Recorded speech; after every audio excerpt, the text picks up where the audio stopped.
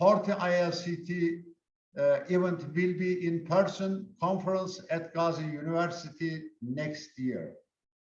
Dear participants, we organize this special conference in May every year because May include a special days, the World of Day of Light, approved by UNESCO.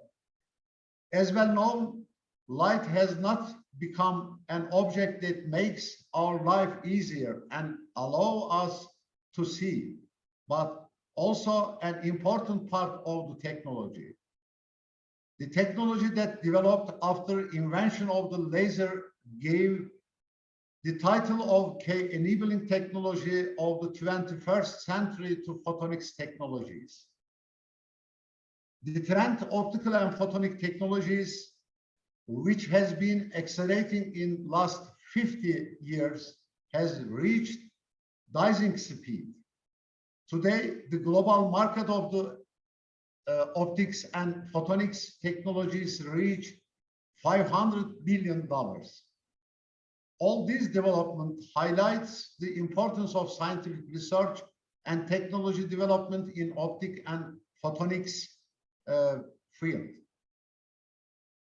This view reveals that ICLLT events are crucial for keeping up with development in science and technology. It is going to be intense program for 3 days. We will listen around 80 speakers from 15 different countries. During these days, we will listen to scientists, each more valuable than the next. This will be a great opportunity for everyone and especially for young researchers. I want to talk about some of them. Professor Federico Capasco will speak to us shortly. He joined us from Harvard University. He is a veteran professor of optics and photonics field. Also, he is highly cited researcher in the Web of Science of past 5 years. Professor Manije Razege, Director for Quantum Devices of Northwestern University from USA. She is among the world's leading researcher in the development of nanoscale optoelectronic quantum devices. And Professor Andre Fowers participate from University of the Witwatersrand, South Africa. Prof. Andre is pioneering researcher on exploring structural light in laser as well as classical and quantum optics. Professor Hilmi Volkan Demir is participating to conference from Bilkent University, and he is director of the National Nanotechnology Research Center of Turkey. He is pioneering research on science and technology of semiconductor lighting, nanocrystal optoelectronics, and smart metastructures with implants. And today we also listen Professor Gerd Leuch from Max Planck Institute from Germany. He is one of the most famous researchers in the field of optics and photonics. His scientific work includes quantum beads, quantum nano-reduced and entangled light beam and solution in optical fiber and quantum communication protocols, focusing light beam and nanophotonics. And Professor Alper Kiraz is attending to conference from Koç University from Turkey. He is leading researcher on optofluidics, single molecule spectroscopy and microscopy, optical manipulation, and biomedical instrumentation in the world. Lastly, I want to introduce you Professor Helena Dunlop from Australian Institute for Bioengineering and Nanotechnology. Her research interests are in fields of atom optics, laser micromanipulation, nano-optics, quantum computing, and biooptics.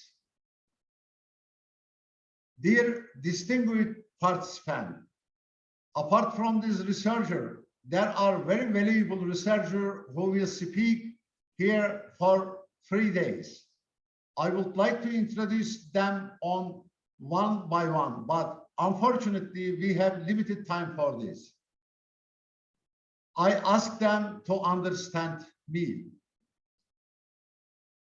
And end of my speech, I would like to thank some of our supporters. First of all, I would like to express my gratitude to the rector of our university, Professor Dr. Musa Yıldız, for his support and opportunity to organize the conference at Gazi University. Secondly, I would like to thank dear Professor Öcal Oğuz for his valuable support. He is head of UNESCO Turkish National Commission. I would also like to thank the organization committee member, Associate Professor Yaşar Azizyan, Associate Professor Nihan Akın Sönmez, Dr. Tuğçe Ateşer, Dr. Meltem Dönmez Kaya, Dr. Buse Cömert Sertel, and Gökhan Gözlekçi, who worked devotedly in kitchen of this conference. Lastly, I would like to thank our scientific committee chairman and our partners and you for your participation. Thank you very much. Thank you. Thank you very much. Thank you very much. Do you have my voice? Yeah. Yeah. Thank you very much, Professor Süleyman Özçelik, for your attractive opening remarks and complete information and warm welcome. So just now, I would like to invite the President of the Turkish National Commission for UNESCO, Professor Dr. Öcal Oğuz. Professor Oğuz is the chairman of the Department of Turkish Folklore of the Faculty of Literature at Ankara Gazi, Ankara Hacı Bayram Veli University, the director of the Turkish Folklore Research and Application Center, the chairman of the Intangible Cultural Heritage Expertise Committee of the Turkish National Commission for UNESCO, and the president of the Turkish National Commission for UNESCO. Professor Oğuz also carries out the establishment of many museum institutions and centers in the field of the intangible cultural heritage in Turkey. And he is the editor of the Journal of National Folklore, a publication series of intangible cultural heritage for approximately 13 years. So I'm going to give the stage to Professor Oğuz for welcome words. Thank you, sir. Merci, cher monsieur.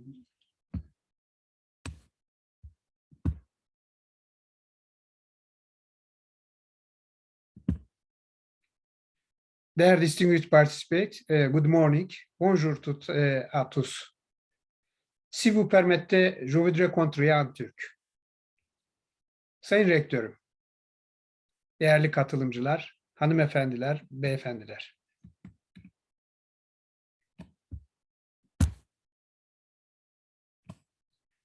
Alanında çok önemli çalışmalara imza atan Gazi Üniversitesi Fotonik Uygulama ve Araştırma Merkezi tarafından bu yıl üçüncüsü düzenlenen bu önemli etkinlikte UNESCO Türkiye Milli Komisyonu adına sizleri selamlıyor ve başarılar diliyorum.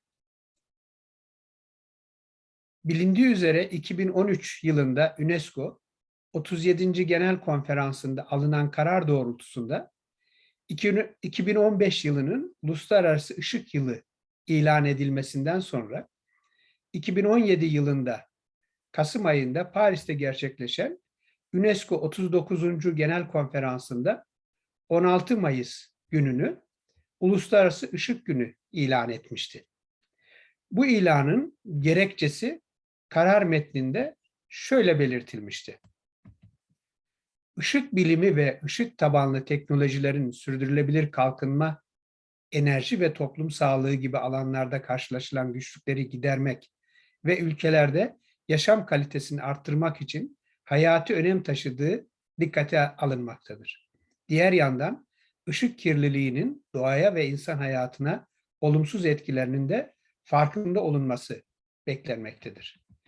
Işık bilimi ve teknolojisi uygulamalarının tıp, iletişim, eğlence ve kültürdeki ilerlemeler için gerekliliği yanında ışık temelli teknolojilerin bilgiye erişimi sağlayacak toplumsal refahı artırdığı, insanlığın ihtiyaçlarına karşılık verdiği ve iletişimi ilerlettiği vurgulanmaktadır bu metinde. Bu alanda sürdürülebilirlik açısından son derece memnuniyet verici bir husus olarak Uluslararası Işık Yılı ile Işık Tabanlı Teknolojiler Birliği'nin UNESCO ile çalışmaya devam etme kararlılığı not edilmektedir bu metinde. 16 Mayıs gününü Uluslararası Işık Günü ilanıyla UNESCO üye devletleri, hükümetler arası ve ulusal sivil toplum kuruluşlarını, üniversiteleri, araştırma merkezlerini ve diğer yerel paydaşları etkinliklere aktif bir şekilde katılmaya teşvik etmektedir UNESCO. Bu doğrultuda Türkiye'de Gazi Üniversitesi Fotonik Uygulama ve Araştırma Merkezi'nin konuyu sahiplenmesi, ülkemizdeki farkındalığa ve sürdürülebilirliğe çok önemli bir katkı sağlamaktadır. Diğer uluslararası paydaşlarıyla sağladığı küresel etkilerin sonuçların yanında. UNESCO'nun Işık Yılı ve Işık Günü ilanı, görme teknolojilerinin insan hayatı ve toplumun kalkınmasındaki öneminin farkına varılması, ışık bilim ve teknolojisinde eğitimin artırılması ile sürdürülebilir kalkınma, enerji ve toplum sağlığı gibi önemli sorunlara daha güçlü bir şekilde dikkat çekilmesi mümkün olabilmiştir. Işık, bilim ve teknolojine dair uygulamalara yönelik küresel farkındalığın artması, insanlığın topyekün sürdürülebilir kalkınmasını, sosyal sağlık ve refahını desteklemektedir ki sizler bunları gayet iyi bilen bilim insanlarısınız. Bu bakımdan bir anlamda sadece kararın ve beklentilerin neler olduğunu UNESCO'dan hatırlatmak istedim esas itibariyle. Sözlerime son verirken bu önemli etkinliğe ev sahipliği yapan Gazi Üniversitesi'ne ve Sayın Rektörü Profesör Doktor Musa Yıldız'a UNESCO Türkiye Milli Komisyon adına teşekkür ediyorum. Bugüne kadar yapmış olduğu başarılı çalışma ve toplantılarla UNESCO'nun bu önemli gününde sizlerle buluşmamızı sağlayan Fotonik Araştırma ve Uygulama Merkezi ve onun değerli müdürü Profesör Doktor Süleyman Özçelik'i canı gönülden kutluyor. Bu alanın değerli uzmanları olarak siz katılımcılara ve bilim ve insanlığın refahı ve geleceği adına minnettarlığımızı ifade etmek istiyorum. Teşekkür ederim. Biz de teşekkür ederiz hocam. Thank you very much for your warm and sincere speech in Turkish, Professor Hocalıoğlu. Just now, I would like to translate from Turkish to English, a short translation about the speech of the Professor Hocalıoğlu. After welcoming to the audience, he spoke about the history of light and light-based technologies, and from the year of 2013, 2015, and the events in 2017, and about the 16 May. He mentioned light and light-based technology applications are essential for advances in medicine, communication, entertainment, and culture. It is also emphasizes that these technologies increases social welfare by providing the access to information, response to the need of humanity, and improve the communication. And at the end of the speech, he wished a successful and productive meeting and present his sincere and respects. So he wishes and congratulate the rector of the Gazi University and the director of the Gazi Photonics Research Center for for the success at the Gazi University. So thanks again, Professor August, for your warm welcome again. So just now, I would like to, I think that it's the time of starting the session. Just now, I would like to invite the Vice Chancellor of the Vice Rector of the Gazi University, Professor Ramazan Bayındır, on behalf of the Professor Musa Yıldız, the Rector of the Gazi University, and to conclude the opening ceremony of the conference. But first, I need to introduce Professor Ramazan Bayındır. He completed his PhD studies at Gazi University in Electrical Education Department in the year of 1992, and Professor Bayındır has more than 215 journal papers and 4 national published books. He's very, very active person in the field of the research, and I just would like to thank on behalf of the Department of Photonics and also Photonics Research Center for his and the support of the rector of the university for establishing a new department, photonics department. All the supports are really appreciated. And he is currently the vice rector of the Gazi University, and I'm going to give the stage to Professor Ramazan Bayındır for his welcome message. Okay. Good morning, everyone. Thank you so much, Dr. Yaşar, your kind introduction. Dear Chair, dear President of Turkish National Commission of UNESCO, distinguished participants, ladies and gentlemen. Thank you for your participation in this special meeting hosted by our university. You are all welcome. I would also like to express my gratitude to the scientific committee and organizing committee of the conference. As no light and light-based technologies, optic and photonics are present everywhere in modern life, from communication to life science, space application, information processing, and various industrial and military applications. We are aware that photonics technologies are a key enabling technology in the 21st century, and we attach importance to this technology at our university. At our university, we have a strong photonics research center, photonics science and engineering departments that provide both undergraduate and graduate education. As World Light Day, May 16 is celebrated every year by scientists and engineers around the world. Photonic Application and Research Center and Department of Photonics of Gazi University to commemorate this day in coordination with UNESCO representation in Turkey, also an annual international conference on light and light-based technologies. We are happy to host the 3rd International Conference on Light and Light-Based Technologies, the first 2 of which were hosted in Gazi University.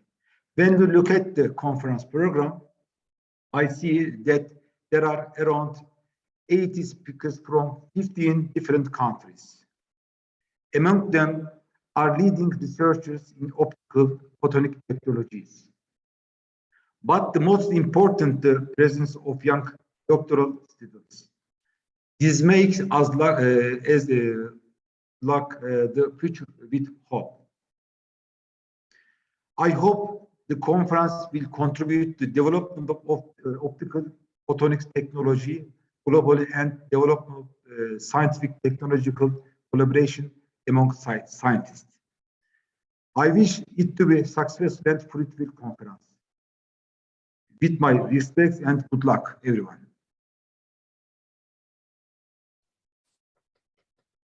Thank you very much, Professor Ramazan Bayındır. It is a great honor for us to have you at this event. Now, at the end of the opening ceremony, we will share a short video clip about the beautiful campus of the university, and I'm going to ask my dear colleagues to share the video.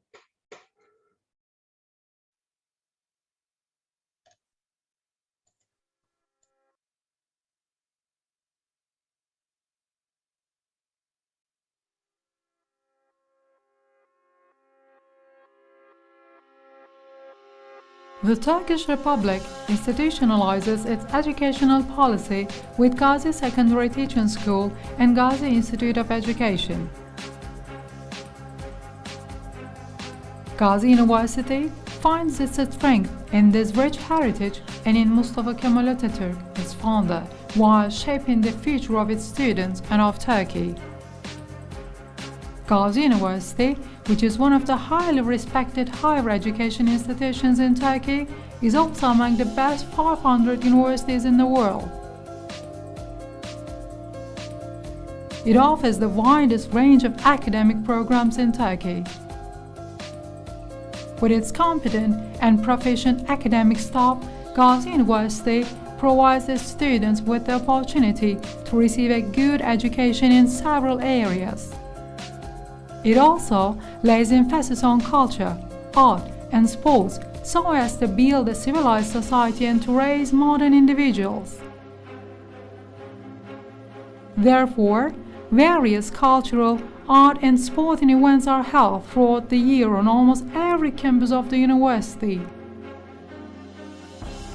Gazi University enables its students to gain academic and cultural experiences all over the world through international exchange programs. Gazi University, in this regard, is one of the most prestigious higher education institutions in the international academic world. Gazi University, which is dynamic, innovative, and culturally diverse, is the first step towards a great future. Gazi University, which is dynamic, innovative, and culturally diverse, is the guarantee of a bright future.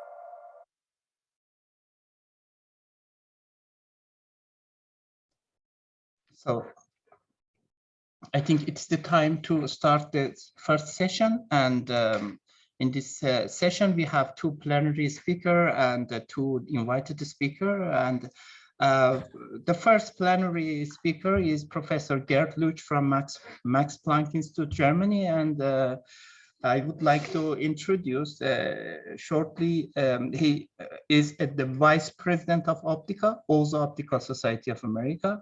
And he's a Professor Gerd Luch work includes quantum beats, photoelectron angular distribution in manipulation ionization, quantum noise reduced and entangled light beam, and solitons in optical fibers and quantum communication protocols focusing light beam and nanophotonics. So there are the vast of the activity for Professor Luch. He was working in different places in the United States, Canada, Germany, Europe, and different places. I would like to focus on the prizes. In 2005, he received the Quantum Electronic Prize from the European Physical Society, and in 2018, the Herbert Walter Prize jointly awarded by OSA and German Physical Society. He won an advanced grant from the European Research Council, management mega grant from Russia, and there are different other prizes here. And it is very, very great honor of us to accept our invitation, Professor Luch. And just know, I think we don't have more time. I would like to directly enter to the topic. The topic of talk is what are the limits of focusing light tightly. Thank you very much again, Professor Luch. And I would like to give the stage you for starting your plenary speech.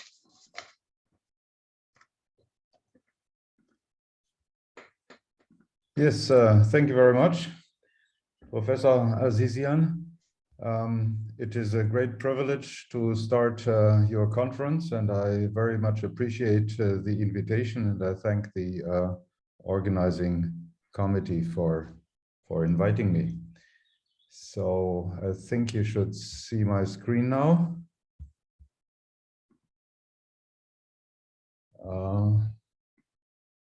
Let me activate. Yes, yeah. Everything is good. Okay. When you talk about focusing light tightly, this problem is closely related to, in a way, the inverse problem of resolving small structures, what you do in microscopy. So the focusing or concentrating light and microscopic observations are two different opposite aspects of the same coin in a way. And let me remind us of the people who first formulated the resolution power of a microscope. These were Ernst Abbe, Hermann Helmholtz, and Lord Rayleigh. So here is a imaging. It's the first part of the microscope. Microscope, in addition, has an ocular lens, which is not shown here. So this is just the imaging of two nearby points. And of course, there are these diffraction limits, as we know. And the question in microscopy is, how close can these 2 point light sources be so that I can see them separately here? The paper by Ernst Abbe from 1873, it's written in German. It has words only, no figures, no formula, and what he says about the resolution is that at least 2 diffraction orders have to enter the objective lens. And if you translate this into the numbers here, where epsilon is the separation, spatial separation of the 2 light sources, alpha is the opening angle of the objective, then you have epsilon equal to half a wavelength divided by sine alpha, but sine alpha can be close to 1. So basically it's half a wavelength. Helmholtz He published a formula. This is a copy from his paper, which is exactly the same, despite of the fact that Abbe was thinking of coherent illumination of these 2 points, whereas Helmholtz was thinking about incoherent illumination. So this is an interesting aspect, I think. And then a few years later, Lord Rayleigh published his famous paper where he added this factor 1.21, which takes into account the special properties of a circular aperture, whereas the other formulas here are for a slit. Interestingly, Abbe, in his paper, he discusses off-axis illumination, which is one of the tricks that people use nowadays in producing nanoscale structures in semiconductor industry. So concentration is just the opposite. You send light in and try to focus it to extremely small spot. So on the one hand, you look for the smallest diameter of focal point, and on the other hand, the smallest observable distance between 2 points is the question. And in a way, here in this microscope, you do this by refocusing the wavefronts. And then the limitation is something like half a wavelength. And in my talk, I will focus on this concentration of light. But before I come to the details, I want to share with you one new development, because you might say, but was there not a Nobel Prize in 2014? The Nobel Prize for Betzig, Hell, and Mörner, which was a revolution in microscopy, and the resolution is much higher. That's true. Let me briefly go through this. This is using optically switchable molecules, and depending on who you talk about, who of the three, they used molecules that stochastically switch statistically, or molecules which are switched deterministically. So if you have, let's suppose you have these 7-point light sources here, so close that they are well within half a wavelength, so you will not be able to resolve them. So because each of these point sources in the image will be blurred to an area of half a wavelength. And for each of them, of course, this is just to indicate that you can still see the point sources. Of course, the blurring is such that in the microscope, you will see something like this.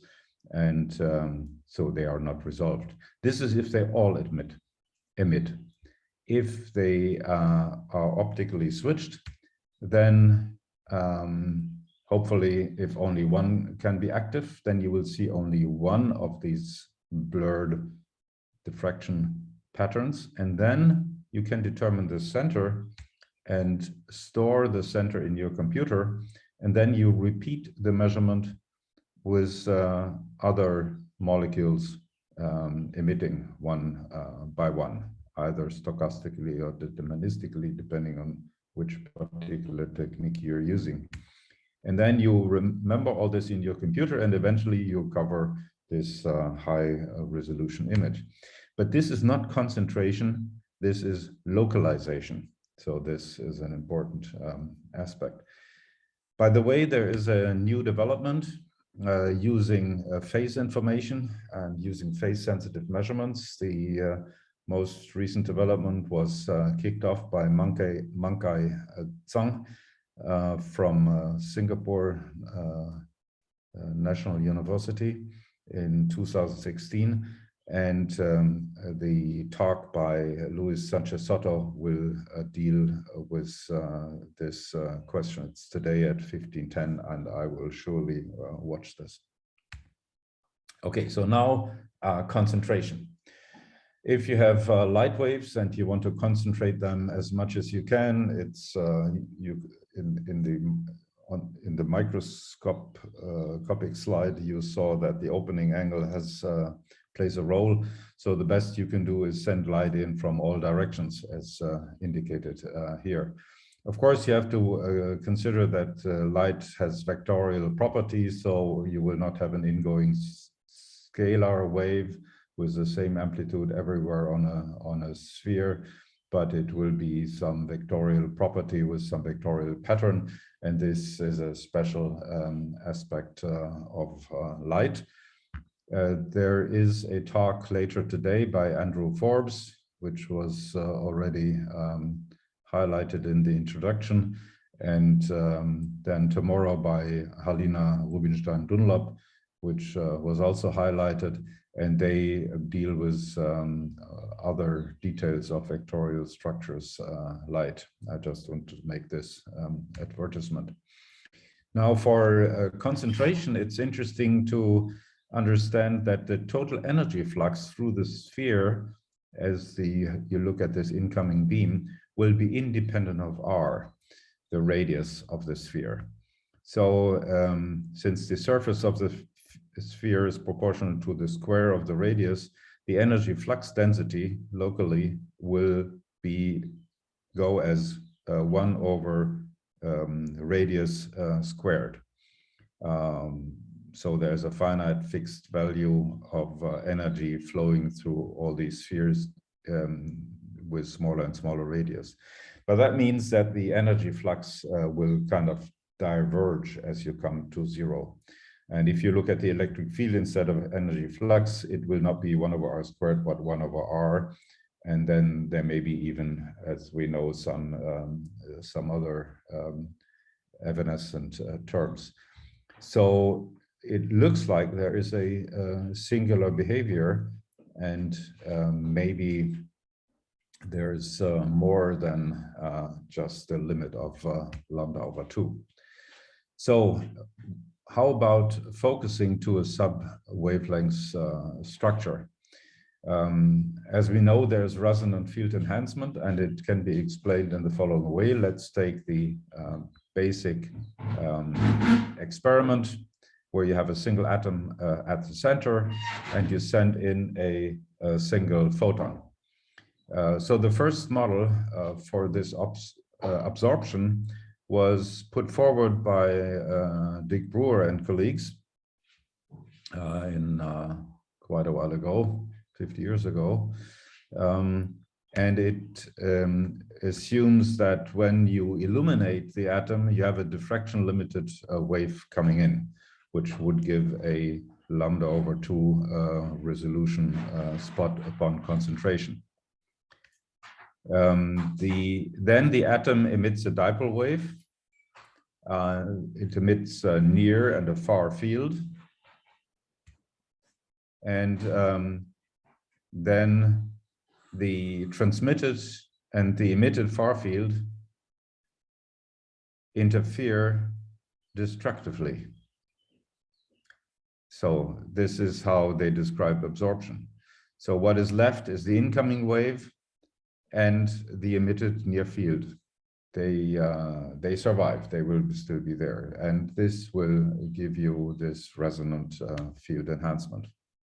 So you could say that the enhancement is explained with back reaction to the field. So there's a second model of absorption, and this is considering an incoming dipole wave. A dipole wave in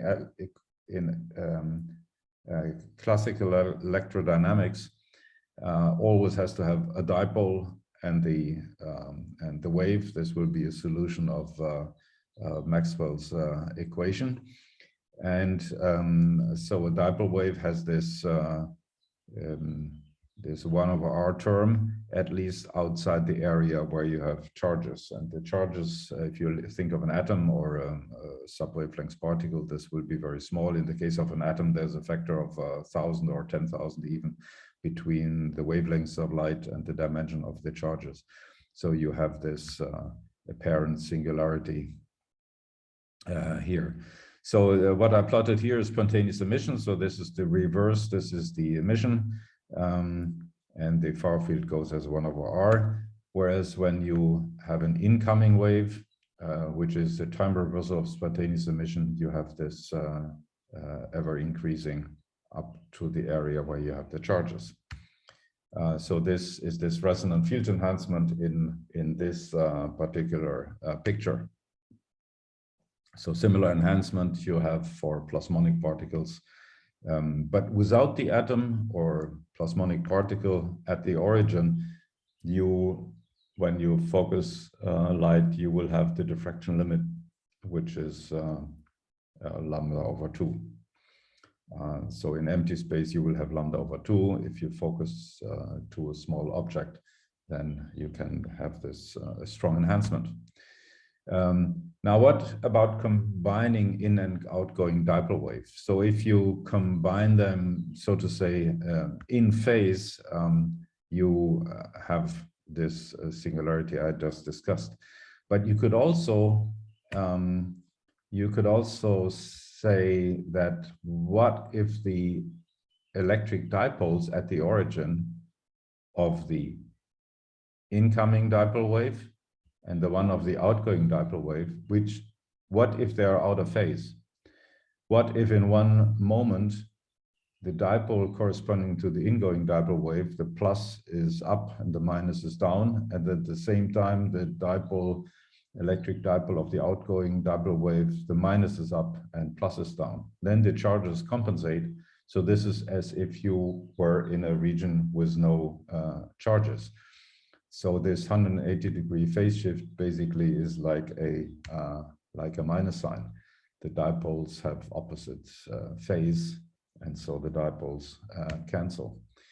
So that means that you also have to subtract the corresponding electromagnetic waves, the ingoing and the outgoing part.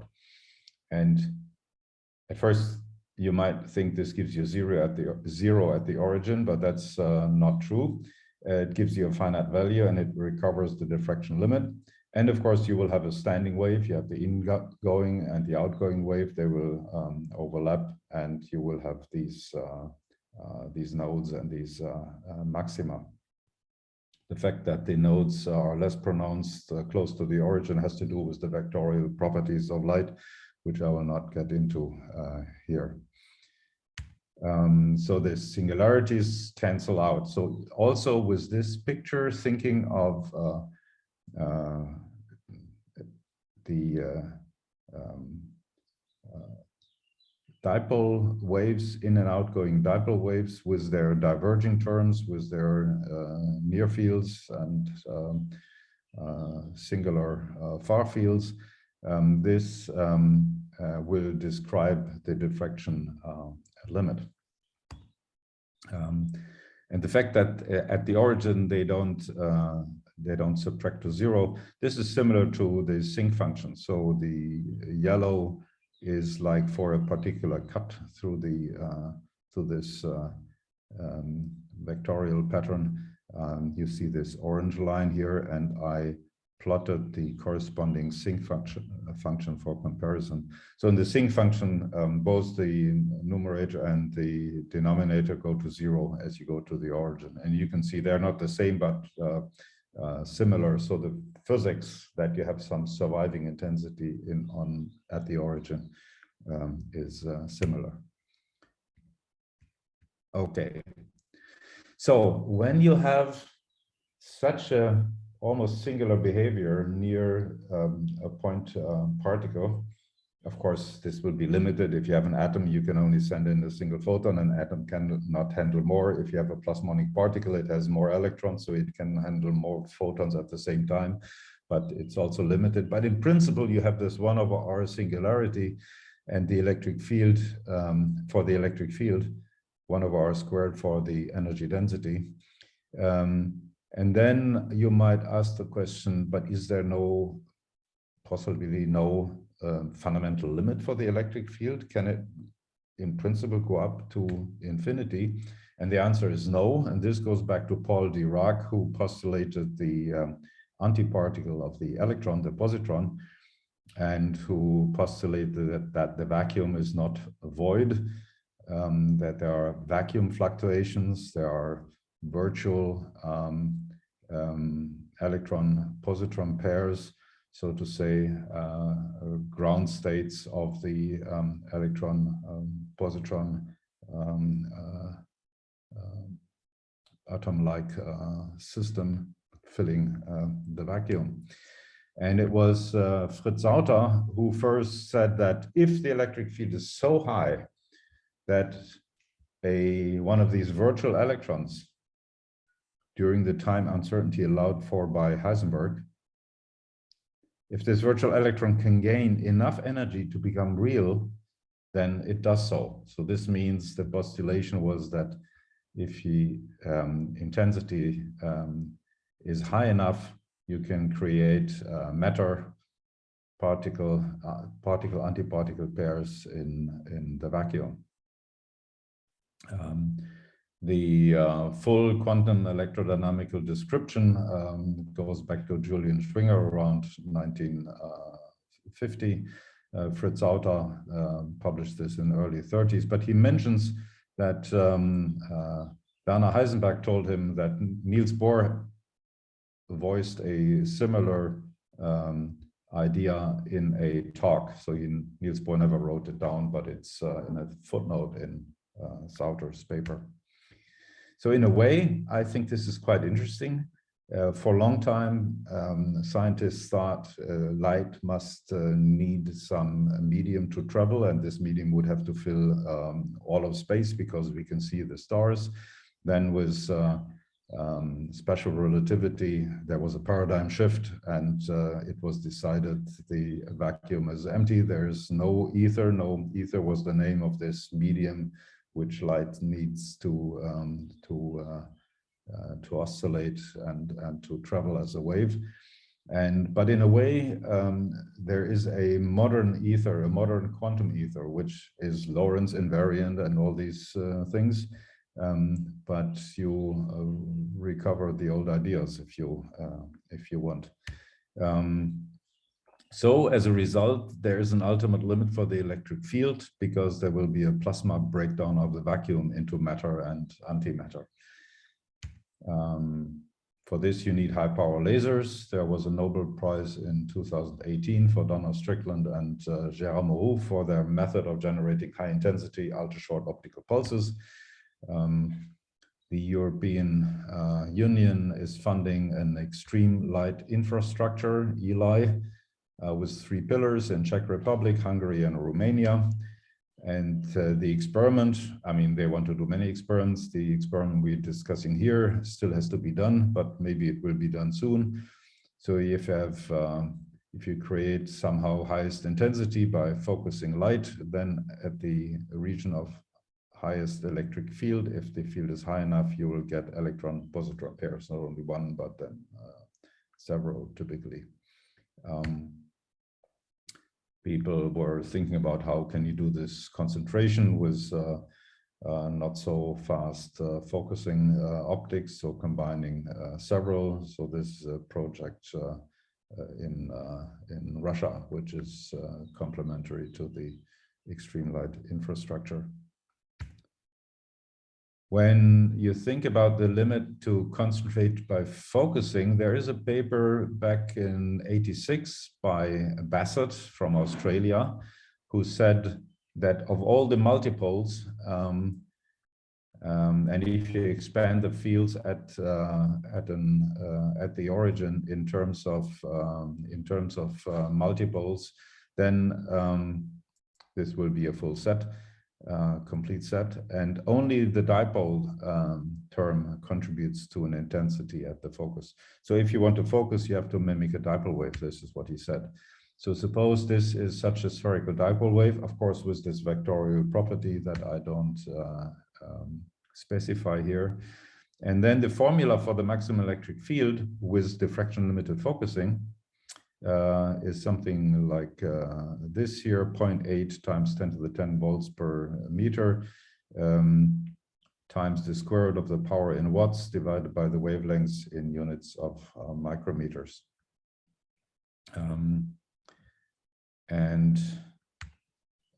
So suppose this Schwinger limit, or maybe you want to say Sauter limit, where the vacuum will break down. This is at about 10 to the 19 volts per meter. If you have a wavelength of 1 micron, then the corresponding laser intensity that you need is 10 to the 31 watts per square centimeter, which corresponds to 10 to the 7 petawatts, which is a huge number, of course. Then Bulanov and others in PRL 2010, they said, maybe one does not have to go all the way to this field where the vacuum breaks down, because there's a tunneling, there's an exponential rise. This is where the probability becomes 1, but the focal volume is much larger than the Compton wavelengths, which is a scale of the volume that virtual electron positron will occupy. There's many orders of magnitude between them. So if you reach this level, you have many electron positron pairs, but for the experiment, 1 is enough. So they estimate that already if you focus, the focus power is 10 to 100 petawatt, you should start to see electron positron pairs. Now, at the end of my talk, I want to take guidance from water waves, which is something that we human beings always do when we think about waves. The water waves, basically, these are the only ones we can see very nicely with our eyes. And I want to remind you of this field of sonoluminescence, where sound is creating light. So there are these acoustic transducers on the outside of a spherical glass ball filled with water. And then in the inside, you will see some illumination. And this is a video I took from YouTube inside. So this is focusing inside to the center of this water filled sphere. What happens is that a bubble forms, a gas bubble, which shrinks in sync with the acoustic frequency. And whenever it becomes very small, suddenly there's some light emission. And these structures here are much smaller than half a wavelength. So there seems to be some singular behavior. How about optics? We said that in a homogeneous medium, and initially before the transducers are set off, there is no gas bubble in here, it's a homogeneous medium. We said then it should be much smaller than half a wavelength. But not only sonoluminescence, if you look at focusing waves in water, you will also find that at the very center, there is something strange happening. So certainly this is something nonlinear. Of course, here we know this has to do with the surface tension of water. But also in optics, we have nonlinearities, not these nonlinearities, other nonlinearities. So one might wonder if a nonlinear behavior in an otherwise homogeneous medium would also have some effect. So in this water, before the wave comes in, there's no absorbing structure at the origin. So this speculation, so all what I said so far is there is good evidence, or at least in the case of this spare production, which has not been seen in empty space. But there is consensus among all scientists that this should be observable. But now I'm sharing with you some speculation. So if you have a homogeneous medium, but which interacts nonlinearly with light and introduces losses, can there also be field enhancement? And if so, then that should probably also happen in the vacuum, because the vacuum also has nonlinearity, because this spare creation, although it requires high intensities, is also a nonlinearity. And such a field enhancement could even lower the threshold for this even further. But this is a speculation. So some models predict this effect. Theoretical work is underway, but not easy. I myself am an experimentalist, so I can do simple theoretical calculations, but this is a bit tricky here. But we are working on this with colleagues, and experimental work is also underway. So the idea is that if you go to this model for focusing in free space, in empty space, then you have to subtract, remember, these two dipole waves, the ingoing dipole wave and the outgoing dipole wave, and you're left with this diffraction limited spot. But this is because there is a delicate balance between the two, and if you unbalance this, you will have this singular behavior. So you can unbalance this by having a nanoparticle at the origin. So this is well established, and we discussed this. But the question is, how about in a homogeneous medium, ultimately like the vacuum? If some nonlinearity happens at the very high intensities, will this not also unbalance this, and will it lead to some increase? So this is the open question. It's reformulated here. Will one find field enhancement in a homogeneous nonlinear medium due to nonlinear losses, such as in the vacuum? Of course, this requires these high intensities, and in our labs we don't have these high intensities, and Eli is still building up the lasers. But you could also think of other homogeneous media with nonlinear losses, like a gas, and there the required intensities are lower. So the search has started. So in order to have an ingoing dipole wave, what we use is a very deep parabolic mirror. The depth is like 6-7 times the focal length.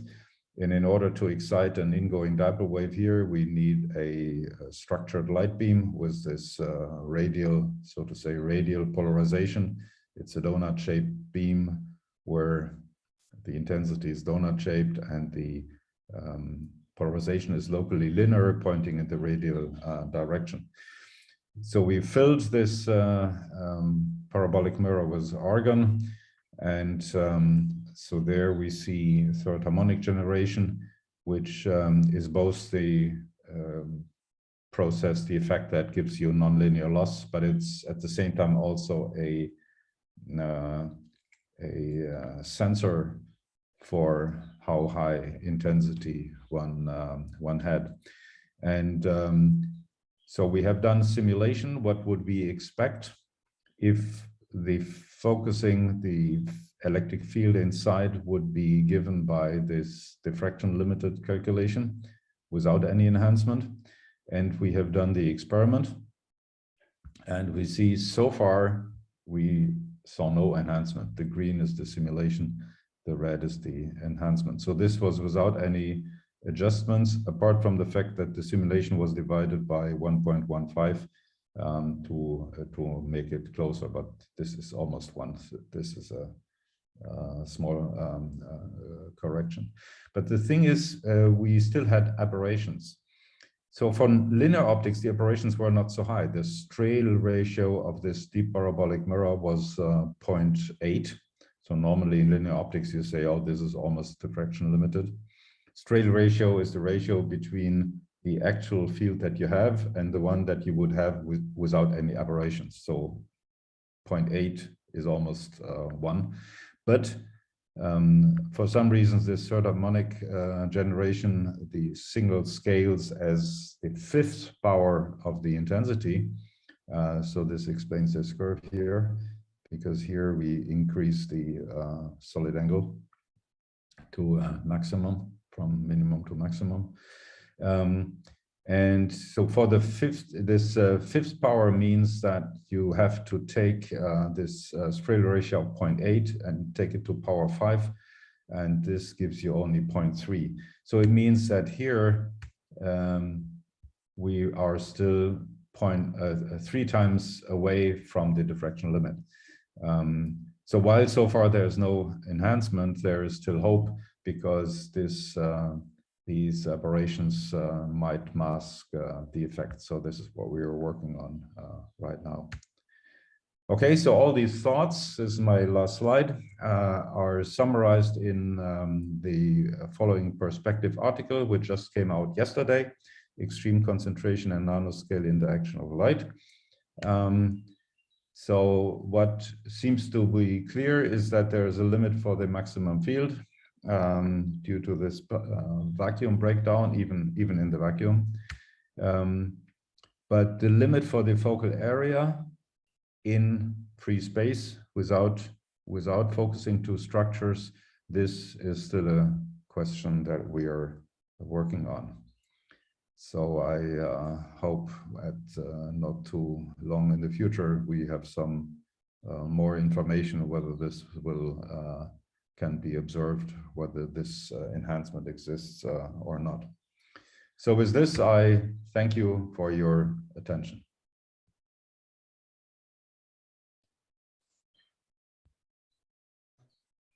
Okay, thank you very much, Professor Lux, for your great talk. And if you everybody have any question, you can ask. We have time for 2 questions.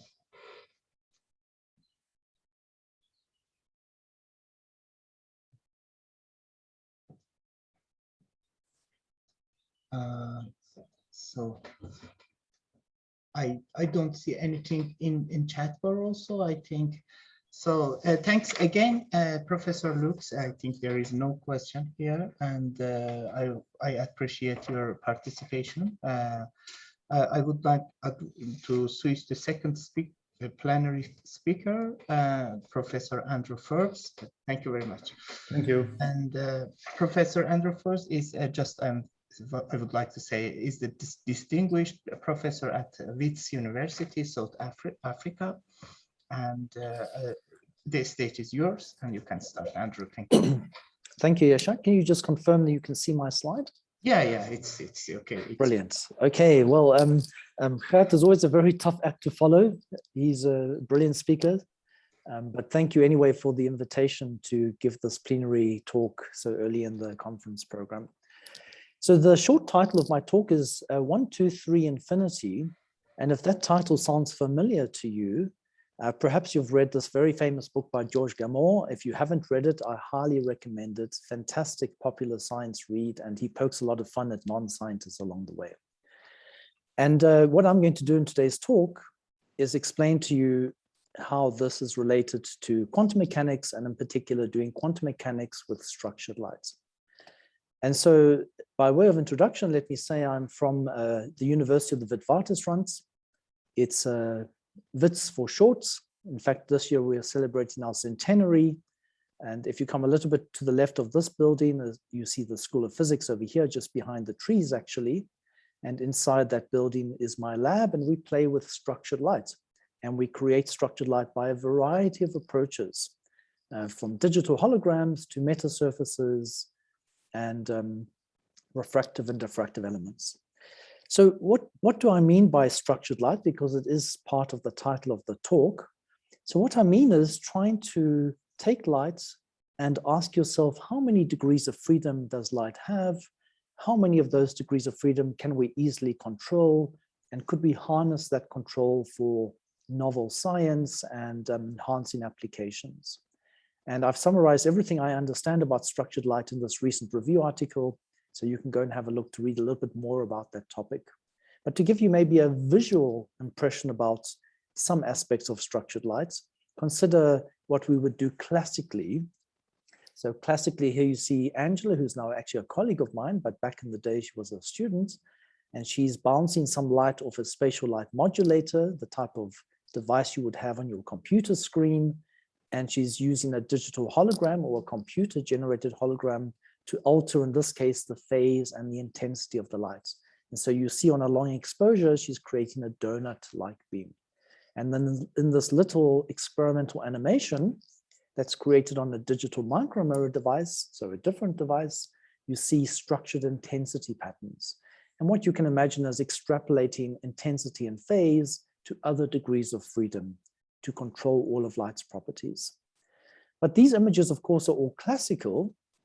So this is bright light from a laser source that's been modulated externally. And the question is, what would you do to execute this at the quantum level. And so at the quantum level, we change the way we do the experiments. And here's a little cartoon of how that might work. So this is the vanilla version of generating entangled states. There are many, many other ways to do it, but I will use this process throughout the talk. If you want to know more about the other approaches, you may contact me and I'll point you in the right direction. But in the vanilla version, you might come in with a high energy photon to a nonlinear crystal. And by a process of spontaneous parametric down conversion, you hope to produce two lower energy photons, so let's say infrared photons, and they would hopefully be entangled. I say this is vanilla because, of course, you do not necessarily have to start with an ultraviolet photon, nor do the two photons have to be the same wavelength, or for that matter in the infrared. But let's go with this for the moment. So I come in with a high energy, let's say UV photon. I'm going to generate two entangled photons from the crystal, and now I want to harness them to access quantum states. So the way this process works, in fact, is best understood in the linear momentum basis. So here's a cartoon of what I just showed you. I have a pump photon coming to a nonlinear crystal, and by the spontaneous parametric down conversion process, I produce two down converted photons, and I claim that they're entangled. Well, to see that they're entangled, have a look at the equation at the bottom. By the conservation of linear momentum, whatever the momentum of photon 1 is over here, it must add up to the pump. So if the pump had a momentum of Kp, then of course the second photon, photon B, would have to be Kp minus K1. So this adds up to Kp. And likewise for all the other possibilities of what photon A could be. And because we have a band of linear momentum states, and you can actually see it in these colors in this SPDC process, this state is non-separable. And so if you went down the corridor to your quantum theorists, they would say, well, one of the hallmarks of quantum entanglement is that you have a non-separable state. And so this, in the linear momentum basis, is already entangled. So on a camera, actually, you can see these down-converted photons. So these photons coming from your crystal, you might see a ring of light if it was in this configuration with the two photons going off at angles. And so to collect photon A and photon B, I would essentially place little pinholes in this ring of down-converted light.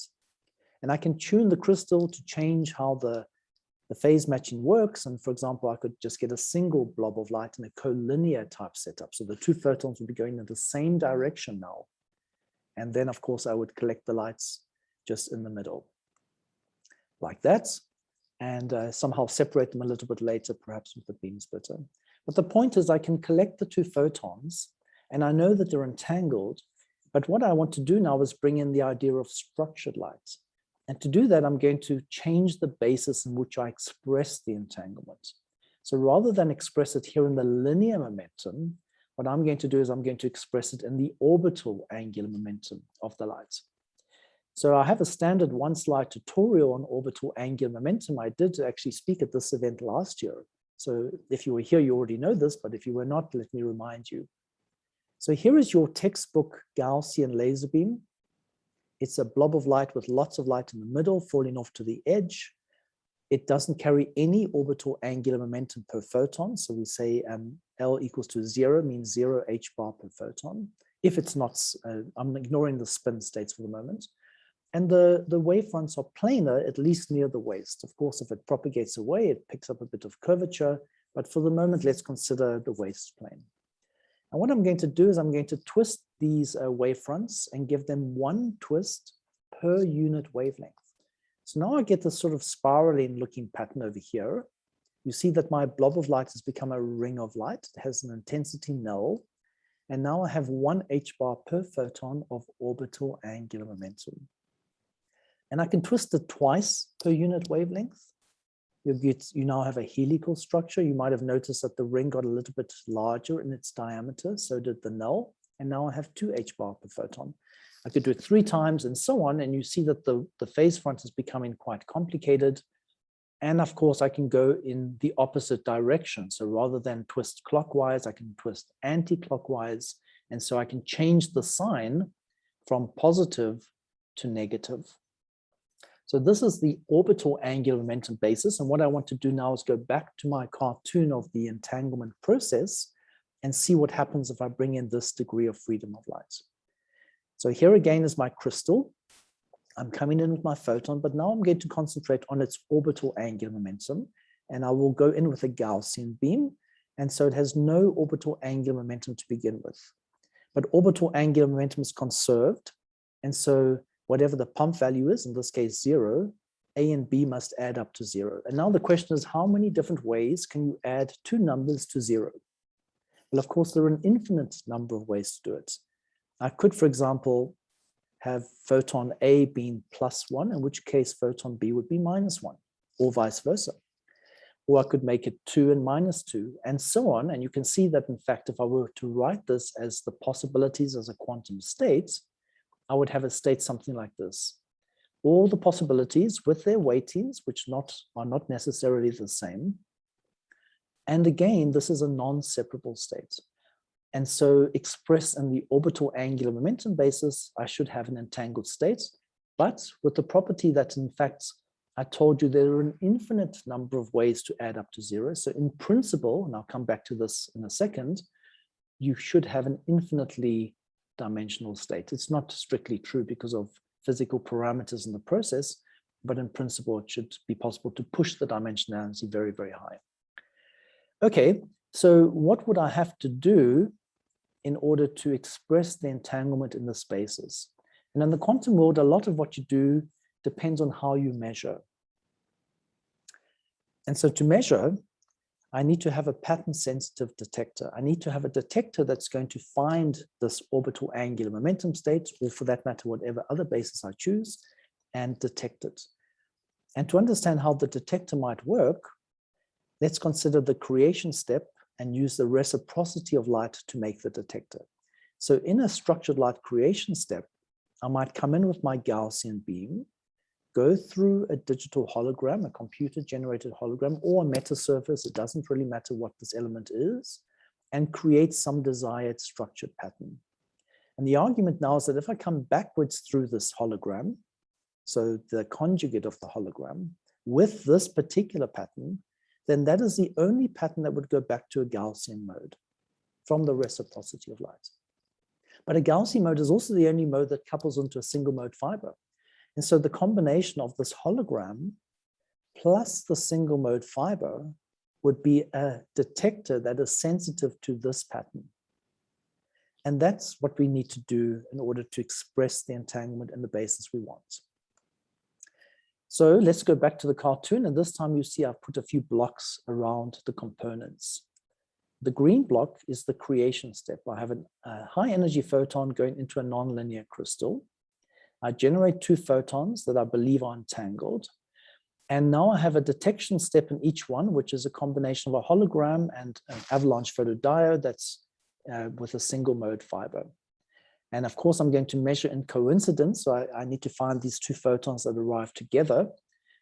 And what do I do? Well, depending on what I put on the holograms, that will determine what I'm trying to measure. So for example, if I have holograms that look for the spiraling azimuthal variation in the phase, I will be looking for orbital angular momentum. And this little animation that you've just seen run through would be running through the different combinations of orbital angular momentum. So for example, if I pause where it stopped, it's asking the question, if photon A has got a +1 OAM, because the phase goes from white to black once around the circle, so it's one twist. And if photon B is +3, so you see it goes 3 times around the circle, what is the possibility that we have this combination? And if you do all possible combinations like that on A and B, so you vary the measurement of orbital angular momentum on B and on A, you find this very strong anti-diagonal. And essentially it's saying, look, if you found that photon A had -10 units of orbital angular momentum, then you would discover that the only value you get for B is +10. And that's because I came in with a Gaussian mode. Now I told you there were an infinite number of ways to add up to 0. And here you see that in our lab, which is very typical, infinity is in fact around about 20. Now, you could say that that's very, very far from infinity, which is true, but it's also an order of magnitude bigger than 2, which is what you get with polarization. So the idea is that expressing the basis in patterns of light or structured photons, you have access to many, many more dimensions than you would get just with the spin states of photons. And I showed you now with orbital angular momentum as my example, but in fact, you can choose any basis you like. So here are the Hermite Gaussian modes or the Laguerre Gaussian modes, or in fact, any other set you may choose. And it just depends on how you do the projections on your spatial light modulators or your holograms to detect the entanglements in that basis. If you want to know more about that, go and have a look at this review article. It explains all the cool work that many groups around the world are doing in this direction. So for example, you might choose Bessel modes. So the holograms here represent Bessel functions. I'm not going to go into the details, it's not so important. Again, you see that I can have Bessel functions with orbital angular momentum. And so I can get the standard spiral, this anti-diagonal, and I can do things like a Bell measurement and show that I can violate a Bell inequality, which is simply a repeat of an experiment Elaine Aspect did 40 years ago, but this time with structured Bessel photons. Now, of course, it's good to know the quantum states, and is the quantum state really what I wrote up in that little cartoon equation? I mean, this plot at the bottom confirms orbital angular momentum conservation, but does not necessarily confirm entanglement. This does, but the other one doesn't. And the way we confirm the quantum state is typically by a tomography process. And the way I want you to think about it, if you've never done this, is imagine that you have some very complicated unknown object, and you have to figure out what the shape of this object is. But you're only allowed to do projections with a torch. So you can shine a torch in this direction and look at the shadow on this wall, or in this direction and look at the shadow on that wall, and so on. And what I ask you to do is, by all the different shadows that you see, can you reconstruct what this object is? And that's exactly what we do in the quantum world, except rather than torches and shadows, they are projective measurements on different bases. So I try to measure this state and another state and so on, and reconstruct what I get. So for example, the raw data might look something like this. It's a rather complicated looking picture. If you zoom into some of the little blocks, you see many, many measurements. And what these measurements are saying is, I've measured some state here on photon A, and I've measured a corresponding state on photon B, and I have a set of counts. In this case, it looks like the anti-diagonal I showed you before, but look at the one on the other side. It doesn't look like that at all. And the question is, it's an inverse problem. Given the answer to every question, what is this unknown object? And if you do the inverse problem, you can reconstruct density matrices that describe what the state is. And here you see a density matrix in just 2 dimensions, and here you see it in 5 dimensions. And so we can, in principle, go to any dimension we want. It's a great process in that it gives you all the information you need, but it's very time consuming. It can take weeks and weeks and weeks for even small dimensional states. And so very recently, what we've tried to do is to extend that and give you a very fast, accurate test of, do you have entanglement? In how many dimensions can you express that entanglement? And how pure is the state? I mean, how much noise do you have in the system? And essentially, it goes like this. We do these 2 measurements on photon A and B, but this time you can imagine that I measure something on photon A and rotate the hologram on photon B. So here you see an angle. So imagine I'm rotating this hologram. In some cases, it is actually a physical rotation, but in other cases, it's more of an abstract rotation in a different space. And if I do this, I can measure the outcome, and the outcome would have some visibility. It's kind of quantum interference. I see these fringes. And the visibility of the fringes give me information about what the state looks like. And it turns out that under some assumptions, the visibility for every combination is a monotonically increasing function with dimension and purity. So what this means is, you do a measurement, you get a certain visibility. The visibility is like this red plane cutting through the solution space. So with one measurement, I can tell that the answer lies somewhere on this red curve. It could be a range of dimensions and a range of purities. But then I do another measurement, and of course I get a different plane, I have a different visibility, I have a different red curve. And if I overlay all these curves in this space that looks at dimension and purity, here they are, they're all overlaid, you can see that they are intersecting at a specific region, in principle a point, but there's always some uncertainty in these measurements. And so this point is actually the dimension and purity of your quantum state. So it's a very fast test and probe of where to look and what you can expect to get prior to doing the very lengthy tomography that you would typically do. Now the question is, could you control this dimension and purity? And the answer is yes. You can control it in how you do the measurements. So the dimension is kind of like, how wide is this bandwidth? So let's have a look at the bottom right-hand picture first, actually. Here are the anti-diagonals I showed you before. You see this one's rather narrow and this one's rather wide. If I look at the cross-section of these, you see it below here. And so this, of course, determines how many states are involved in this quantum states, and so what the dimensionality is going to be. And if I plot that across here, so here is again orbital angular momentum in L, along with a parameter that really looks at the size of how I'm doing the projection. So how big are the modes I'm going to project into? Alpha is a kind of measure of a scale. You can see that both the width and the shape of this function changes very, very dramatically with this factor. And so you can think of it as this is like a knob that you can control to control both the spectrum's shape and its size. So how many dimensions are involved and what do those dimensions look like? And by the way, this top plot here is the experiment and the bottom one is the theory. So this works extremely well in the lab. So this would be a measurement-based approach to control, for example, let's say the width or how many dimensions do you have in your entangled states. You could also go back to my cartoon and say, hang on, when you showed us the proof of principle, it was with a L0 Gaussian mode coming into your crystal. But could you go in with something different? Of course, you could use your classical beam shaping, your classical structured lights to illuminate your nonlinear process, which of course will change what you get as the output. And so this would be shaping the pump in order to shape the entangled states. And indeed, you can show that you can shape almost any structure into the entangled state that you like. There are a few limitations, but it gives you high versatility.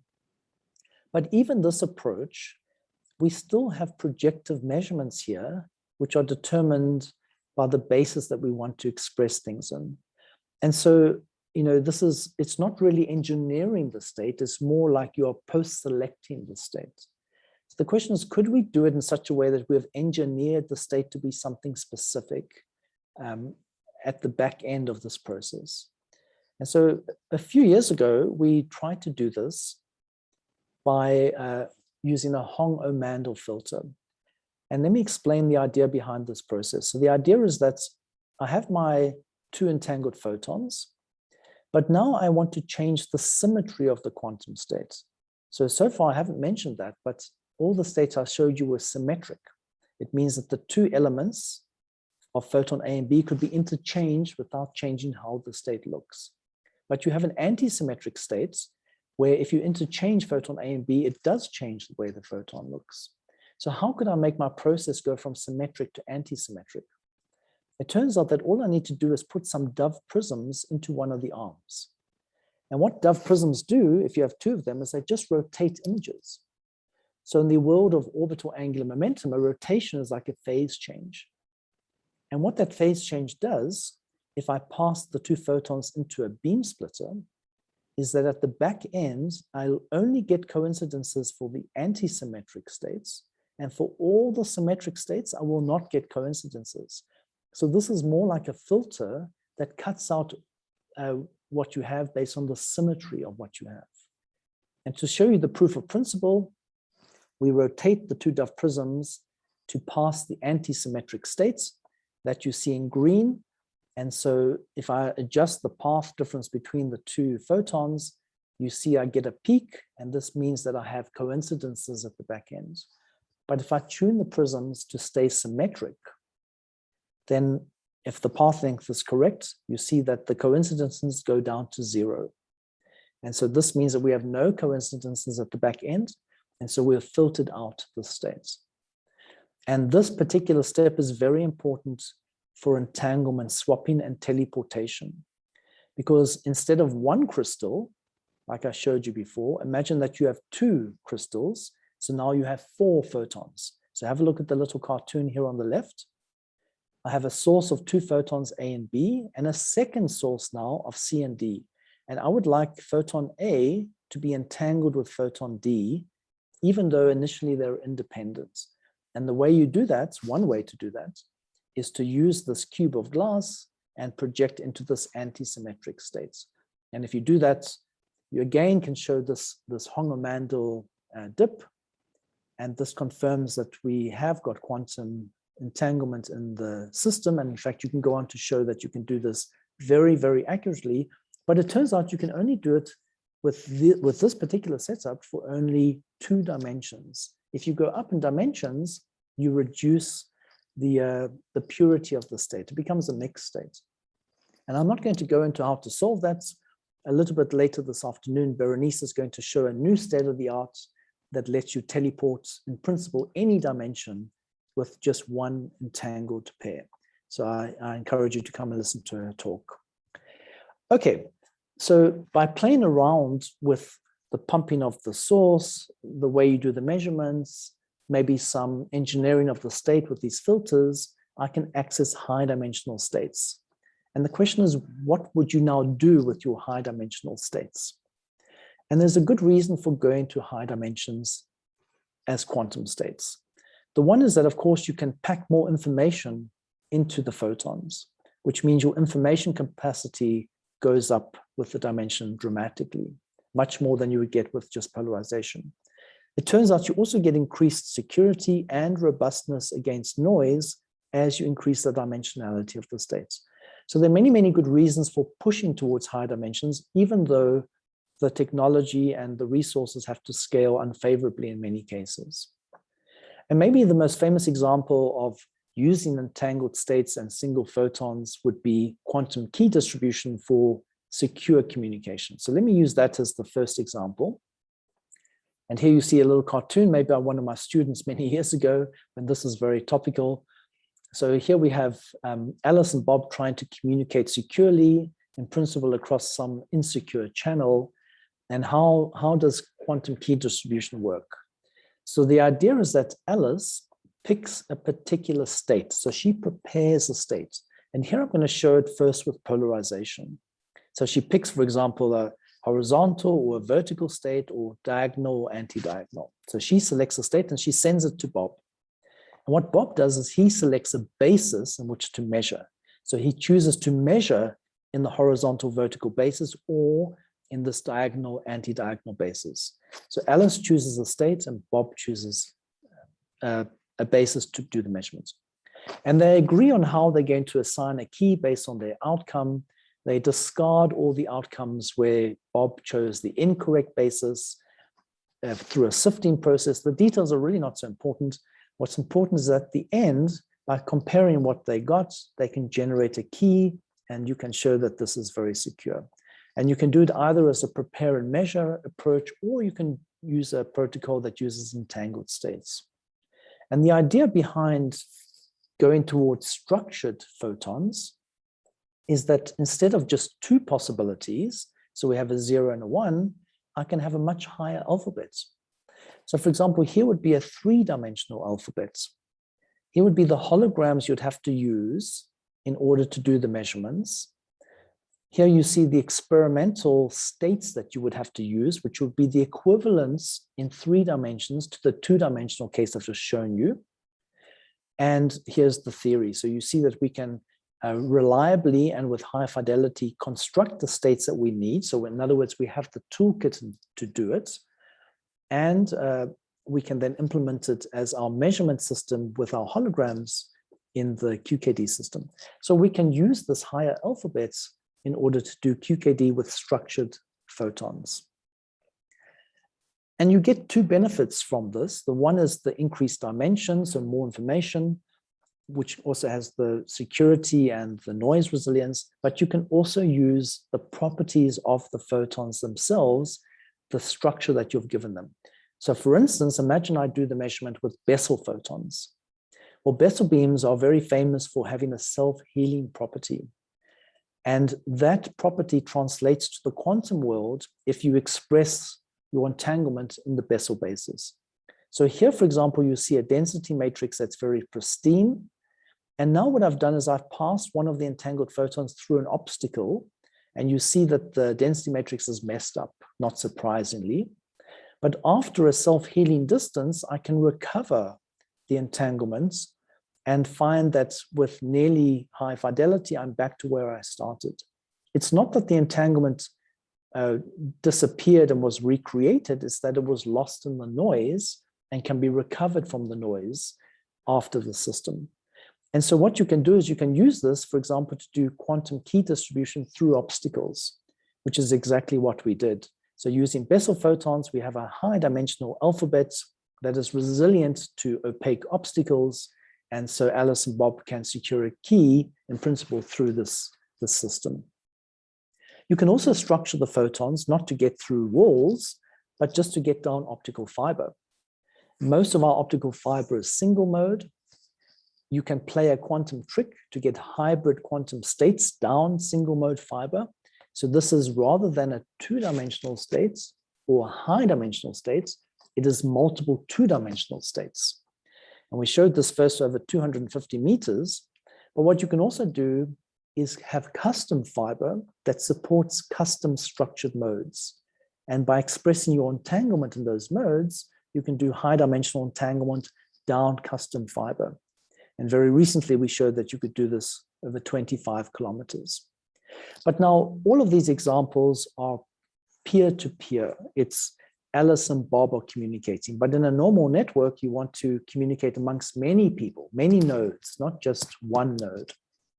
And so the question is it possible for somebody to distribute a secret across many people, let's say 2 people, and to do it in such a way that neither person has the full secret? So let's say Alice here or Bob has half the key and Charlie has the other half of the key. And if they trust one another, they can construct the full key. I'm going to illustrate the principle here with just 2 parties, but you can extend this notion to any number of parties. And to explain how it works in a very simple way, let's just take a little analogy of a straight line. So imagine that Alice wants to share a secret, which is the y-intercept of a straight line. So Bob and Charlie can make measurements, and let's say that sometimes their measurements lie on the line. So let's look at how much information they have. So Bob has 1 point on the straight line. Well, we know from high school mathematics that if I give you 1 point on the straight line, it's not enough information to tell me what the straight line is, because anything could pass through that point. So you cannot work out the intercept. Likewise for Charlie, also with 1 point, you do not have any information. But if I give you 2 points on a straight line, of course, you know everything about it, right? Including the secret, which is the y-intercept. So this is a simple analogy of how quantum secret sharing works. You see that if the 2 parties are prepared to trust one another, then together they can reconstruct what the secret is. In this case, the y-intercept of the line. And you can generalize this idea to n parties with some weird hyperplane idea. And so now you have a process called quantum secret sharing to distribute a secret across many nodes in a network, not just 2. And I want to use this example not to go into the details about how quantum secret sharing works, because I think it's not so relevant to this audience, but rather to let me convey to you what the challenge is in trying to do quantum mechanics with structured light. And the challenge is this: it's translating theoretical notions into practical experiments. So I like to think about it as quantum state engineering. The physics is pretty much done and dusted. The challenge is to engineer that physics in the lab and make it work. So let's take an example. How would we make the quantum secret sharing work for 3 dimensions? Well, first you have to pick a three-dimensional state. Let's say I chose this state. You see it's got 3 dimensions to it. It's a mixture of orbital angular momentum and polarization. And so the first challenge is, how do you make such a state? So here is, in fact, the state preparation method. And you see it's a range of polarization optics and some spin orbit coupling to get the orbital angular momentum. So it's not trivial to go from this, which is easy to write on the board, to this, which you put in the lab. The next thing you need to do is perform the unitaries that are needed for this process. So how to translate that? In this particular example, it turns out to be dove prisms and wave plates. So this is what the experiment looks like as you go through different parties. And then finally, you need to know how to do the measurements, how to measure properly the state that you have now produced. And here you see very similar measurements to the tomography that I showed you before. And in fact, if you unravel this, you can find that the participants can get the key that was produced. Here is the key produced, and here is the deciphered key with very, very high fidelity. And not to bore you with all the details, but in fact, you can do this in many dimensions across many nodes. And recently we've shown that you can do this in 11 dimensions, so very, very high information capacity per photon across a network with 10 parties. So quantum secret sharing allows you to take QKD into real quantum networks. Well, I've come to the end of the talk. I believe that my time is basically up, and I want to leave a little bit of time for questions. It's been a very parochial talk because I wanted to give you a high-level overview of what is going on and how this process works. But I want to point you to some fantastic work by many other groups around the world that are doing wonderful work in quantum structured light. If you go back to this review article that we wrote, you'll find all the work of these groups summarized very nicely. And I encourage you to go and Google a little bit and see what the state of the art is. In fact, we collaborate with many of these groups, and it's a very nice community to work in. So we always have to thank our collaborators. Many of the results you've seen have been in collaboration with groups around the world. And I always have to thank my own group, because the beautiful results you see are from my students. I've been mentioning recently that this is the pre-COVID photograph, so I actually have to update it. In fact, many of the people have moved on. And so later this afternoon, when some of my students speak, you'll see some new faces and new names, but still the smiles are the same. And we love to collaborate. And so please do contact us if you want to do something together. And maybe as a very last comment before I say thank you, we have an open position in our School of Physics. The deadline for the position has been extended. It's a theoretical position in quantum optics at either the senior or professorial level. If you're interested and you feel that you would like to explore and move to South Africa, please drop me an email. I'd love to chat to you more about it. And on that note, I think I'd like to thank you all for listening, and thank you once again to the organizers for inviting me to speak here. Thank you very much, Andrew, for your great speech. And I would like to thank here to you and your team for your assistance in our conference. There are some very, very high quality paper abstracts sent by your group in this year and also in the past year conference. I would like to thank all of your team for supporting the ICLLT conference. So here I see in chat bar one question. Would you please explain the HOM filter again? I think it's a general question. Okay. Yeah. Yes, so let's see. Okay. I'll share my slides.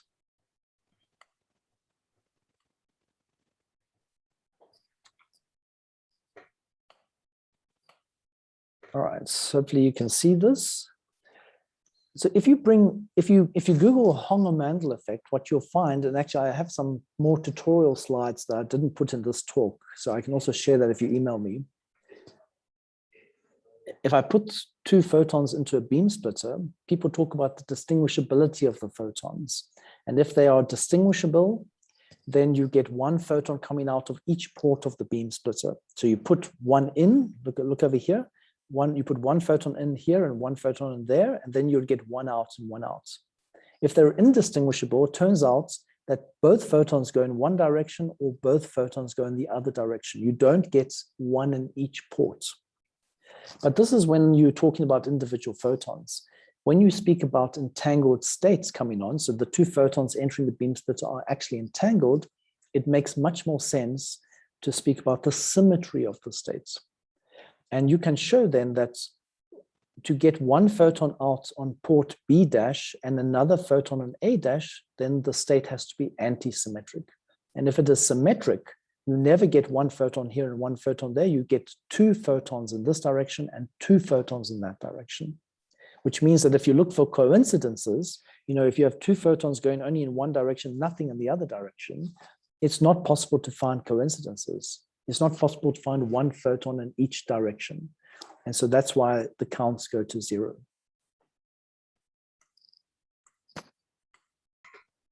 So thank you very much again, Andrew. And yeah, Professor Gerd Luch wrote a question here in chat bar. Here is my question. When encoding more information into a single photon using angular momenta, you need more space as you showed.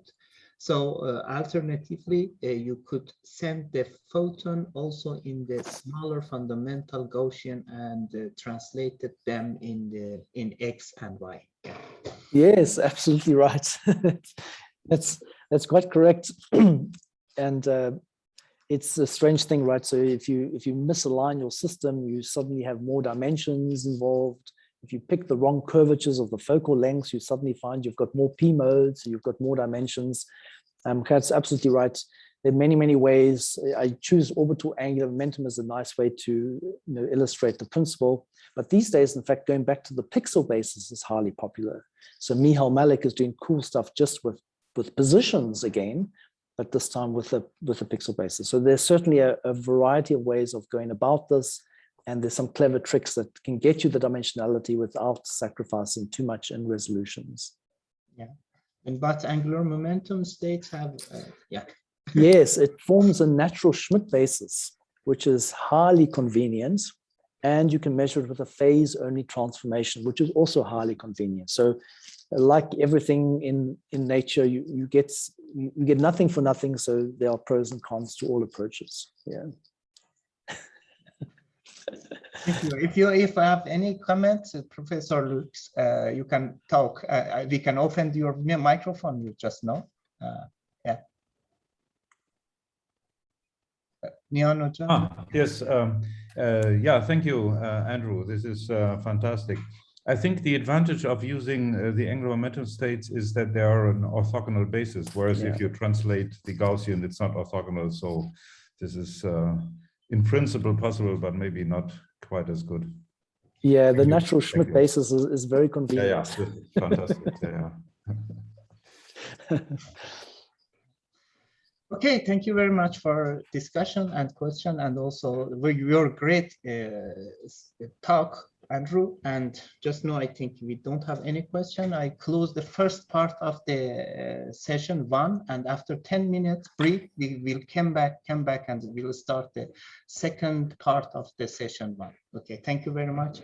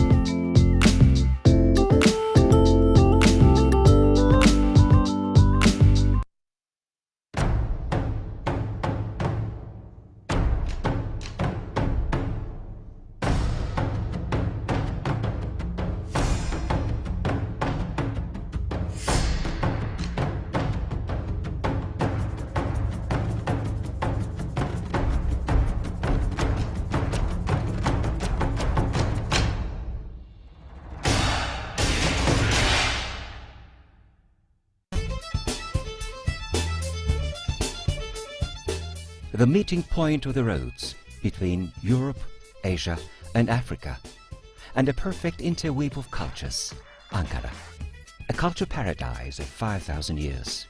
These lands, which hosted many Western and Eastern civilizations, became the center of the Turkish War of Liberation, launched with the downfall of the Ottoman Empire, and became the capital of the Republic of Turkey.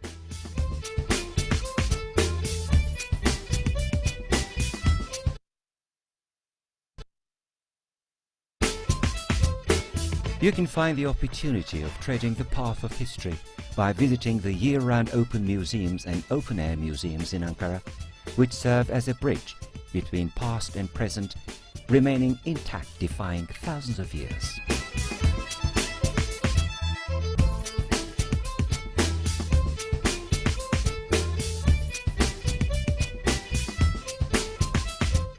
There are many historical and modern mosques in Ankara. The roof of Hacı Bayram Mosque was built in such a way as to embrace the wall of the Temple of Augustus, as if to prove the centuries-old coexistence of religions in fraternity.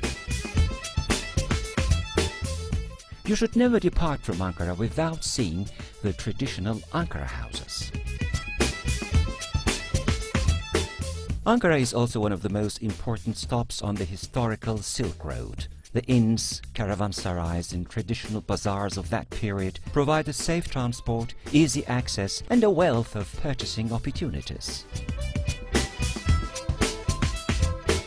Historically important Turkish baths and spas are the health and tourism sources of Ankara. Ankara is also a university city boasting 5 big state and 10 private universities.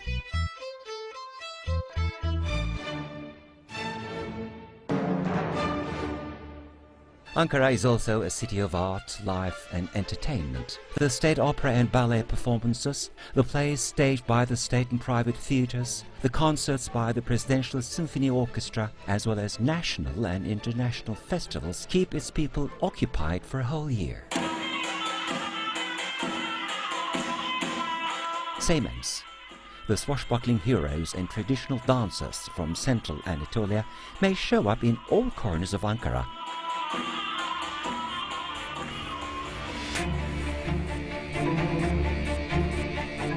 All institutions and organizations complying with Atatürk's motto, sound mind, sound body, have spearheaded the construction of many sport halls in Ankara. Ankara also draws attention with its parks and recreation areas. It is located at the heart of many of Turkey's tourism riches.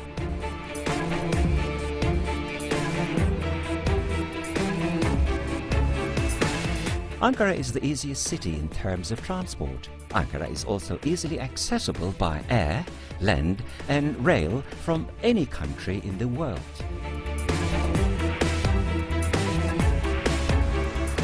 The Turkish cuisine is one of the world's most famous cuisines. The Ankara specialties constitute the select examples of Turkey's culinary marvels.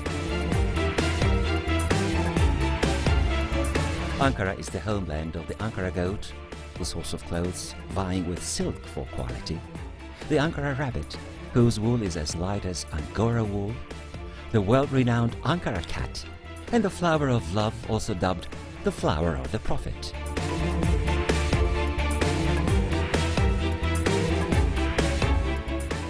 Its shopkeepers, the carriers of a tradition of 1,000 years ago known as Ahilik, the Guild of Turkish Craftsmen, are sincere and hospitable.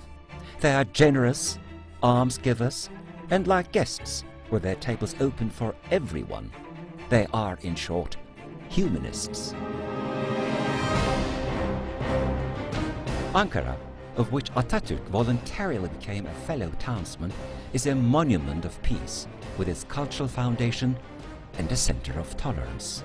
With its history and natural riches, eating culture and tourism, agriculture and animal husbandry, its politics, sports people, art, and its residents is a leader capital breathing life into Turkey.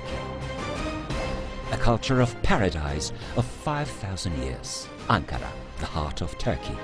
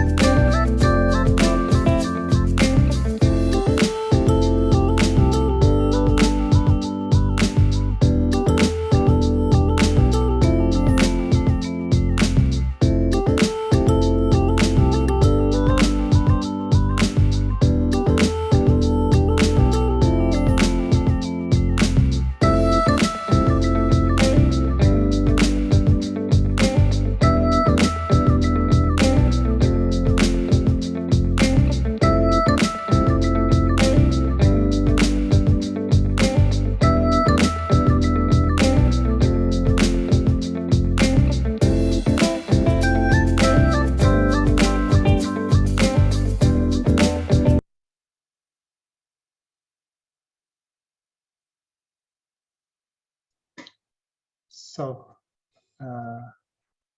Nihan Hoca, do you have my voice? Yeah.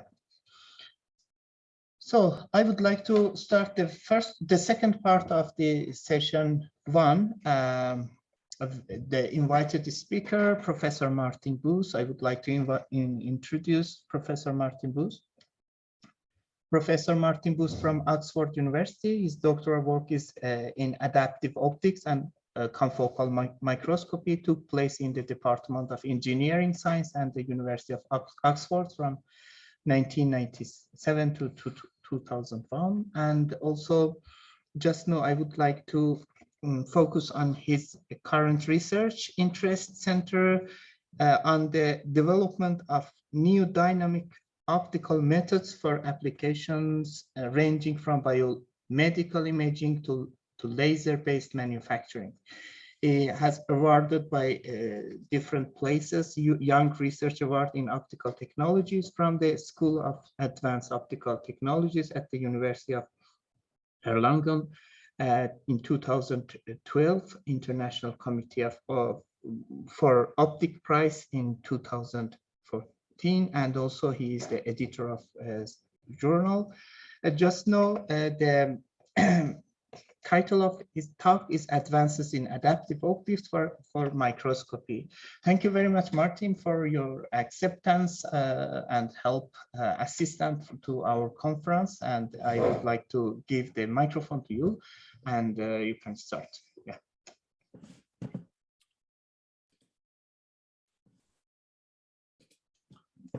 Very good, thank you. I hope you can hear me and you can see my screen. Yeah, you can. Okay, good. Thank you very much. Thank you very much for the voice is. Can you speak a little? Hello, can you hear me? Yeah.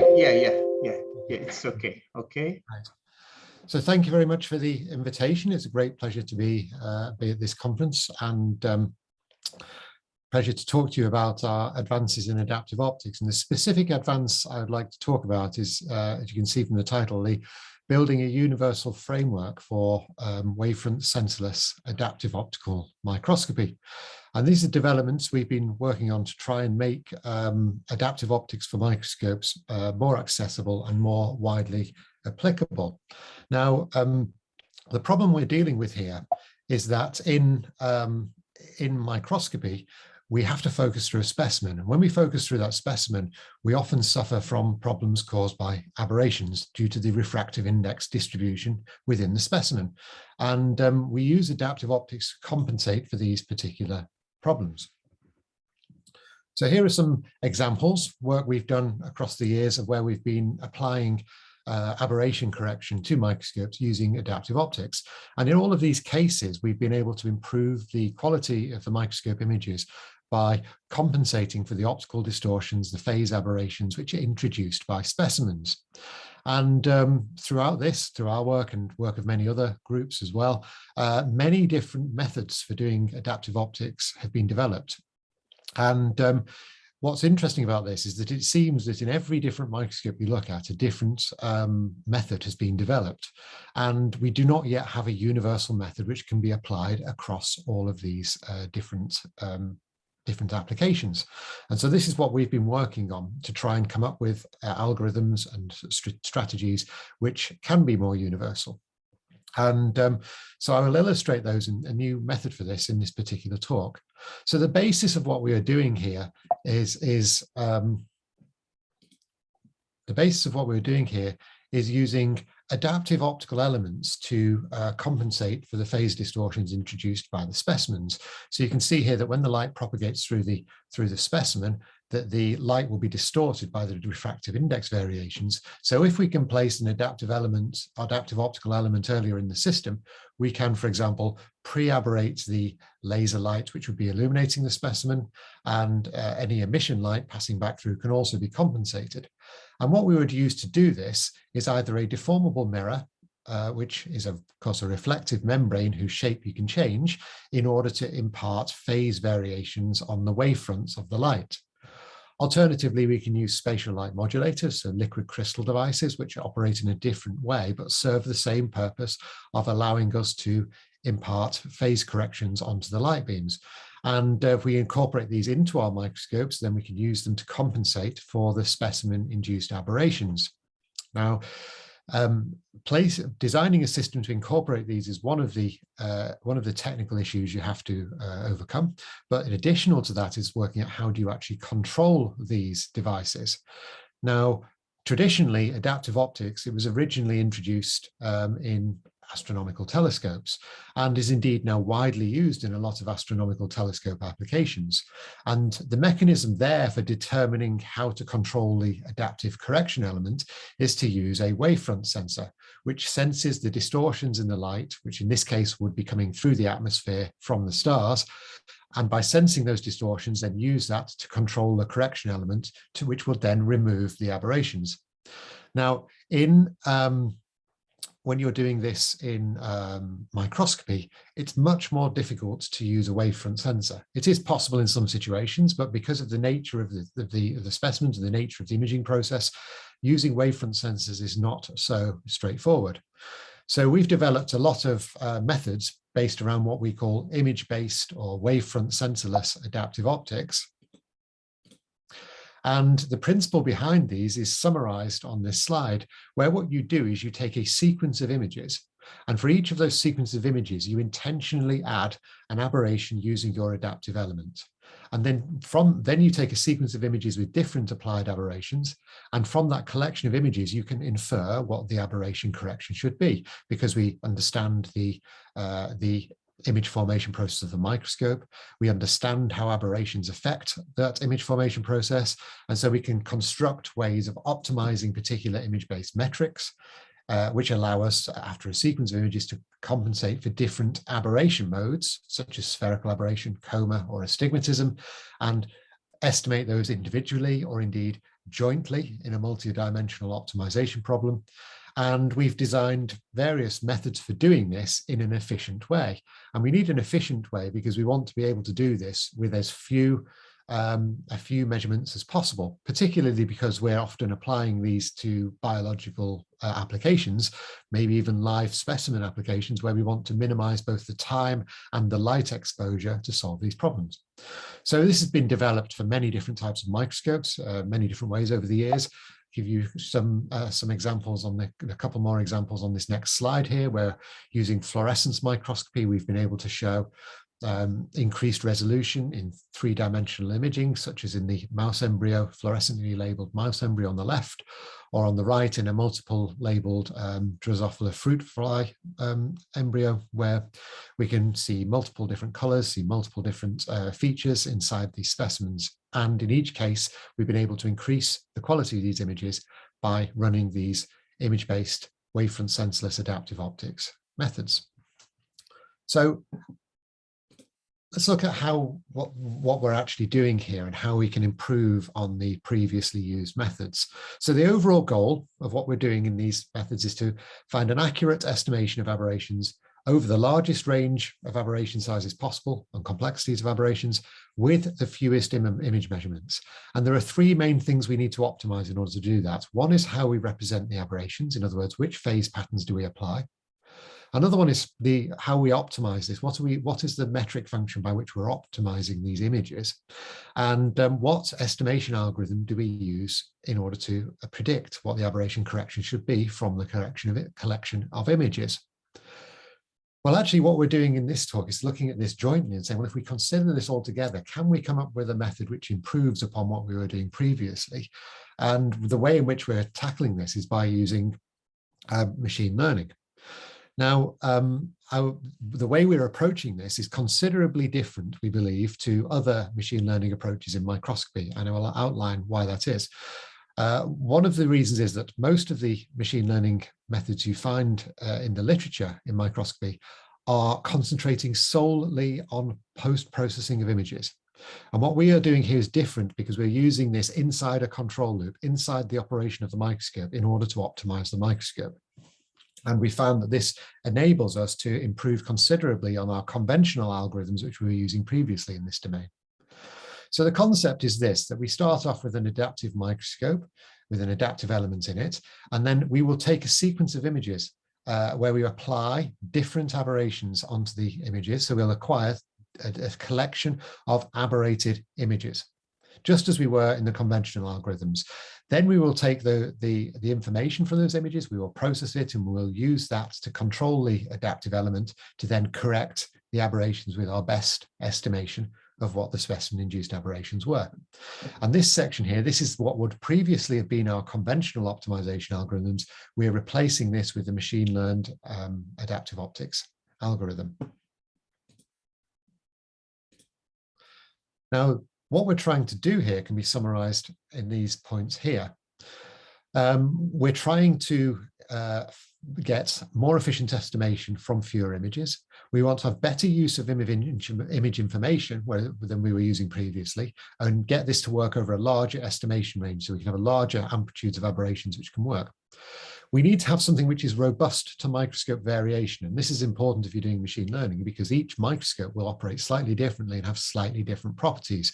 So if you train an algorithm on one particular microscope, it may not work on the next microscope, which is nominally similar.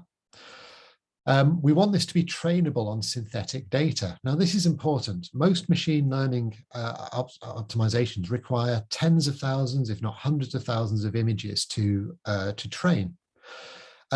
It is almost impossible in practice to get that level of data from a practically used biomedical microscope. And so if you're going to train a machine learning algorithm, you need to make it be able to work on synthetic data, which is something we've worked on. And we want it to be translatable to other types of microscopes. So if we're able to use the principles and set this up on a particular type of microscope, like a multiphoton microscope, we'd like it also to be translatable to a confocal microscope and not be highly specific to one particular type of microscope and one particular application.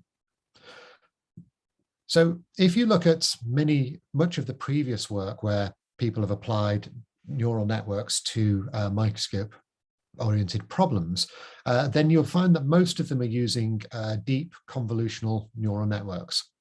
And this particular reference I've given here is work we were involved in. And in this particular one, the idea was to extract aberration coefficients from image data. And this particular method, it was trained on synthetic data, which is, of course, a highly useful thing in microscopy, but it did have a lot of disadvantages. It was a complex network with a very large number of free parameters. It was highly constrained on the range of aberrations it could do. It could only really measure and estimate a small range of aberrations. It only really works on bead images or in point spread functions of the microscope, so a very specific type of specimen, and not general specimens where we would normally encounter in biological imaging, which have unknown and complex structures. And it was highly specialized to one particular system. So it has a lot of disadvantages as a universal method. So what should the new method we're developing have? Well, it should again be trained on synthetic data. It should be a simpler network because the problem we're solving here fundamentally doesn't have that many parameters in it. It shouldn't require a network with millions of parameters. So we're going to use our physical knowledge of how the microscope works to design a bespoke neural network, which takes advantage of that knowledge. We have a larger operating range. It should work on an arbitrary extended objects, so we can actually do this image estimation, this aberration estimation and correction on arbitrary specimens. And we want the concept to be translatable across different types of microscope. So here's the key to doing this, was to actually not use raw data from the microscope, but to pre-process the data based upon our physical knowledge of the image formation process. So as I mentioned, we would take the microscope, we would apply aberrations intentionally using the adaptive element. So in this case, just very simple example with two astigmatism type aberrations, a positive amount of aberration and then a negative amount. And we'll take two images from this particular experiment. And the images, as you can see, they're both aberrated as we would expect.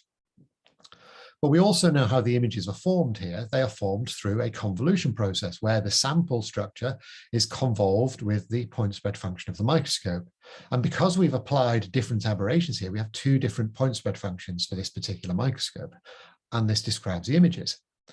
So the pre-processing step we're going to do is take the ratio of the Fourier transforms of those two images and then do the inverse Fourier transform. Now, this creates something we've termed the pseudo PSF. It's not really the point spread function of the microscope, but it's in the point spread function domain. So we'll call it a pseudo PSF. But you can see from this quantity, if we substitute in these convolutions into this expression, the Fourier transform, when we do the Fourier transform, it becomes a multiplication. So the actual pseudo PSF is approximately equal to the inverse Fourier transform of the ratio of these two point spread functions, because the sample structure is literally removed from the equation. So by doing this, we can make the whatever we do next independent of the sample structure. Now, there are some slight disadvantages to this, technical differences, particularly if you have zeros in your Fourier transform of your sample structure. But whilst that is mathematically an issue, as you'll see later, that can be dealt with the post-processing. So in effect, what we've done is by taking this step, we have removed the relationship with the sample structure, which is a big step to making this more robust and make the process simpler. So we take this particular, this thing we've termed the pseudo PSF. Now, it's interesting when you look at this, because you find out that most of the information you require to estimate aberrations is contained within a few pixels at the center of this particular image. The outside of this image, this function, is essentially noise. So what we do is we extract in this case, a 32 by 32 pixel square, and we use that as the input into the neural network. But the neural network is constructed in a very unconventional way because we know about how aberrations affect the operation of the microscope. We know that, first of all, that the aberrations, different scales of aberration will affect different scales of detail in the image. And so we want to construct a neural network which essentially responds in an approximate way to the scales in the image. And so by taking different convolutional filters and different layers, we can actually, in effect, access different scales on the image. Whereas at the top of this tree, we have something which is mostly dependent upon the variations in the point spread function intensity. And as we move down this scale, we can move through local features of the image through to global features on the image based upon the different sizes of the convolutional filters we will be using.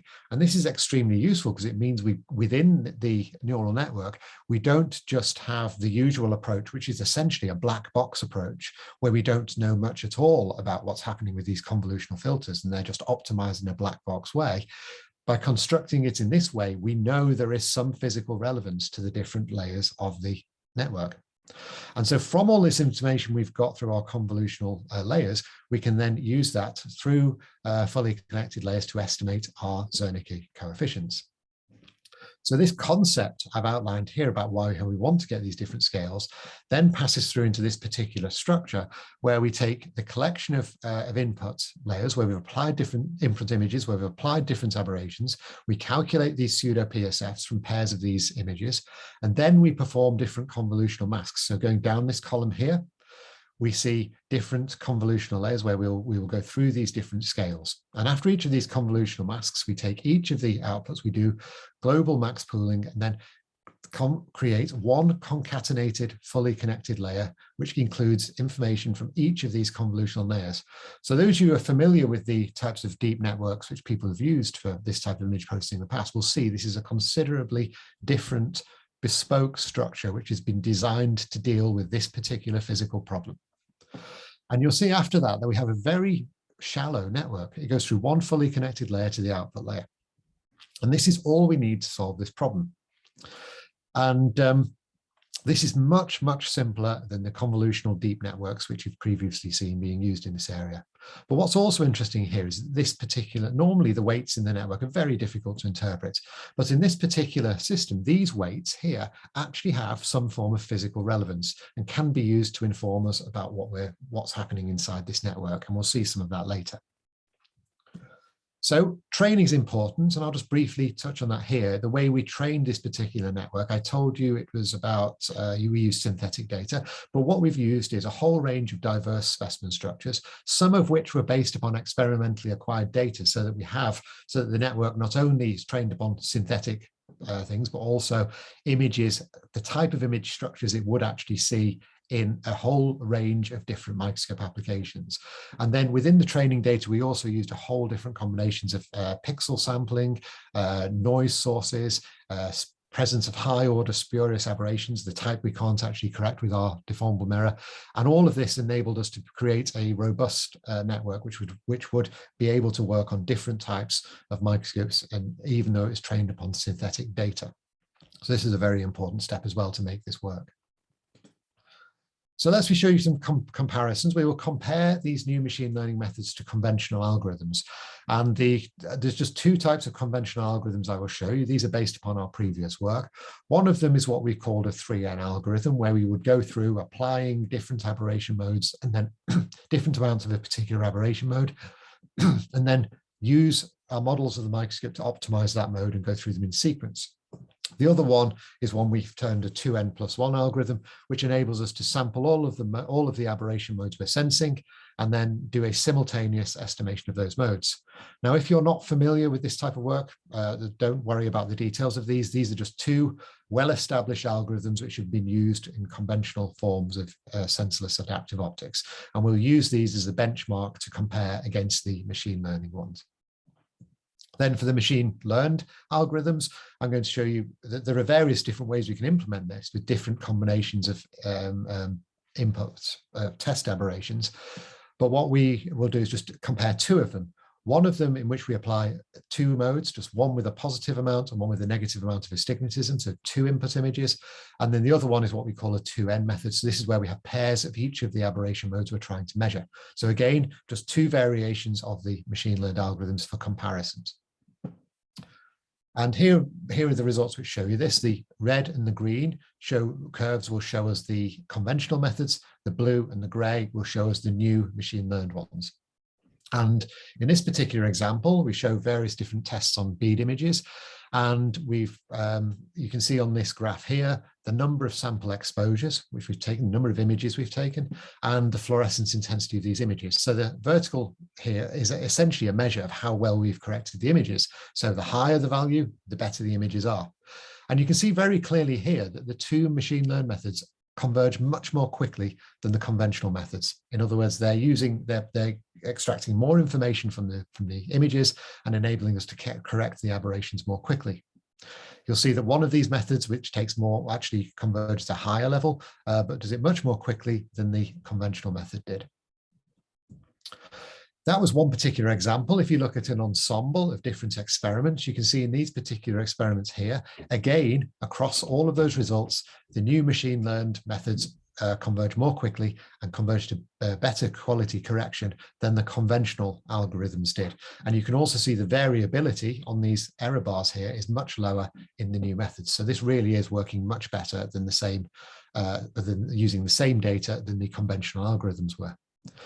It also, of course, works on real specimen structures. Here are the real specimen structures here. And in these cases, you can see that again, the machine learned methods perform more quickly and perform better than the conventional methods too. Even on this real structures, these are complex structures, they're not point objects, and yet it's still able to do the estimation well. You can push this further. You can say, how well does this work if we use low signal to noise ratio data? So very typical data for many microscope applications. And again, here we can see that in this particular case, at low signal to noise ratio, we have better performance from the more rapid performance from the machine learned ones. Even if we go to extremely low signal to noise ratio, where we're really very dominated by noise here, although one of the new methods failed, and this is the one which only takes two images, and there's very good reasons why this should not work very well at low signal to noise ratio. But the other one, the conventional one the multiple mode version of the machine learned method works better than the other methods as well. So let me go back to the thing I said before about the fact we can get physical information from these neural network weights after they've been trained. Usually in these types of neural networks, it's very difficult to extract any useful information out of the weights. But in this particular case, we can look at the particular weights of this layer, which I suppose were related to physical information about the images and how we were using that information in the aberration estimation. And it can be seen in these, comparing these two different methods, the 2-input machine learned method and the 2n input machine learned method, where if we look at the distributions, the standard deviations of the weights in those particular sections of the layers, we can see there's a different distribution. And this can be related to known physical properties about how these methods will be estimating the aberration modes. Because in this case, it shows in the lower case, it shows that the greatest weighting is on the image intensity. And we know because of the way the images are formed in this microscope, that should be the case. There should be a lot of information contained within the overall image intensity. That is indeed reflected in these weights. Whereas if we go to the other method where the physics behind it would tell us that we're actually relying upon image detail rather than image intensity, then indeed you see that the weightings are indeed weighted towards the image detail.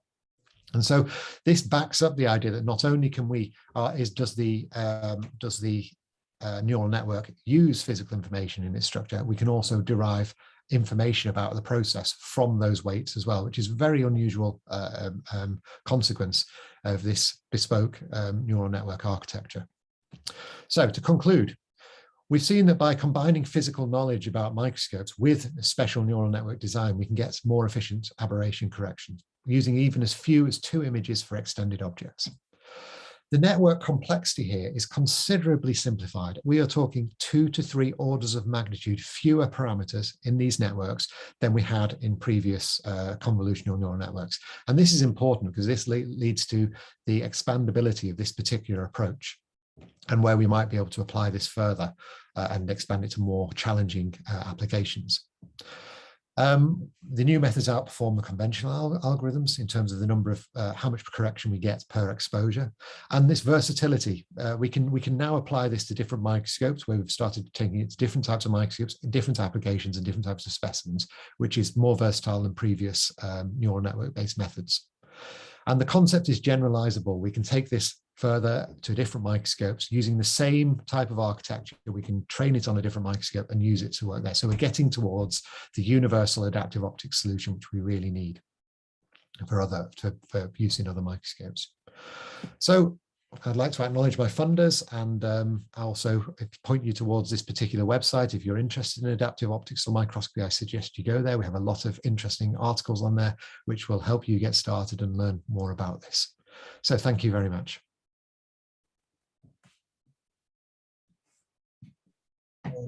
Thank you very much, Professor Martin Bus, for your great talk.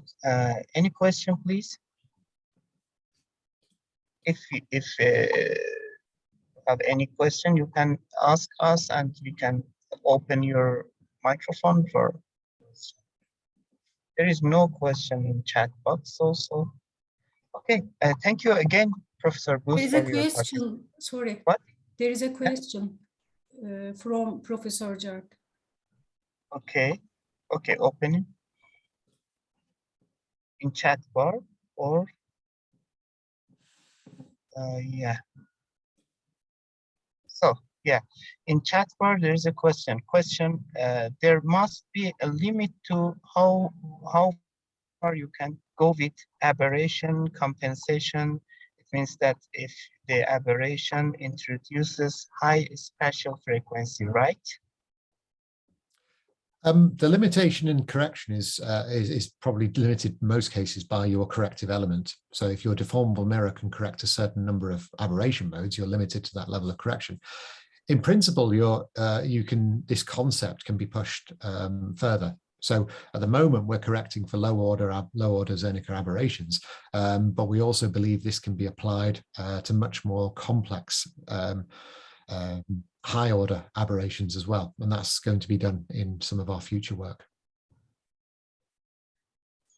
Thank you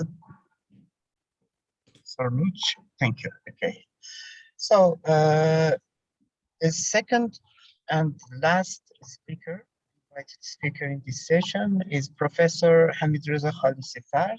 He is the director of the Optical Society of Iran. He is from the physics department of IASBS, Institute for Advanced Studies in Basic Sciences. And Hamid Reza was born in Shiraz in 1965, and he received his PhD in physics from Shiraz University in 1995. He is a professor in physics in IASBS in Iran. His research field interest is passive and active optical remote sensing of atmospheric particles. He has more than 100 scientific publications and graduated with more than 14 PhD and master students. I also was the postdoc of one of the postdoc of Professor Halis Ard, I think 12 years ago in ISBS. I'm very happy, Professor Halis Ard, to have here in our conference, and I would like to pass the microphone to you to start your speech. Thank you very much, Professor Azizian, and it's really a pleasure for me that you invited me to this conference, and thank you very much for this introduction. Well, first, I'm trying to share my screen. Just let me do this.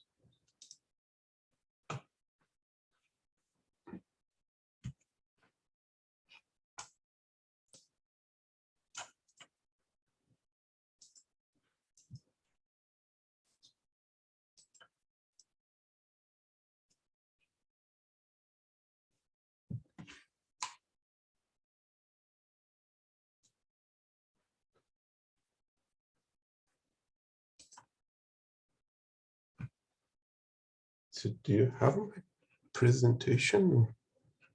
Not yet.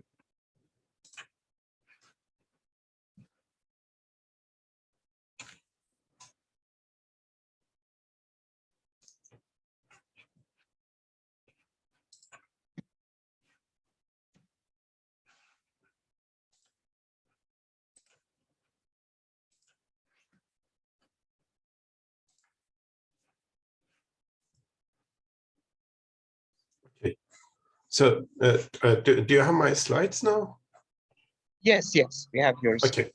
So after such excellent and fundamental talks by Professor Loix and Professor Forbes, and also the delicate talk about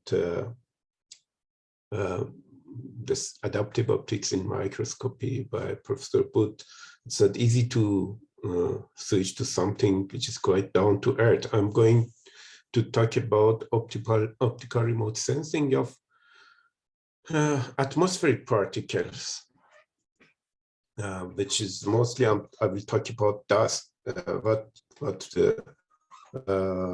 we concern very much with it in our area. Well, I will start just with this movie, which I downloaded it from the EU MedSat in the morning, just today morning. Just yesterday and today in Iran, mostly all cities in west of Iran and also south of Iran, we have problem with dust. And I believe in south of Turkey, in cities like Diyarbakir, if I pronounce it correctly, because in Farsi we say Diyarbakir, they also had problem with dust just during the past 2 days, and this is the story that along the year for many days we have in this region. Just if you look to this pink colors, these pink colors are signs for dust, and if you look to just southeast of Iran, you will see a dust plume appear, and after that in North Syria, that another dust plume will appear. First it goes to Turkey, and then affects Iran, and another one after that appears or Saudi Arabia. So I've played the movie. I hope that you'll be able to see it. You see how dense is the dust plume in southeast of Iran, and then look to the ellipse over the Syria. Another dust plume appears in north of Syria. It affects south of Turkey. And then a very dense one again appears again forms in Syria, Jordan, this Mesopotamian region, and get intensified and then move toward Iran. And just yesterday, another one get activated over the Arabian Peninsula. So what I'm going to talk about it is how it's possible to monitor such phenomena. It's not easy to actually, it's not possible to get them down, but at least we can monitor them. Well, if you look here, this is just that's a picture from Ahvaz, a city in south of Iran. This picture belongs to yesterday. You see how dense is dust storm in Ahvaz, and this is Tehran. It's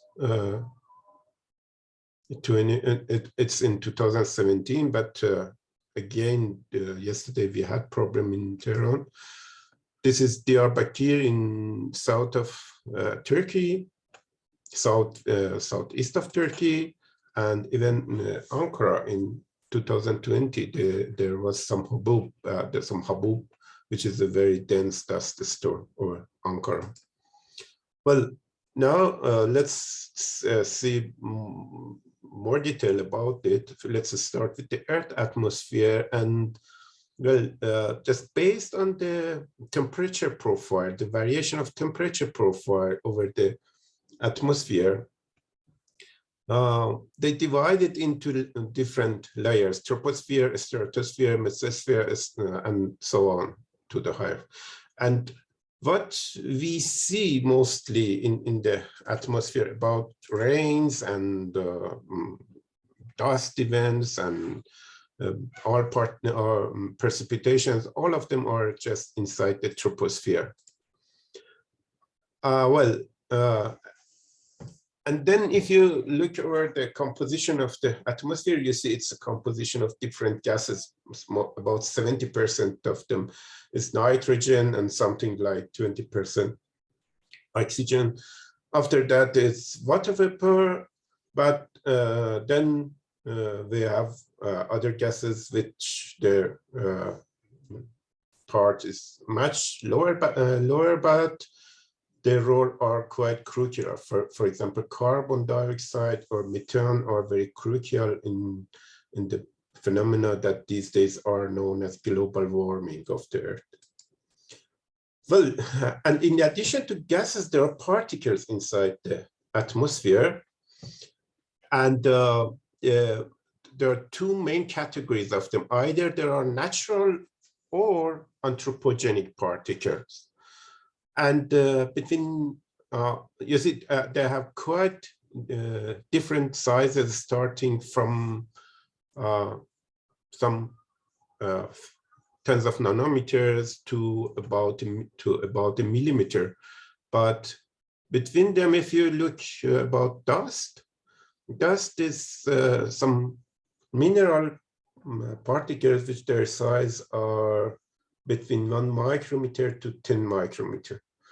And depending on the wind velocity, they may start to get advected from the surface and goes to a higher altitude. And they may remain in the atmosphere either from few minutes to even if they go to a higher altitude, for example, in the stratosphere, they may stay for months in there. And they may get transported between different continents over the Earth's surface. So, but what's happening that just, for example, in areas like where our country, Iran, is in it, we have always such events. Well, if you take the Earth just as a sphere and the sunshine just shine over it over perpendicular to the equator, then lots of energy will be over the equator, and therefore there will be a flow of atmosphere from the poles to the equator, and then from the equator, this air parcel will rise up to the top of the troposphere and then goes back to the poles. But if you add this circulation, this rotation of the atmosphere, then this loops will be divided to 3 loops, and if just look to this part, when the air parcel goes up in this equator region, then at the top of it, and then there will be lots of rain in this part. It loses its humidity, and then at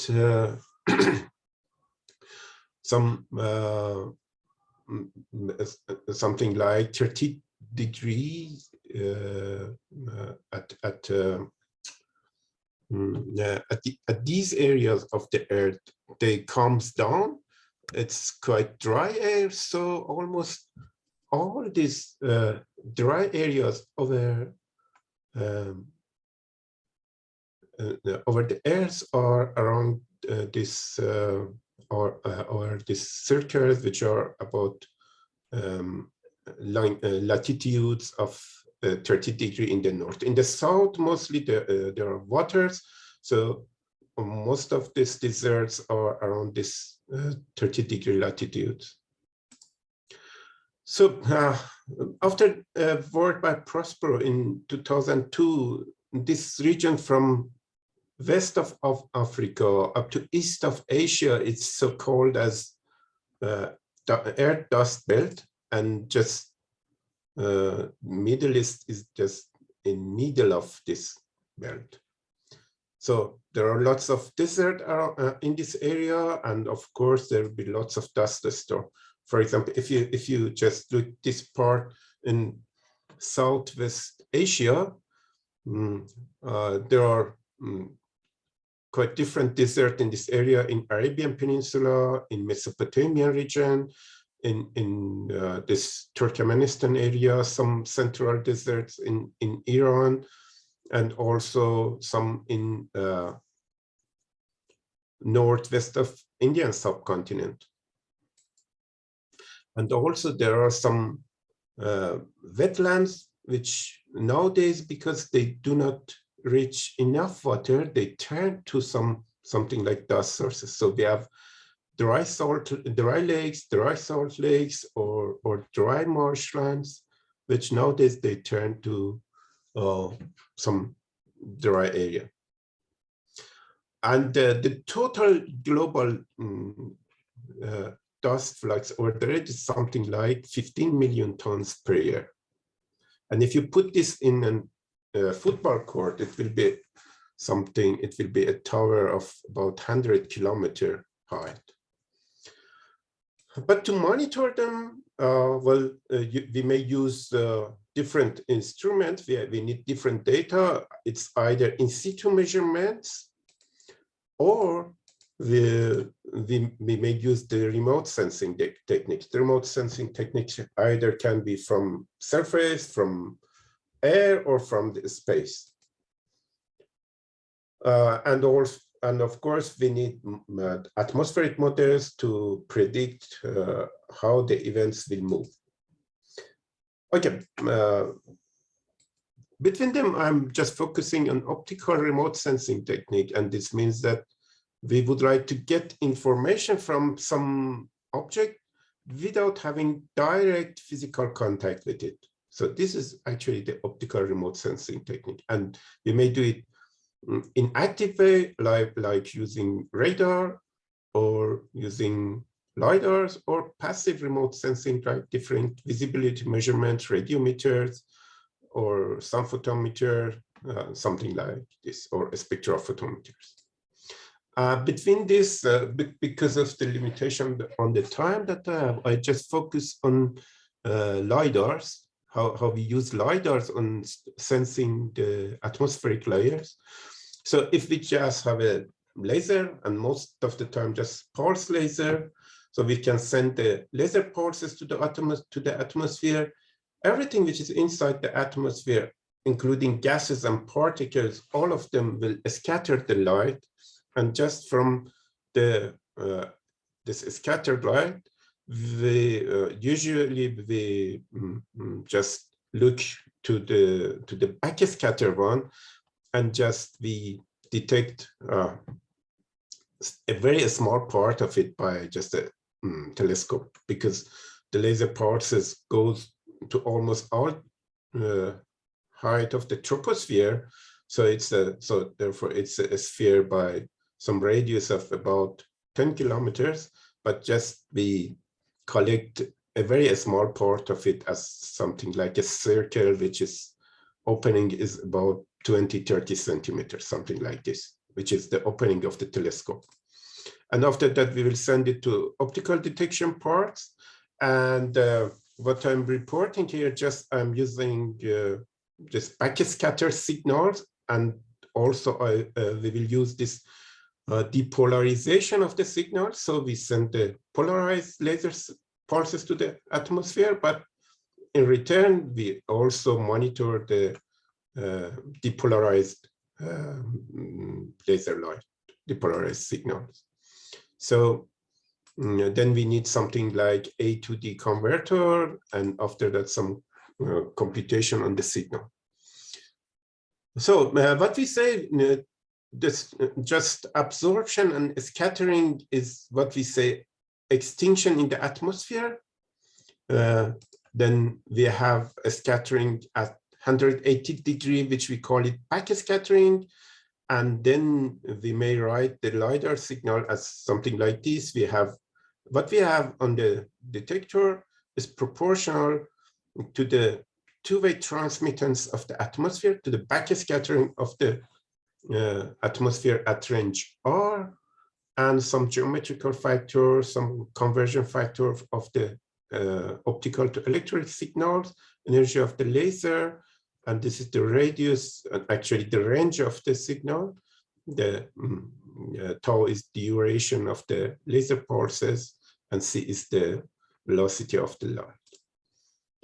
And we also introduced some other parameter which we call them depolarization and particle depolarization. Actually, the depolarization which just particles are responsible for it. And this happens because if we have some spherical particle in the atmosphere, it will not have some considerable effect on the polarization of the light. But if we are dealing with some particle like ice in cirrus clouds or dust, which are not spherical, the polarization will be changed. And for example, for clean dust, the depolarization is something like 27 to 35%. Well, what we have some stations in Zanjan, which is a Raman LiDAR that we built it, and some photometer. We also moved one of our LiDARs to Ormia Lake, lake in northwest Iran, which is dry now. And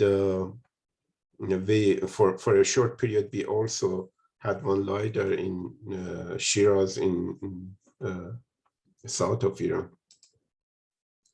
These are the measurements that we did over Iran. In Zanjan, still we are making measurement. In Tehran, during 2014 to 2017, we had some measurement. And in Urmia Lake, still we are active and we are working in there. So what we saw for Zanjan, for northwest of Iran, most of the events are coming from the Mesopotamian region and some rare events from this dry area in Turkmenistan region. And for Tehran, the story is different. Mostly urban pollution is responsible for contamination of the atmosphere.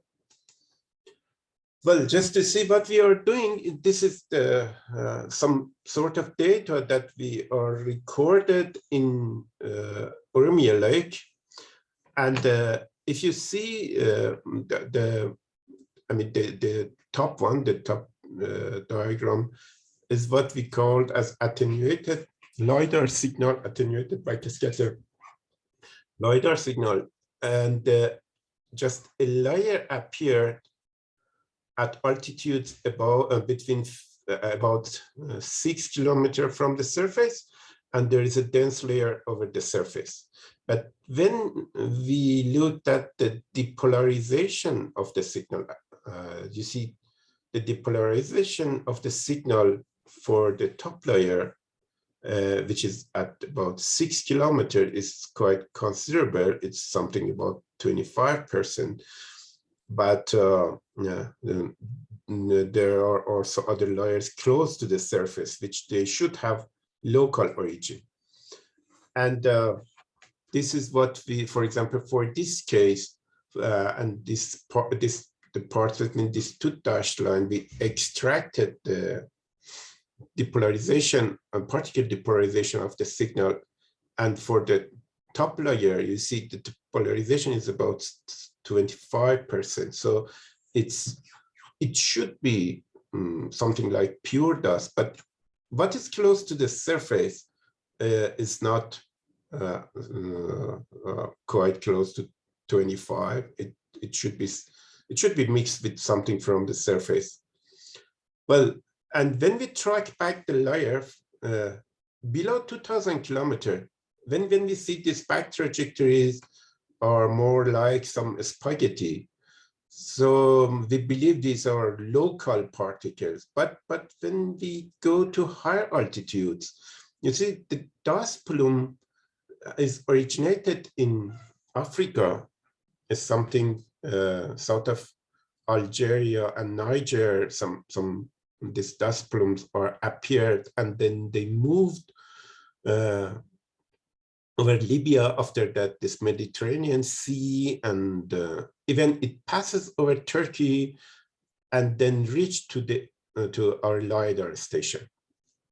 So, and if we look over the MODIS picture, MODIS is a satellite that records the atmospheric optical depth at 550 nanometer, which is very close to dust optical depth. And then you will see, starting from 5 days ago of the time when we recorded the data, how the dust plume appears over Africa, and after that moved move toward east, and at 24th of October it reached to Iran.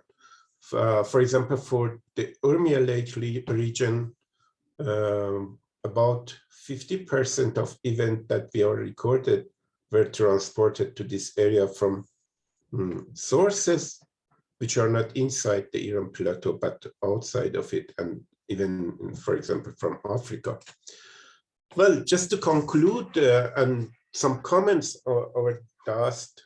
The point is that dust outbreaks are just natural phenomena, that it's not possible to just vanish them. And but the point is that the climate change and improper management of water resources in the region quite considerably intensified them. And but the point is that we may track them, we may track their profile, the size distribution of particles inside them by optical remote sensing techniques. And the very important point is such events are not stopped behind the political borders. So to deal with them, we need international collaborations, both to monitor them and also to think about some way to decrease the intensity of such events. So thank you very much. I hope that I'll be in time, and just I would like to thank all my students who helped me during the past, I can say, 18 years. And I have to thank Pierre Froment, who, by his guide, we started this work in 2003. And thank you very much for your attention. Thank you very much, Dr. Khalesi, Professor Khalesi, for your great talk. And so we have time for questions.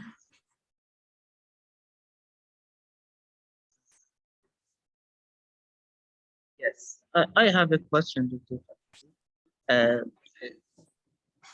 Do you have any, I think I thought you had some experiences about dust in Iran and the analysis of the dust in Iran plateau. And I wonder about the results, about the morphology of dust. I remember you share some information about this. Well, if I understand correctly, by morphology, do you mean morphology of dust particles? Dust particle, yeah. Because what we are doing and what we are making measurements, we are not working on just single particles, but actually we are looking at the scattering of light by a collection of them, not just the morphology of single dust particles. The people they work in the lab, they make sampling and then they work on them, but we are not doing such things. But the point just is that, for example, what we are doing in Urmia, we are able to distinguish between, for example, salt particles and dust particles. They have different polarizations. But just to work on the morphology of single dust particles, this is not what we are doing. Okay, thank you very much again, Dr. Khalesi. And I would like to close the session just now, but before closing the session, I would like to ask the people to open the camera for getting a photo, if possible for you. Yeah.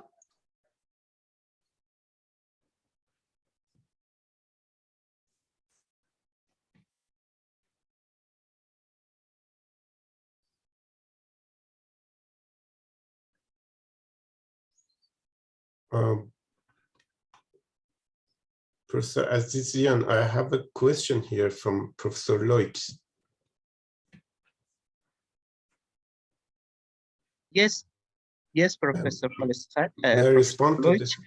Yeah, if Professor Lutz, thinking of collaborating internationally on the topic, okay. Well, Professor Rex, thank you very much for this question. Actually, this is very crucial one. First of all, the point is that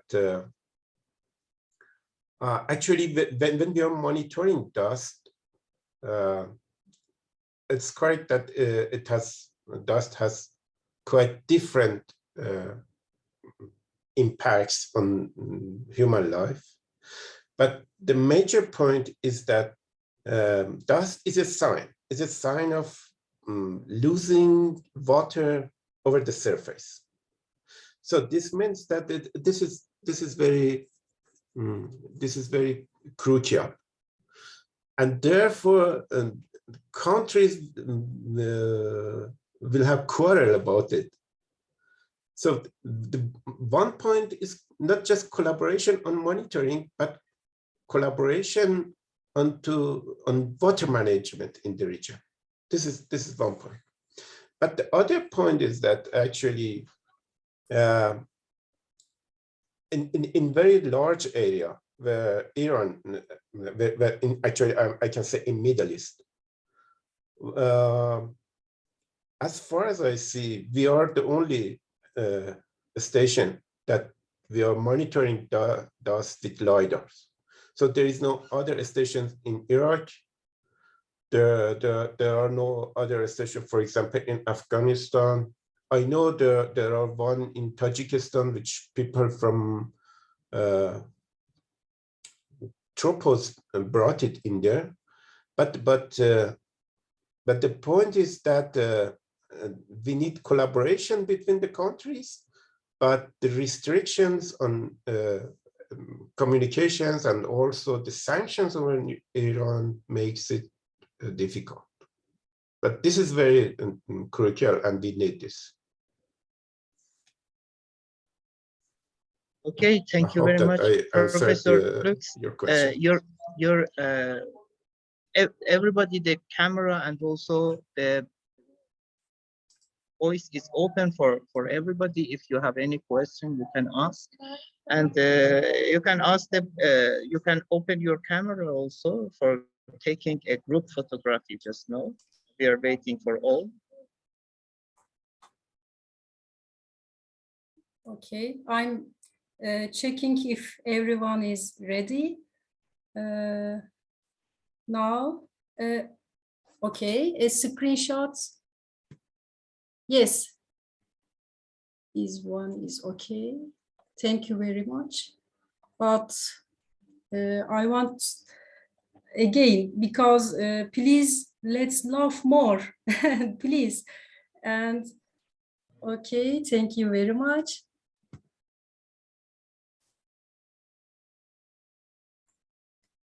Yes.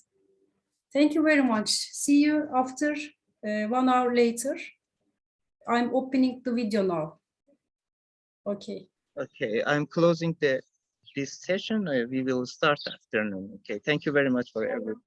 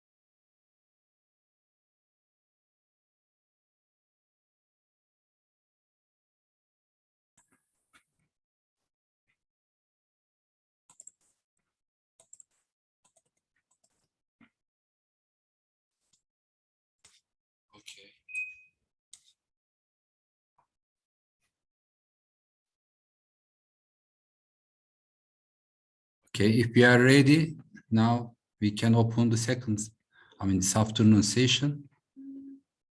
I think everybody is hearing me. Let's wait 1 minute more.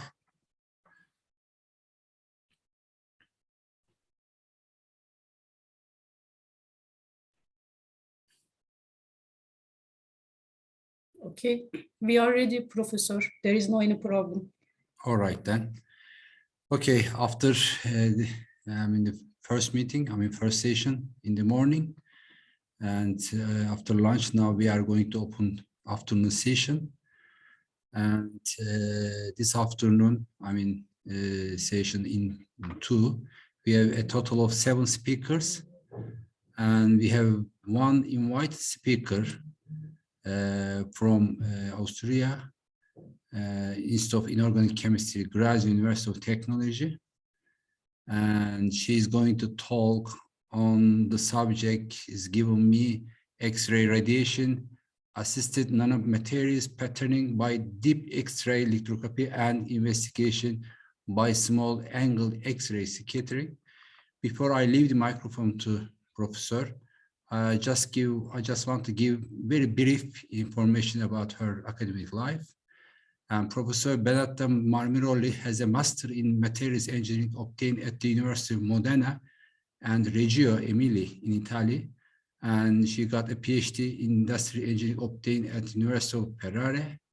She currently is a senior scientist for the Institute of Inorganic Chemistry of Grazer University of Technology in Austria. She works at the Austrian Sachs beamline outstanding at electrate synchrotron, trieste synchrotron radiation source in Italy. She is also collaborating with Elettra in management of deep X-ray lithography beamline. Her scientific interests involve the interdisciplinary combination of macrofabrication and characterization techniques for the construction of micro-nanofluidic devices based on advanced functional materials and for the development of novel materials for application in chemistry in biology. She is associate editor for the specific nanofabrication of frontiers in nanotechnology. She has published more than 60 articles in scientific journals, and she has presented over 30 orals and posters at conferences. Now we are very happy to welcome Professor for his talk, and I leave the microphone to the Professor. Please go for it. Thank you very much for the kind introduction. I'm really honored to be here to speak about our research in this conference. So I start sharing the screen. Okay. Share. Can you see? Yes, I can see. Perfect. So now we are changing completely subject with respect to before, because we are speaking of light, but of synchrotron light, and especially X-rays, and we can see what we can do by using X-rays for material science. So I work at a synchrotron in the outstation of Graz University of Technology, and we manage the small angle X-ray scattering beamline, and we also partners of Elettra for the management of the deep X-ray lithography beamline. So I will concentrate my presentation on what can be done combining these two techniques. So I will do a short introduction about interdisciplinarity, then I will describe the techniques, the small angle X-ray scattering and the deep X-ray lithography, and I will give you some example of interdisciplinarity for material science. In particular, I will describe the trimethylsilyl cellulose, the mesoporous materials, and the noble metal xerogels applications. And then I will explain you how you can come to do beam time and experiments with us, and I will give a very short conclusion. So what is the interdisciplinarity? Is the synthesis of two or more disciplines establishing a new level of discourse and integration of knowledge. This means that if you put together one or more disciplines, you get a result which is bigger than the sum of them. And in particular, the micro nanotechnology advent led to merging previously separate fields like physics, chemistry, biology, material science. And if you want to miniaturize chemical and biological assays or to make sensor and devices, you have to develop both tailor materials and select proper fabrication methods. And this leads to the need for a combination of both microfabrication techniques to make your micro device and characterization techniques to characterize materials and processes. In particular, we used deep X-ray lithography as a microfabrication techniques as small angle X-ray scattering to determine this nanostructural morphology of the fabricated microstructure for the adjustment of the morphology for specific application, and also for the determination of the effect of irradiation on novel materials. So, but let's start with the description, very short, of the techniques. First is small angle X-ray scattering. So, small angle X-ray scattering is based on the fact that you shoot an X-ray beam on a sample, and the sample is composed of electronic clouds, and they scatter the photons. The photons are then collected at the detector and integrated, so you have an intensity versus angle curve. And due to Black's law, you can probe the material at the nanoscale. So for very small angle, you probe larger distance on the order of 1 to 100 nanometers, and you can find, for example, the supramolecular envelopes of molecules. You can find the dimension, shape, and size distribution of nanoparticles. And then with wide angle, you can go to the atomic molecular lattice. So you can see the arrangement of the atoms inside your material. And there are two ways of doing SAX. One is transmission SAX. You shoot the X-rays across the sample, and the other is grazing incidence. When you shoot the X-ray on the surface, and they are reflected, and from the reflection you can see what happens in the surface. So this is an example of the Austrian SAX beamline at electron synchrotron. Here you put the sample, here come the X-rays, and then they are collected in a vacuum tube, and here is the detector for the wide angle, no, for the small angle, and here you put a further detector for the small angle. This is the scheme of our beamline. I will describe what we did with 8 kiloelectron-volt energy.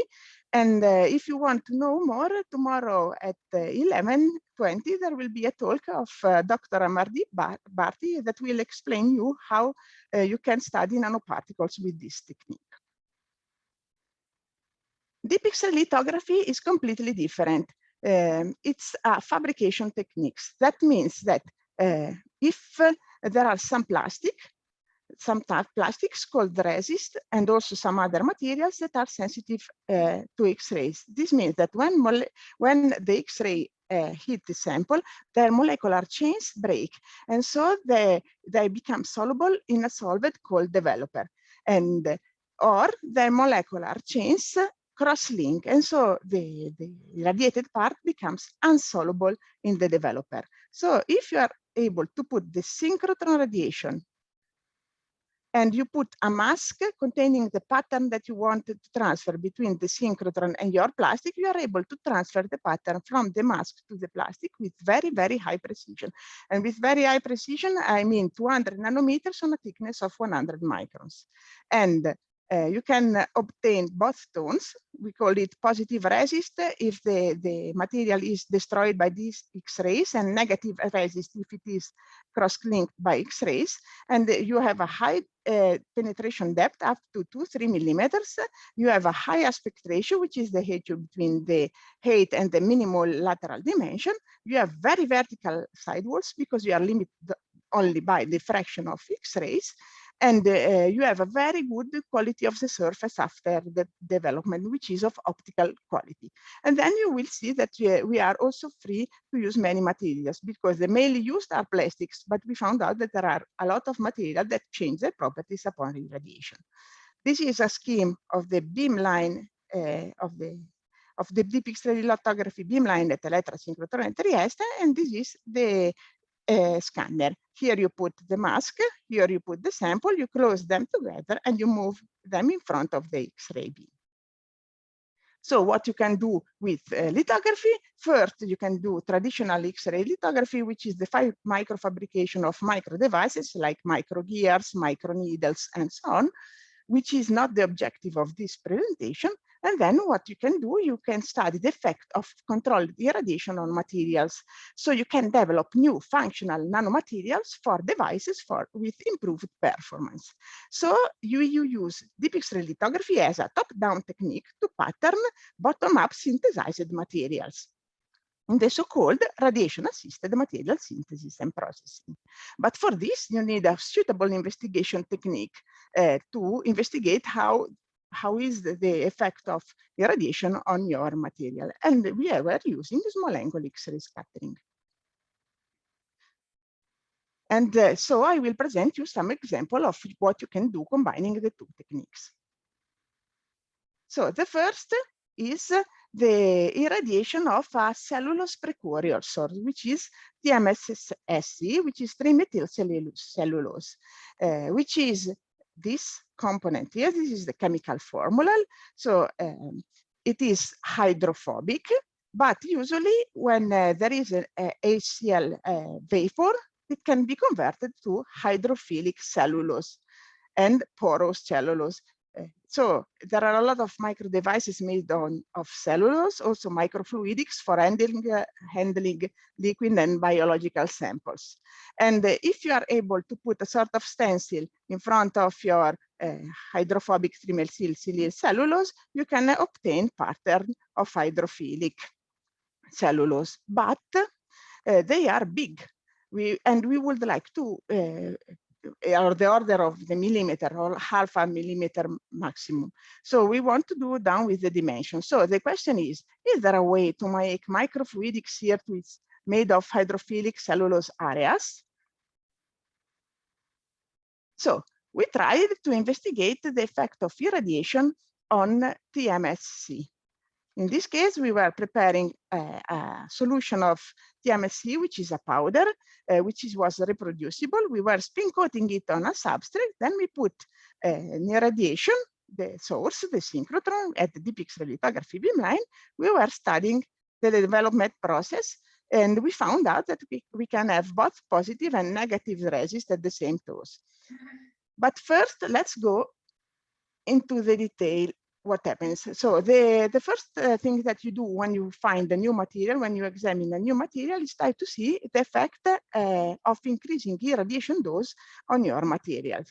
And in this case, we tried to see both the chemical change in the material, in the TMSC, and the structural change. The chemical change was investigated through Fourier transform infrared spectroscopy, which is a technique that detects using infrared light the vibration of the bonding of the bonds inside the molecules. So you can have an idea of which components you have in your film and how they evolve. So here you see a graph of the infrared spectrum at increasing radiation dose. So this is 0, and then it's increasing up to a very high irradiation dose. And these peaks correspond to the different bonds inside the material. And you can see the evolution in the graphs below with the irradiation dose. So we can see that there is an increase of a hydroxy group, which is associated to hydrophilicity. So the TMC is hydrophobic, but when you irradiate it with increasing irradiation dose, it starts becoming hydrophilic. And at the same time, the bond with silicon, this green one, is going down. This means that the silicon groups, the material is deselenized. So that's why it's becoming hydrophilic. And at very high radiation dose, there is the complete the bonds are completely destroyed, and also these groups start being destroyed, the methyl groups, while these are increasing, that are the same bonds that form during burning of the cellulose. So we already found out that we are changing the chemical composition of our material. But how can we determine if it is also a structural change? We used more small angle and wide angle X-ray scattering in grazing incidence configuration. So this is the wide angle X-ray scattering pattern. This is the intensities versus the dimension with increasing irradiation dose, from which you can find the molecular rearrangement of the cellulose structures. So you can see that the TMSC initially has these three peaks. One is related to the amorphous structure parallel to the cellulose backbone, because you have the cellulose is done by that. And 2 or 3, they are the amorphous peak due to the structure perpendicular to the cellulose backbone. And you can see that one is much reduced. So the structural compartment is reduced in perpendicular to the cellulose axis. So there is no more crystalline structure. Then, if we consider also the small angle X-ray scattering, we can find the mesoscale scale structure and porosity. In this case, the curves are a little more complicated to see, but they were fitted with a model in which we try to find the dimension of the grains of the materials and their distance. And we could see that this dimension of the grains, which is the big D, is getting to a maximum and then is going down. So the material is the grains are first growing and then reducing, while the distance between them is going up. It reaches outside the detection limit, so it becomes very big, and then they go back and to the detection limit and increase. So this implies that there is an increasing porosity in the material, an increasing distance between grains, and also the dimension of the grains is increasing. And this leads to a change of properties of the material. So both chemical change and structural change. Then we try to find out an explanation of what is happening to our material with increasing irradiation dose. So there is irradiation dose going up here, and this is the structure of our material, and this is the chemical change of our material. So we have 3 phases. The first one is this decellulation. We cut away all the silicon bonds, and we increase the porosity of the material. So we are already going towards a cellulose-like material. And then we have the maximum of the hydroxy group with the increasing irradiation dose that leads to hydrophilicity. And then there is still increasing of grain size and porosity. But when the dose is too high, we have the cellulose disintegration, and then we have a gradual surface carbonization that leads to hydrophobicity again. So these are the evidence of the changes of the material, but does this also change the properties of the materials?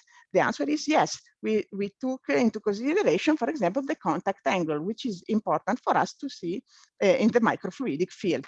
So we say that with progressive decellulation, we have that the contact angle becomes very small. So water, this is the water contact angle. So water is wetting very well the surfaces. And then with increasing irradiation dose, this contact angle is increasing and is becoming hydrophilic again.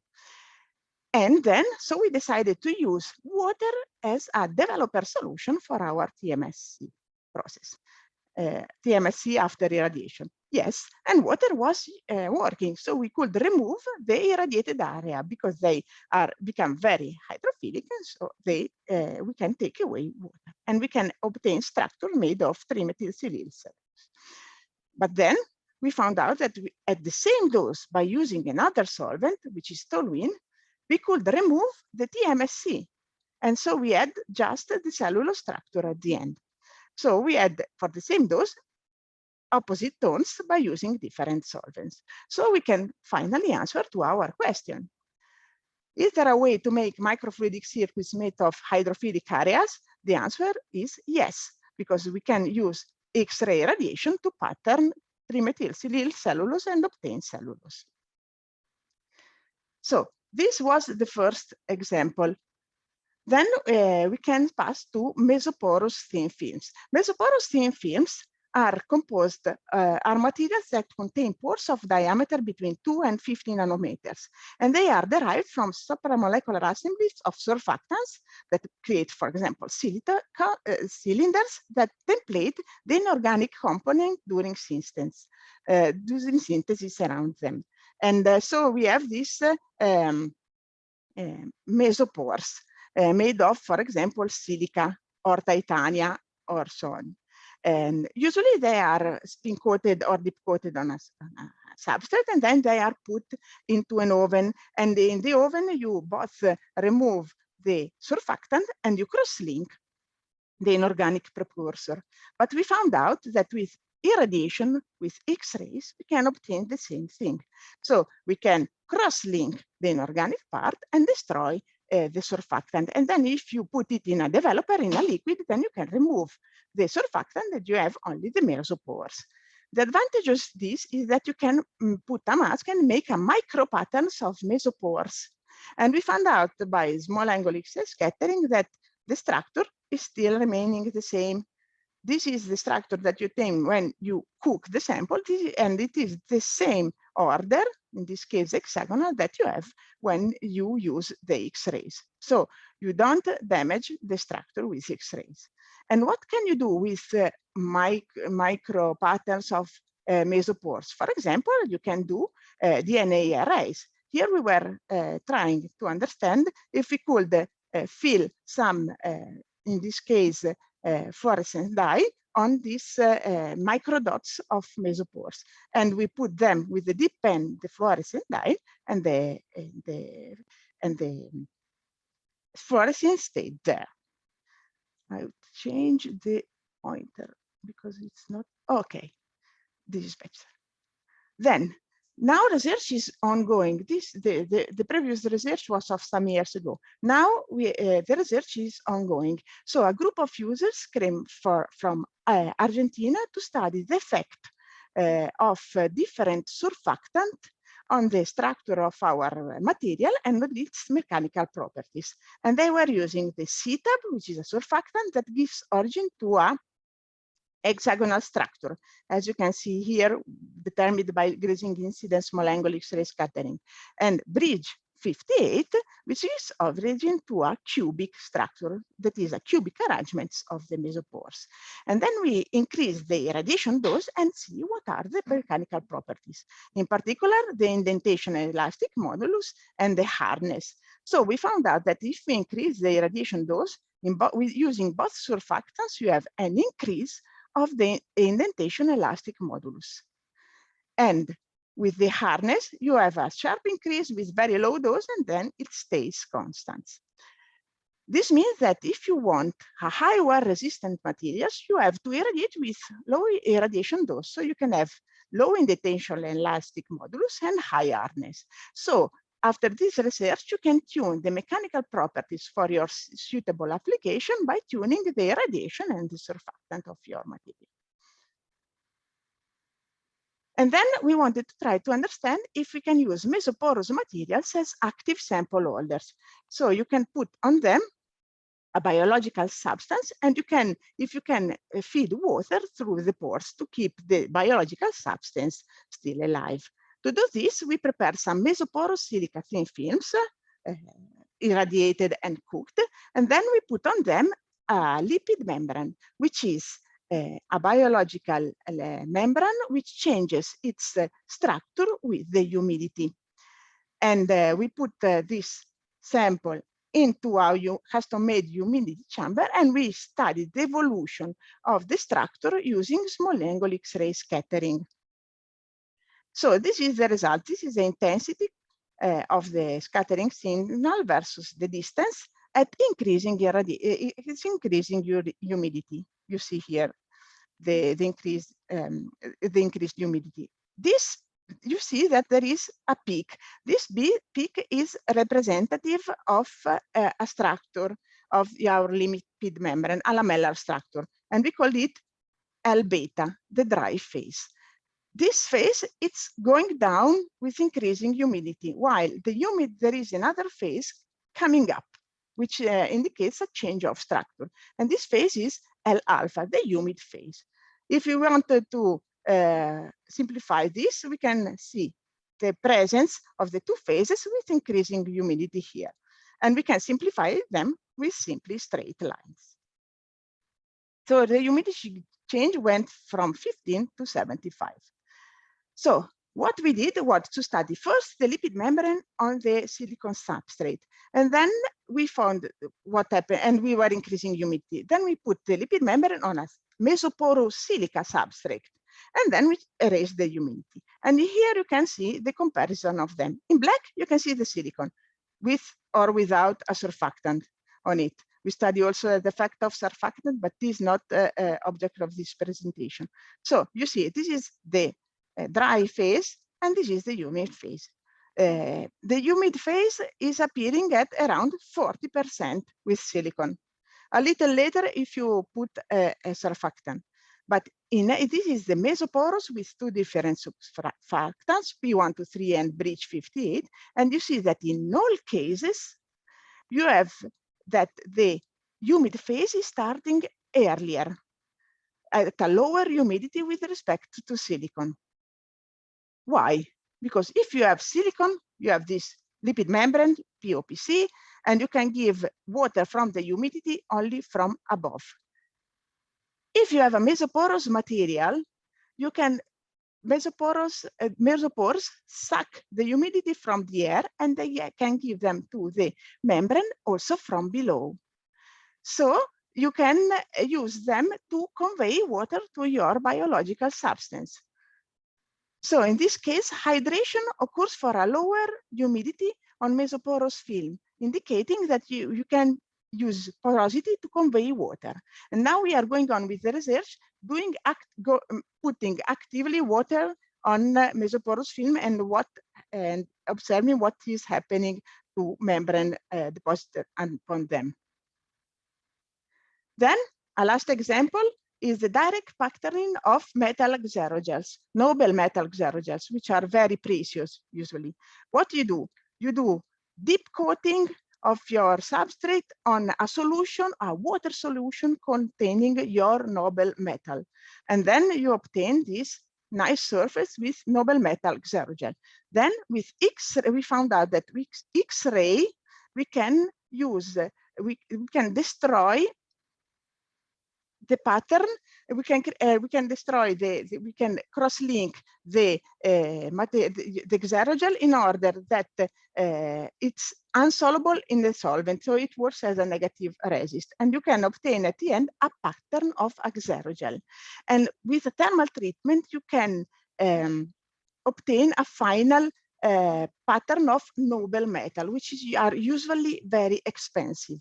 So in this case, you have rhodium. You can see, and we were studying the structure using grading incidence small angle X-ray scattering with increasing dose, and ruthenium here on the right, the same thing we're done, the study of the structure with increasing irradiation dose. And what we found out is that the direct patterning reduces the expensive precursor waste, because noble metal precursor is very expensive. You can develop in water, and the material is dissolved in water, so you can recycle the resist. And moreover, the radiation chemistry of noble metals is interesting for catalysis and electrocatalysis for the new generation of microelectronics for the future. So at the end of the day, the combination of deep X-ray lithography and SACS is an example of the possibilities offered by interdisciplinarity to chemistry, biology, and material science. The investigation techniques like SACS, but also infrared spectroscopy, allow to study the morphology or the chemical composition of deep X-ray lithography structures.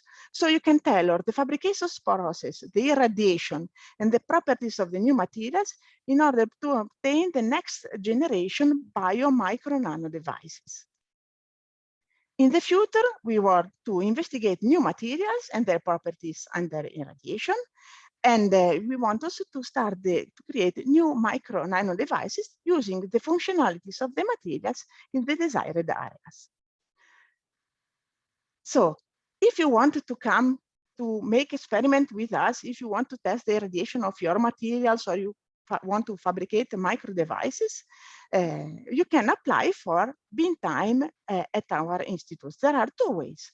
The first is through FERIC-ERIC, which is a consortium of facilities, so you can have access to more than one facility. You can access, for example, to deep pixel lithography or infrared and SACs and many other techniques. And this is the next call for proposals. You can have access with this consortium and also only on lithography or only on SACs and so on.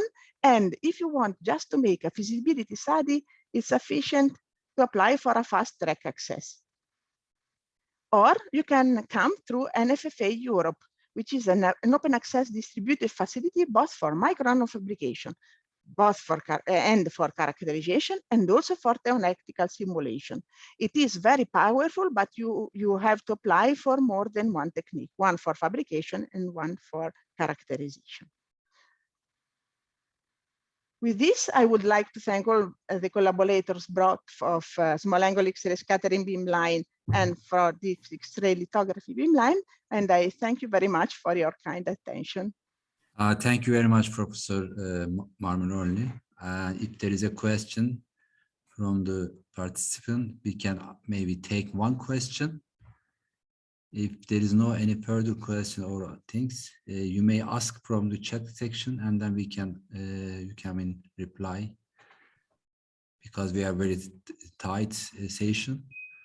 So if there is no case for the question, now once again I would like to thank you very much for your contribution and your nice presentation, Professor.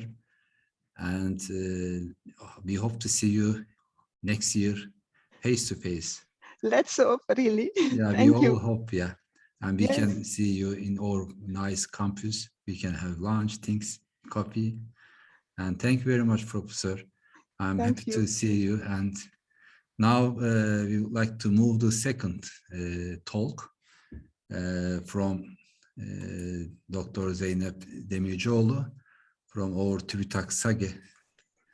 And her talk's going to be laser texturing of azo layer on ultra-thin glass substrate for flexible solar cells. Please, Dr. Zeynep Demircioğlu, you have 15 minutes. Please go for it. Thank you very much for your kind invitation. Thanks again. As you say, we have a very tight and limited time. I would like to start my presentation. Do you see my visuals? Yes, I can see. Nice. Okay, thank you.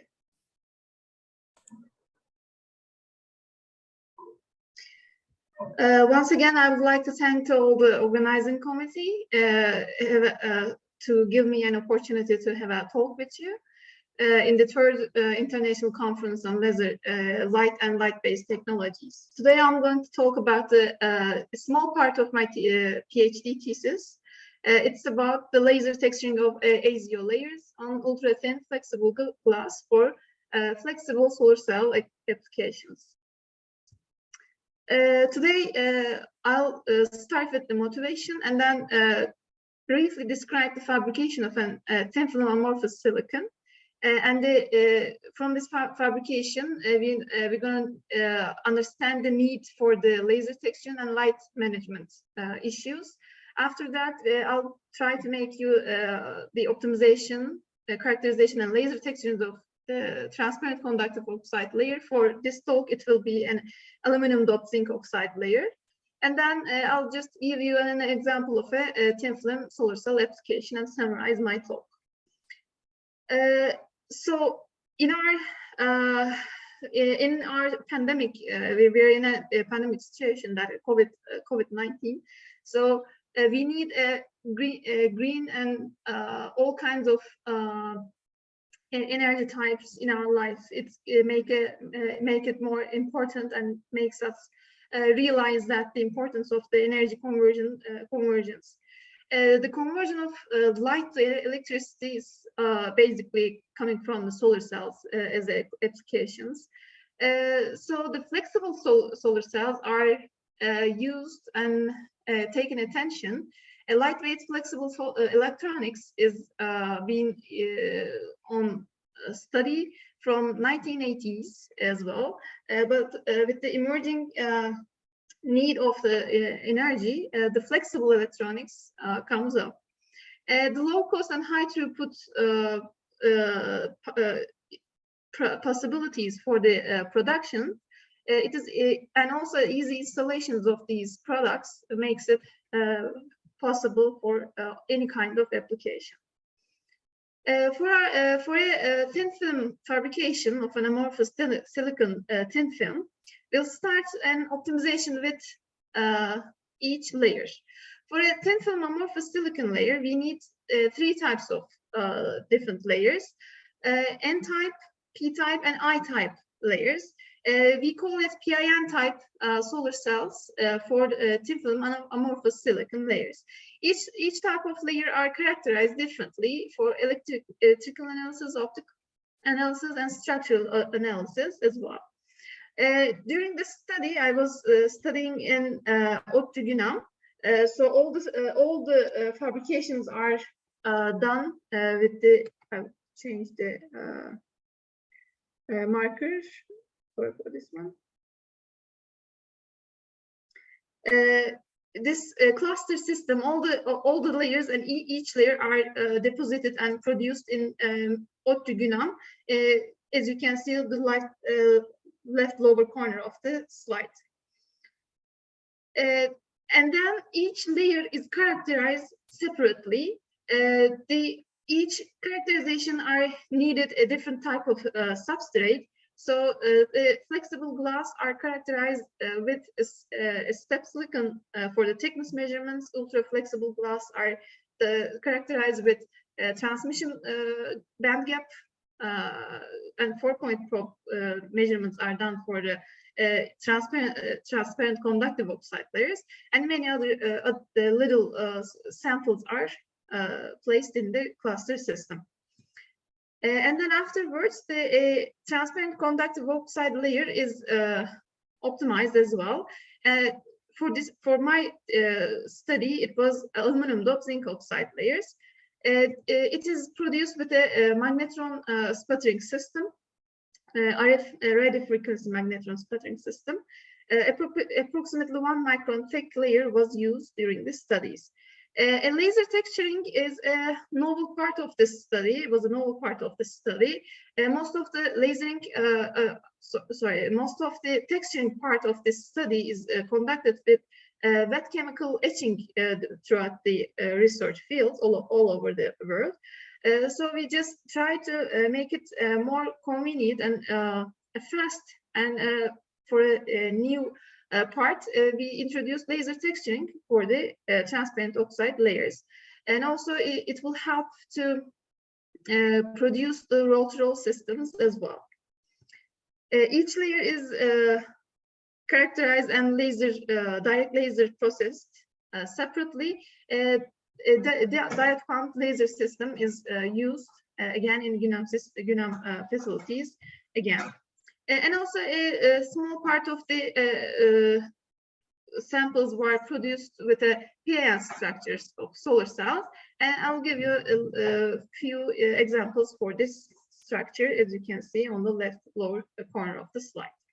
Also, the PIN substrates can be made modules by laser scribing, and again in laser texturing, laser applications for this field.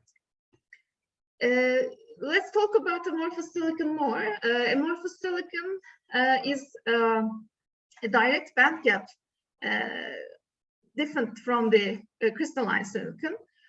So it has a higher absorption coefficient of with respect to a crystal silicon case. Short-range order with continuous random network is an issue for amorphous silicon case. As you can see on the lower right corner of the slide, the crystalline structure has a periodic structure with an, if you think about the atomic level. But on the other hand, the amorphous silicon silicon material has a continuous random network, and this makes this is coming from the bond structures, the short bond lengths and open bond lengths, which are called again the dangling bonds, from the structural case of this amorphous material. This makes this material very defective. The defect density of this material is on the order of 10 to the 19 defects per centimeter cube, and it can be reduced to the 10 to the power 16 by having hydrogen atoms incorporated with this and alloyed with this silicon atoms, and also in this case it is called a hydrogenated amorphous silicon material. And also the amorphous silicon, hydrogenated amorphous silicon has a disadvantage because of this dangling bonds. If the material is goes under the sunlight, after a certain point of time, it will break some of the hydrogen bonds, and it will degrade and saturate in a first 1,000 hours of this sun exposure. And also, if you with the hydrogen incorporation with this structure, one can make and obtain a crystalline, mesoporous, protocrystalline or a microcrystalline version of this amorphous case. And the light degradation of this material can be reduced by the microcrystalline version of this material as well. And also, this is why we need, because of this nature of this amorphous silicon material, we need to have to stack and hold the light inside the structure for a longer time. So this is the most important part of the light management for the solar cell applications. The loss mechanism reduces the cell performances in addition to the theoretical limits of the solar cells, and also light management is utilized to enhance the photon conversion of the solar cell with less material. So it was another important point with respect to crystalline case. The amorphous silicon material can be used very much thinner than with respect to the crystalline case, but this urged us to use the light management tools to enhance the photon conversion. Also, the photon conversion is related to the absorption of a photon. So if more photons is absorbed, more electrical energy is created as a result. So thus, the performance strongly depends on the conversion of the photon into a charge carrier. How we can improve this concept is to efficiently converge the solar spectrum into the electricity, and enabling reflections between the conductive layers to reduce optical losses. So we can increase the light path between the before they are again converted and collected. And also, entrapment of the photons in the absorbed layers need to be developed to increase the photon conversion. So in our case, the second part, the enabling reflections between the conductive layers and the increasing optical path length of the light is done by texturing the first layer. You can see the solar cell structure on the right lower corner of the slide. And at this type, the transparent oxide layers is laser textured, and then all the device is deposited on top, and a back contact is again deposited. In our case, we use the laser system to texture the layers. This system is have an ability to perform and operate in 3 different wavelengths: infrared, green, and ultraviolet. Basically, the system moves the condensing lenses, focusing optics on the samples, and move the laser light throughout the sample and scan through the sample, as you can see here in this schematics on the lower left side of the corner. And also this laser system is a pulse laser system, and you can arrange the pulses by the movement of the motor stage speed and the laser frequency of the system. I would like to just introduce the results of this research. The laser texturing is done on a, as I said, approximately 1 micron thick aziyo layers. This is RF magnetron sputtered layer. On the left side, you can see the SEM images of these first laser applications. You can see on the part A, you can see the laser spot, only one pulse, and you can see the difference from the laser pulse and the just as deposited area as well. Actually, we see from these laser applications, each pulse and pulse energy is very important with the laser material interaction. The laser pulse is created this deformative areas on top of the layers, and we can reduce these residues with the wet chemical processes with an HCl cleaning. But as you can see, there are more cracks after the wet chemical applications. So in order to reduce these such kind of problems, we try to use a thicker layers, thick layers, because after a laser material interaction, the layers is removed and will be thinner after the laser processes. And also we just applied more a second layer, second clean layer after the laser applications. Approximately 200 nanometer aziyo is again deposited on the pre-textured layers. And you can see UV laser results of our work. On the left-hand side, you can see the different type of applications. We just try to make a random texturing. As I described, the laser is scanned through this sample, and then we just switch the side and scan the all layers, whole area with again with the same type, or with another parameter to have a random texture area. As a result of this whole type of different applications, we reach to have 32% of haze value with these ultraviolet laser applications. Again, here you can see ultraviolet results with the comparison with the infrared laser application. If you applied a second layer on top of each pre-etched, pre-lasered, pre-textured surfaces, we increase the haze value to the 60% value of haze values.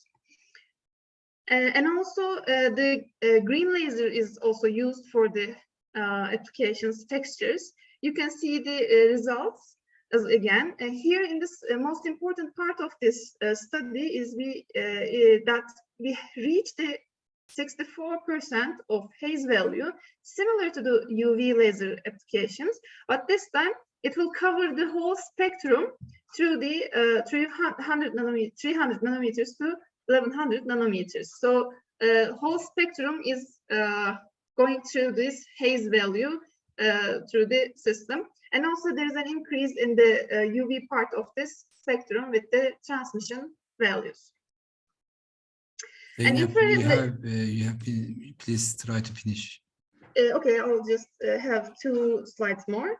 Okay. This is the last results. This is the last type of laser, infrared laser applications. Again, you can see we reached the 60% haze values with these applications. And also, I'll just want to mention that the laser after the laser texture applications, we just apply the solar cell after these textured surfaces, and we can have a 3 to 5% improvement from as deposited solar cells.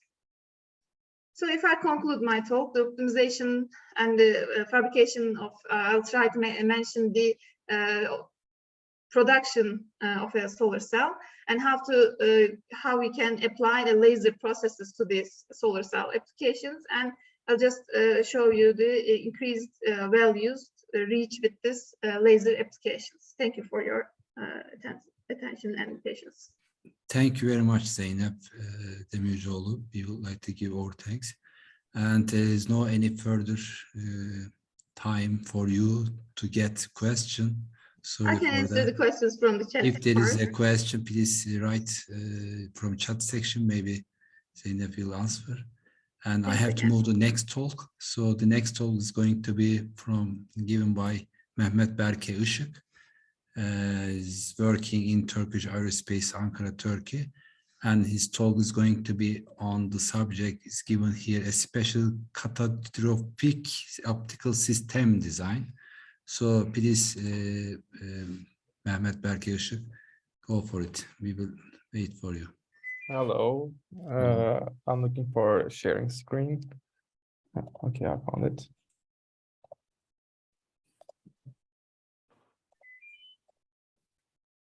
Can you see my screen now? Yes, I can see. Hello, hello everyone. My name is Berke Işık. Today I will present you about the common aperture optical system that I designed during my thesis with Docent Dr. Tarık Asar. There will be 4 main topics. I will first give a brief explanation about common aperture systems, then explain the parameters that are used during my design of the system. After that, I will show you the performance result of it. Finally, I will show you the design of the system and conclude my presentation. What are common aperture optical systems? The most important thing today is to get intelligence about your enemies, your borders. In addition, you need to make intelligence without being catched by your enemy. It's also it's mostly possible with optical systems.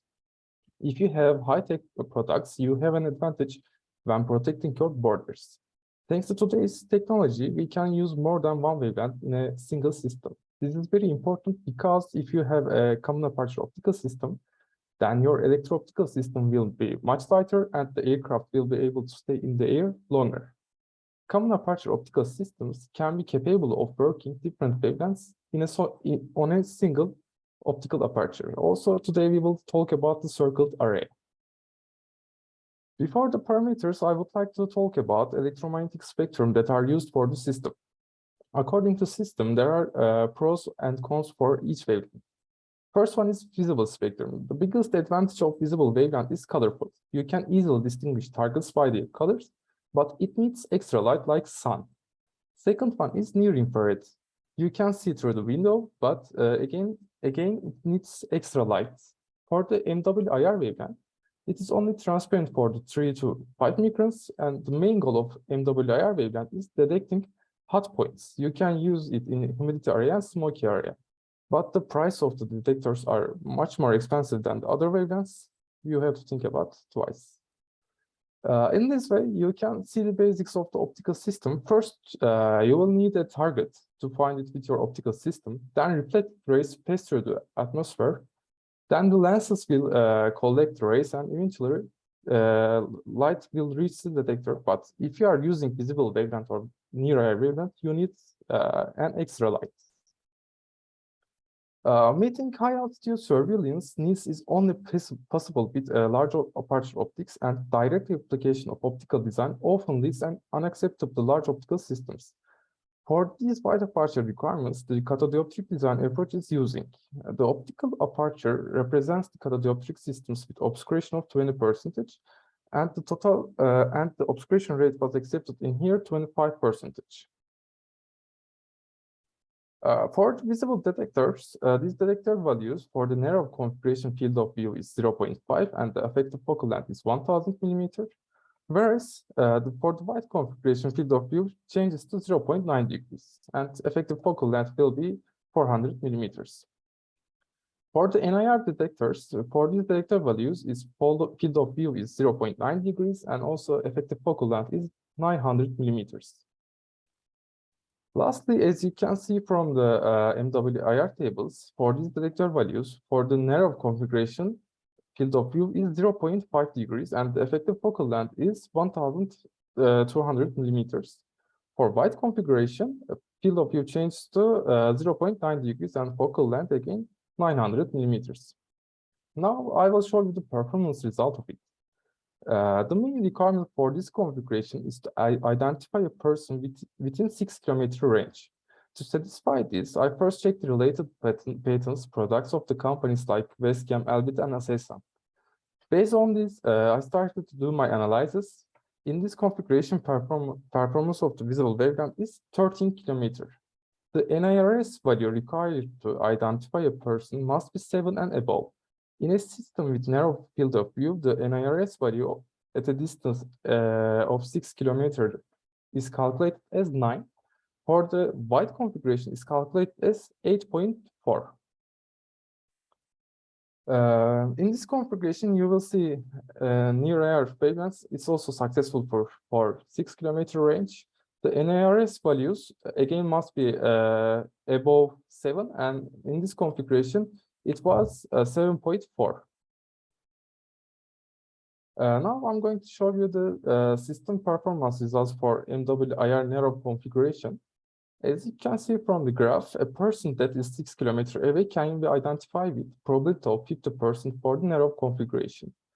The NIRS values equivalent to 7.5 in here, and as indicated in the NIRS tables values, an individual person can be identified. Now I will show you the optical design of each configuration, then present you final design and finish my presentation. In this design, you can see the visible narrow design. The most difficult part is in this design to overcome stray light problems. To achieve that, I had to use optical apertures that are equal for wide and narrow configuration. You can see the MTF graph and spot diagram.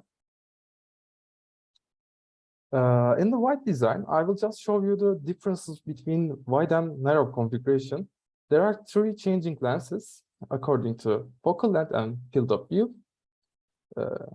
You can see in the boxes. For the near infrared region, I try to make use same lenses for mostly near air configuration, and visible configuration has only three different lenses, and again, as you can see in here, 3 lenses. Now you are seeing mid-wave narrow design. On this design, I tried to make optimization according to Nyquist frequency. The design is without aspheric lenses because of the high tolerances, and I think I have succeeded according to Nyquist frequency. In here, again, there are 3 lenses changing, and field of view and effective focal length is changing according to this movement. Finally, you can see the overall design for just narrow configurations of MWIR, visible and near air. This is the end of my presentation. Thank you for your kind attention. If you have any question, I would like to answer them. Okay, thank you very much, Berk. Okay, let's see if there is a question. Then we can take one question. If there is no the case, I would like to give once again our thank for all your attention and for nice talk. And now we move to the next talk. Our speaker is Lehlo Peter Mohapi, University of Witwatersrand, Johannesburg, South Africa, and is going to talk about modeling of a deformable mirror with a liquid crystal display. Please, Lehlo Peter Mohapi, please go for it.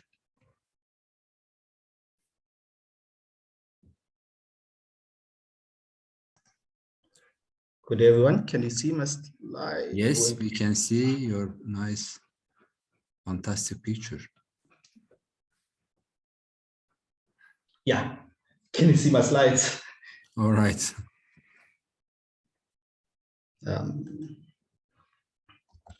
Sorry. Yeah. Good afternoon, everyone. My name is Happy. I'm a master's student and part of the Structured Light Laboratory Group at the University of the Witwatersrand.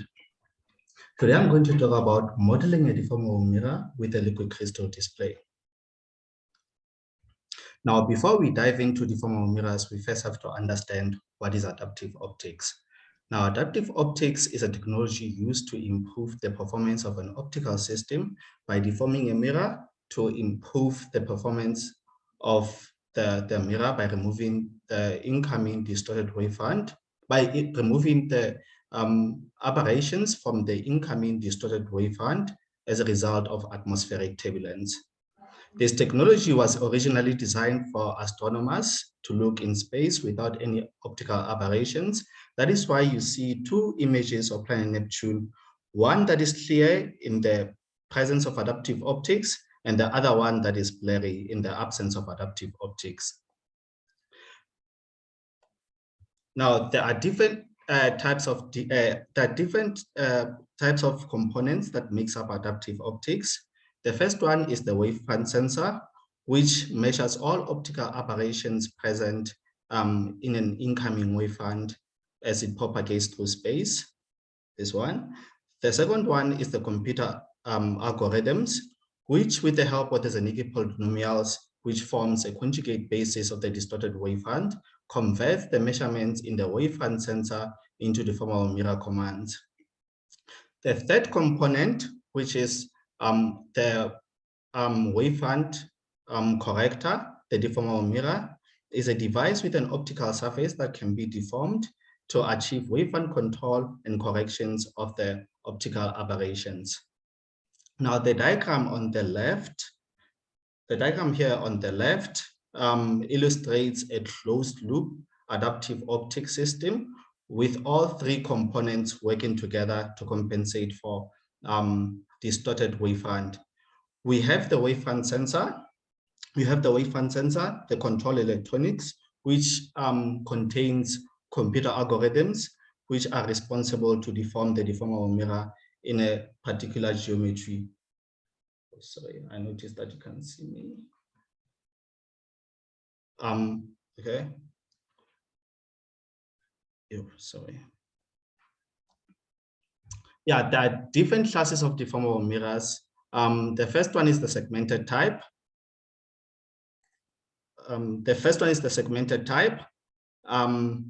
This is made up of mirror segments with 1 to 3 actuators attached to each individual mirror segments with an actuator displacement that is independent on the neighboring actuator displacement. This means that the mirrors can move up and down, tip and tilt independently. The second type of deformable mirror is the continuous faceplate type. This is made up of a continuous faceplate that follows a strict deformation algorithm with each actuator displacement dependent on the neighboring actuator displacement for optimal mirror curvature. The third type, which is the bimorph type,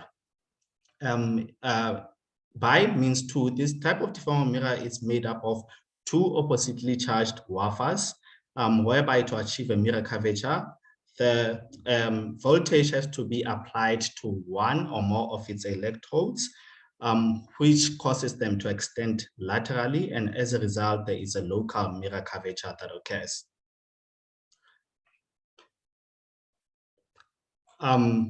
Now, structuring light with these deformable mirrors can be quite difficult. The challenge is often knowing which mirror geometry and number of segments are required to generate a desired high fidelity spatial modes. For example, which segment geometry would produce a good OAM with higher fidelity, which is circled here in yellow. This is why we are simulating the deformable mirror on a spatial light modulator to investigate these parameters. We do this by means of encoding computer-generated hologram, where this hologram will be imparted on the pixelated geometry, like the one seen on the left. where 1 pixel represents 1 mirror segment. Yeah, that's better.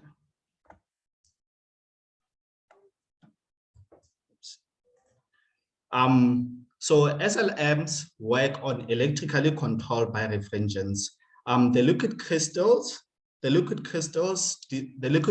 display of the liquid crystal on silicon spatial light modulator is pixelated, where each pixel contains elongated birefringent liquid crystal, and with the right amount of voltages applied across each pixel, there is an electric field that is induced. Now, these liquid crystals will always rotate in the direction of the electric field, which causes them to change the polarization state. And as a result, this changes the phase degree of freedom of an incident light onto the liquid crystal display of the spatial light modulator. Here we have simulated 2 different types of segment geometries on the SLM spatial light modulator, the polar geometry and the Cartesian geometry. Now, the polar geometry is made up of 2 degrees of freedom, the azimuthal degree of freedom and the radial degree of freedom. Now, think of the azimuthal degree of freedom as a pizza that is not cut into slices. Obviously, you have control over how many slices you want this pizza to be cut into. In this case, there are 9 equal slices. Now, the radial degree of freedom dictates how many angular or concentric segments are required to generate a high fidelity spatial mode. Now, adding these 2 degrees of freedom will give you a give on the left. Now, here we imparted a vortex mode with OAM is equals to 3. Now, the Cartesian geometry is also made up of 2 degrees of freedom, the NX and the NY degrees of freedom. Now, the NX degree of freedom dictates how many segments are required along the x-axis, and the NY degree of freedom dictates how many segments are required along the y-axis. Now, multiplying these 2 degrees of freedom together will give you the total number of segments represented as the give here on the left as a grade. Now, this is the experimental setup we use to generate the segmented modes by imparting this hologram on the segmented geometry. The intensity profile you see here is generated in the far field. Now, here we investigated the effects of mirror segment on the fidelity. So here we investigated the effects of the number of segments on the fidelity of the Cartesian flat top beam. Now, this is a non-segmented intensity profile of the Cartesian flat top beam, which is used to correlate the experimental segmented modes to check the fidelity of these segmented modes. Now, we saw that increasing the number of segments actually increases the fidelity of the beam. At low number of segments, the energy of the generated segmented mode is dispersed away from the region of interest, which causes the beam to have a low fidelity, as seen in the intensity cross-section correlation. Now, as the number of segments increases, this energy is concentrated into the region of interest, which results in a high beam fidelity. So deformable mirrors with many segment count can be quite costly and quite bulky. So here we are comparing 2 different segment geometries, the Cartesian and the polar segmented geometries or configuration, to see which one produces a high beam fidelity mode with low segment count. Now, in the case of the Cartesian flat top, before I move on to the case of the Cartesian flat top beam, now the numbers that you see here represents the number of segments required to generate a high fidelity modes intensity profiles that you see here in these panels. So the number of segments required to generate a high fidelity Cartesian flat top mode is much lower in Cartesian configuration than in polar configuration, which means that the Cartesian configuration is the most efficient, requiring much lower segment to produce this mode.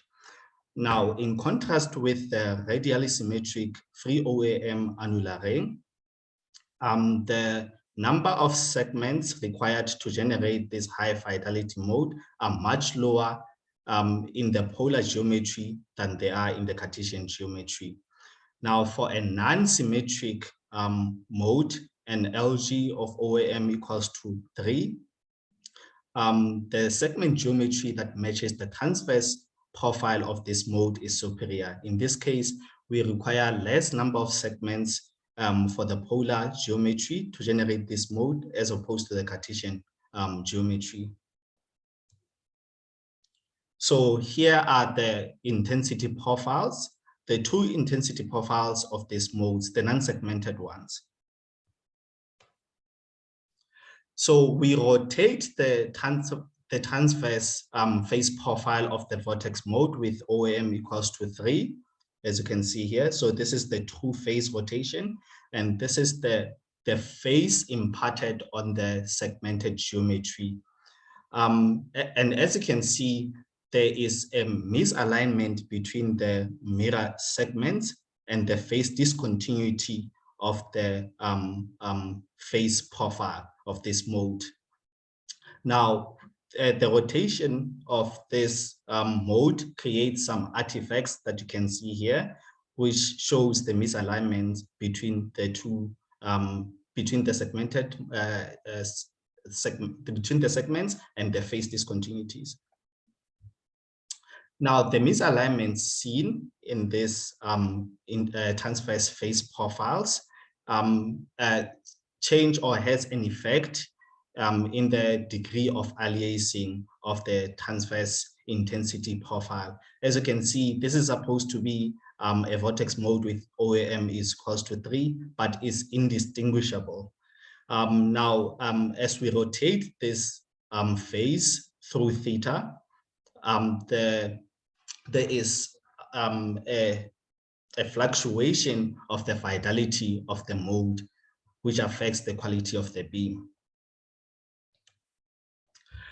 So in conclusion, before you dress up to buy one of the deformable mirrors seen on the right, please be patient enough to wait for our paper so that you can have a full insight to simulate it first, which is a much cheaper and readily available spatial light modulator. Thank you. Okay, Mohabi. Members. All right. Thank you very much, Mohabi, and for the nice presentation and talk. If there is a question I can take, other than you may write the participant to the chat section. There is one question. Let me read for you. Why coordinate geometry should affect on the spatial modes? Why coordinate geometry should affect on the spatial modes? Should affect the spatial modes, in other words. Yeah. The geometry doesn't affect the spatial modes. It's just that for a particular mode that is generated, we would need more segments to align the mirror segments with the phase discontinuity of the mode.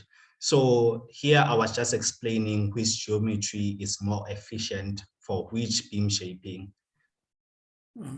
Okay, I think the answer is all right, I suppose. Yashar Azizian is, yeah, okay, he gives his thank. Okay. If there is no any further question and there is no anything, then I can thank you very much once again. And I want to go to the next talk.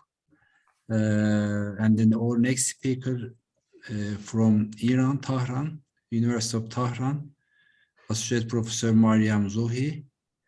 And her talk is about reflecting shift characterization of plasmonic core shell metasurfaces. So please go for it. We are happy to hear your talk, please. Good afternoon, ladies and gentlemen. First of all, I'd like to thank the organizers of the conference. The subject of my presentation is a reflection shift characterization of plasmonic Kochel metasurfaces. During the next 10 minutes, I'm going to talk about what we mean by a reflection shift and what are the applications. Then I'll move on to how the reflection shift from a planar interface is calculated. Next, I'll focus on our main research, reflection shift from a metasurface of plasmonic Kochel nanoparticles. The last part is devoted to results and discussion, and I'll end with a summary. One of the rules we remember from the geometrical optics is the law of reflection, which states that the angle of incidence is equal to the angle of reflection. Meanwhile, the normal, the incident ray, and the reflected ray all lie on the same plane at the point of incidence. However, in 1947, Kusenhamgen, in a total internal reflection experiment with a prism, observed that the reflected light undergoes an in-plane shift not predicted by geometrical optics.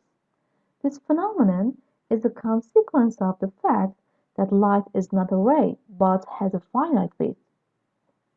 This shift, known as GH shift, includes two parts: spatial shift, delta GH, as well as an angular shift, which is a deviation from the predicted reflection angle. In fact, this is not the whole story. There are another similar shifts out of plane of incidence, discovered by Imbert and Fedorov, the so-called IF shift. You can see both GH and IF shifts in this picture. The shifts are sensitive to polarization of light, material, and temperature of the surface. So, they have found vast applications in nanophotonics, waveguides and fiber optics, temperature and biological sensors, and optical microscopes. To find the reflection shifts, we need to know the reflection coefficients, which are given by Ferner formula for S and P wave. These complex coefficients can be written as the amplitude multiplied by a phase. Having the amplitude and the phase, the reflection shifts can be calculated from these relations. This is a schematic setup for the measurement of shifts.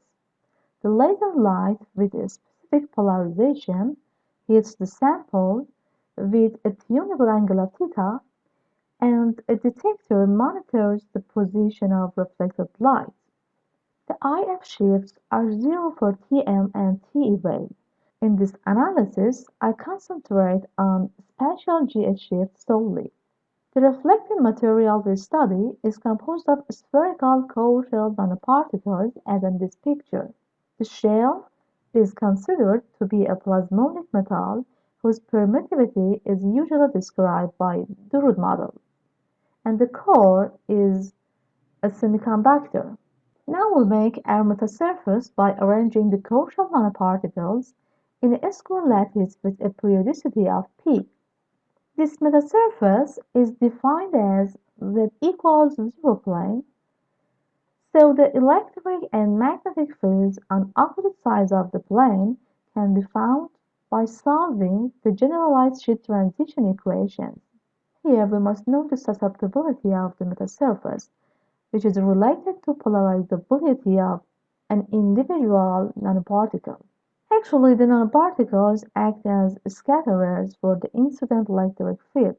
We assume our materials are magnetically inert, which is true for most of materials at optical wavelengths. Meanwhile, the scatterers are considered small enough compared to the incident wavelength. So the polarizability is derived based on quasi-static approximation. Poles of this equation can lead to high reflective on the surface. This is quadratic in epsilon s, the permittivity of shell, and thus can have two zeros. It means that the only way to obtain two physically meaningful poles for polarizability is to use a plasmonic shell, since noble metals are highly dispersive at optical wavelengths, whereas most dielectrics are relatively dispersionless.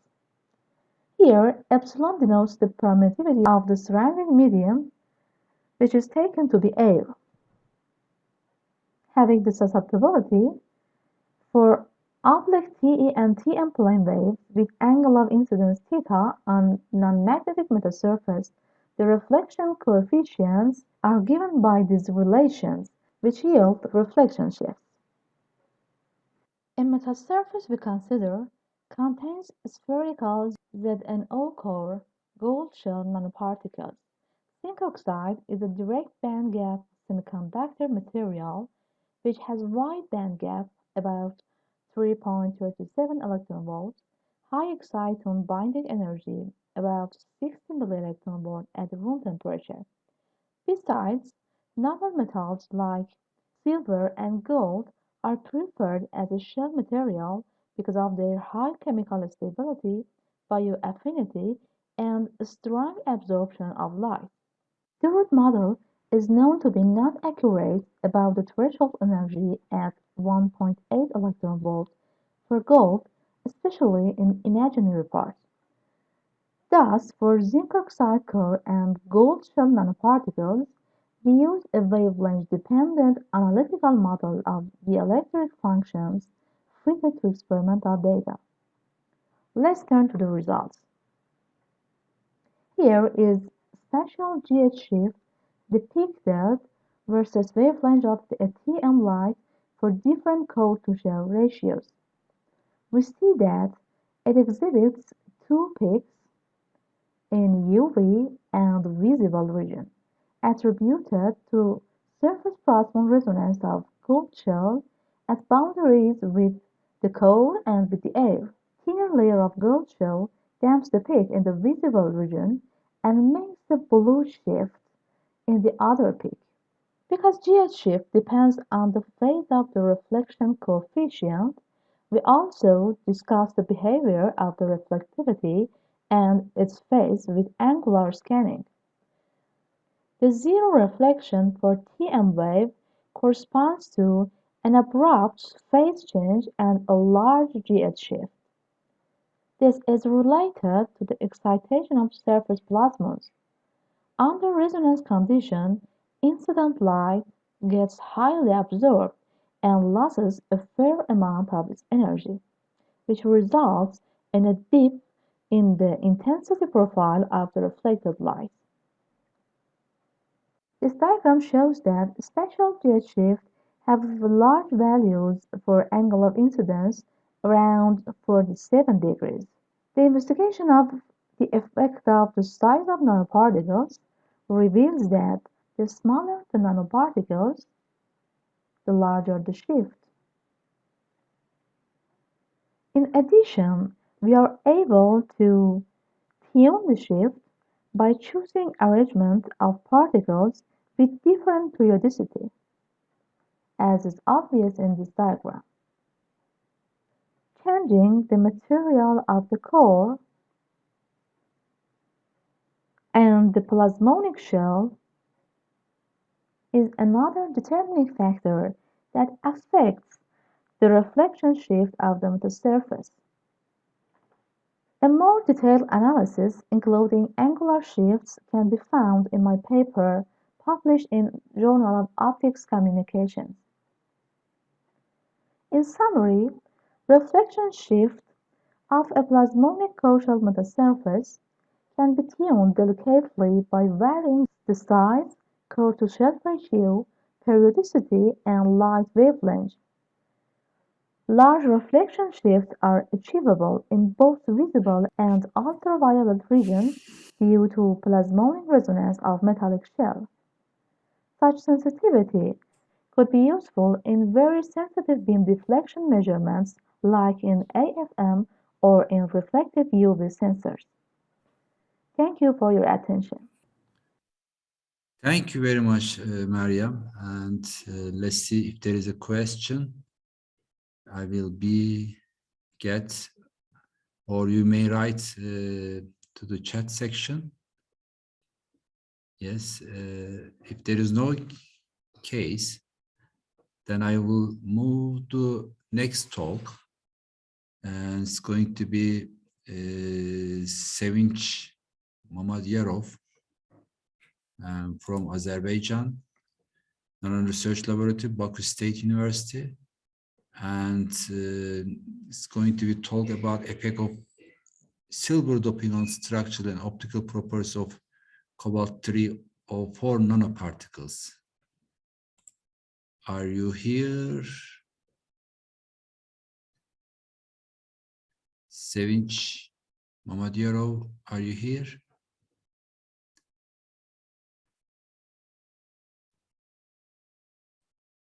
Okay, there is a problem with the connection. Now we will move to the next one. It's ready. So the next talk and the end of the... Do you hear me? Yeah, yes, I can hear you now.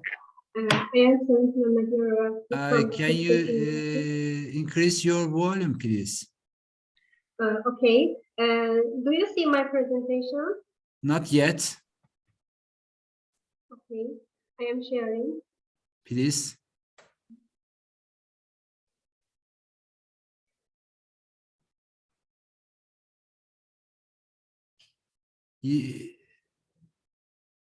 Yes. All right. Now we can see your presentation. Please go for it. Thank you very much. My talk title is The Effect of Please, can you put some volume, please? Okay.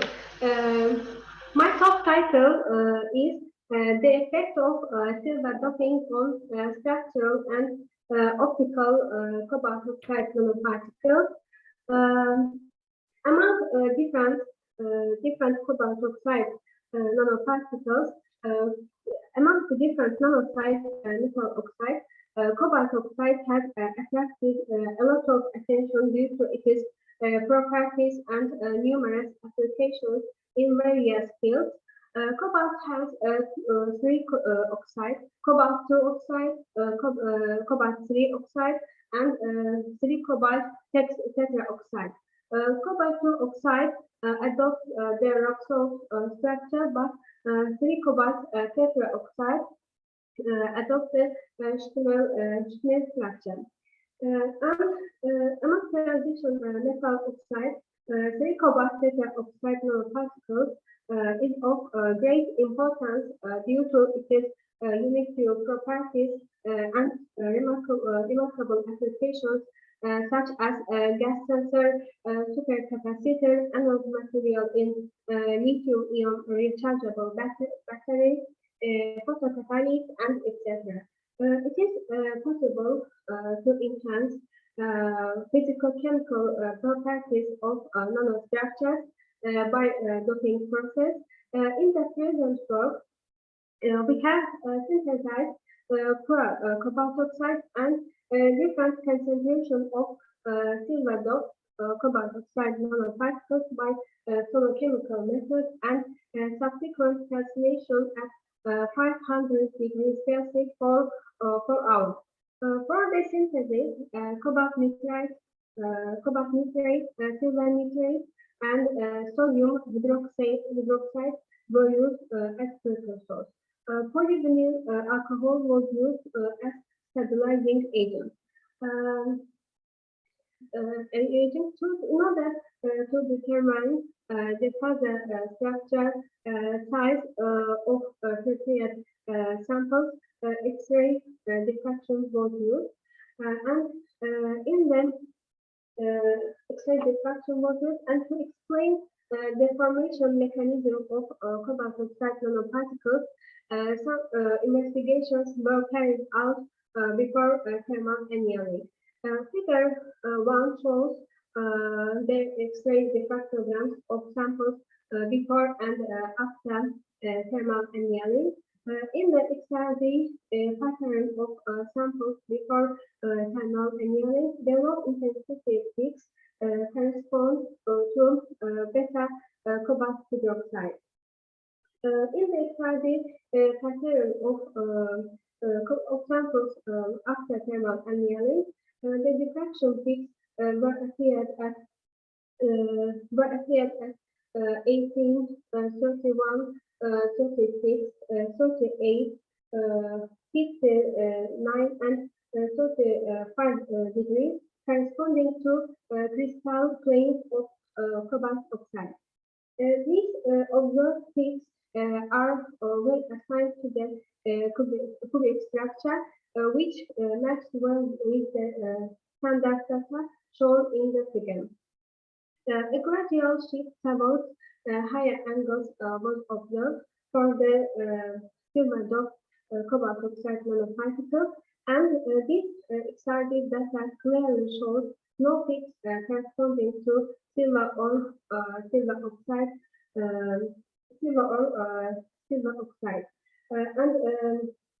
XRD patterns of samples retain the same structure of quartz cobalt oxide, and it indicates that silver doping hasn't changed the crystal structure of cobalt oxide. The crystalline size of 4 and 2% for 6 and 10% silver cobalt oxide nanoparticles determined by the Debye-Sharier's formula were 22.55 nanometers, 17.17 nanometers, 19.2 nanometers, 23.3 nanometers, and 17.5 nanometers respectively. The reduction in particle size for the dot nanoparticles can be attributed to the internal microstructural strain and local distortion in the cobalt oxide lattice due to incorporation of the silver ions, because their ionic radii of silver ion of silver is higher than the ionic radii of cobalt. The ionic radii of cobalt is 0.72 angstrom, and the ionic radii of silver ion is 1.26 angstrom.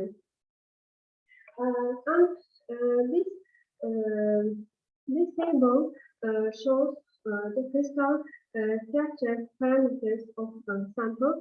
As shown from the results, the values of interplanar spacing and lattice constants are small for silver dot oxide nanoparticles compared to androx nanoparticles.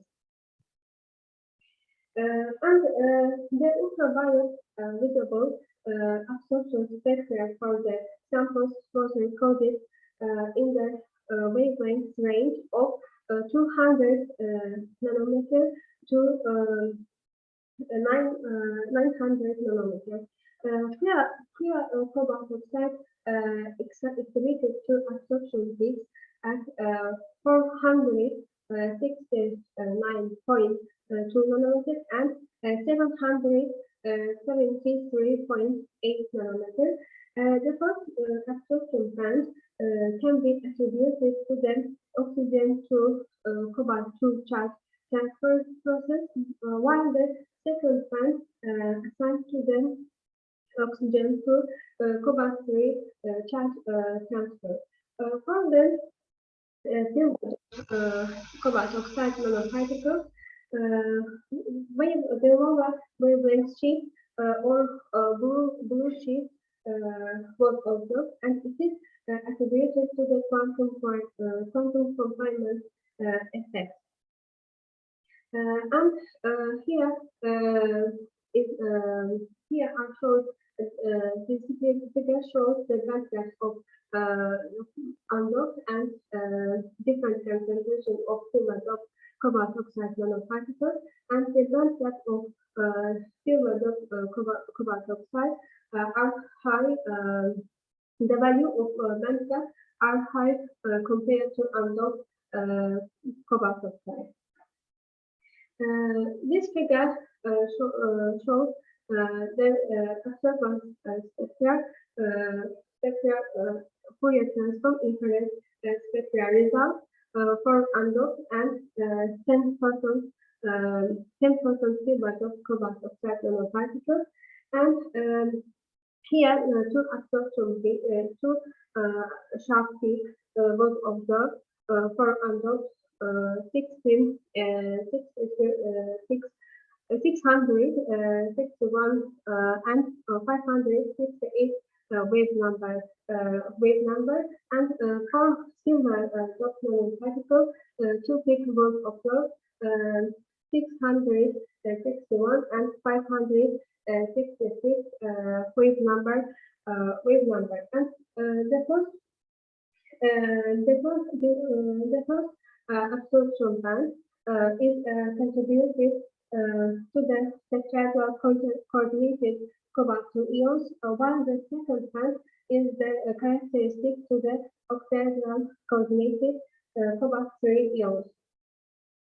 And this figure shows energy dispersive spectroscopy results for undoped and 10% silver doped cobalt oxide nanoparticles. As shown from the results, the atomic ratio of silver, cobalt, and oxygen is 2.20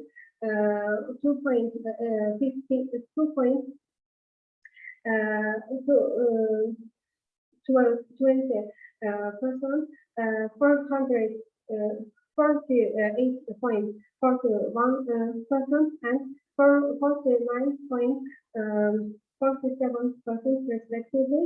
The silver cobalt atomic ratio is near to the theoretical ratio of silver cobalt oxide with 10% concentration. As a conclusion, we can say that undoped cobalt oxide and different concentration of silver doped nanoparticles was synthesized by sonochemical method and subsequent calculation. The subsequent calculation at high temperature, the reduction in particle size for the doped nanoparticles can be attributed to the internal microstructural strain and local distortion in the cobalt oxide lattice due to incorporation of the silver ions. And from the ultraviolet visible spectroscopy results, undoped cobalt oxide nanoparticles exhibited two absorption peaks, and for silver doped nanoparticles, the lower wavelength shift or blue shift was observed, and Fourier transform infrared spectra of nanoparticles confirming the formation of cobalt oxide, and from the energy dispersive spectroscopy result, the silver cobalt atomic ratio is near to the theoretical ratio of silver cobalt oxide. Thanks for your attention. Thank you very much, Sevinç Mamadia, for the nice presentation. If there is a question, I can take one. Other than, you may also write in chat section. And there is no, if there is no question, then we can move to the last talk for the second session. And the last speaker for this session is given by Dr. Atilla Eren Mamuk from Muğla Sıtkı Koçman University, from Muğla, Turkey. And his talk is going to be presenting optical properties of liquid crystal polymer fibers for potential use as a light modulator. So Please go for it, Attila. If you are here. Yeah, okay. I can see your presentation. Please.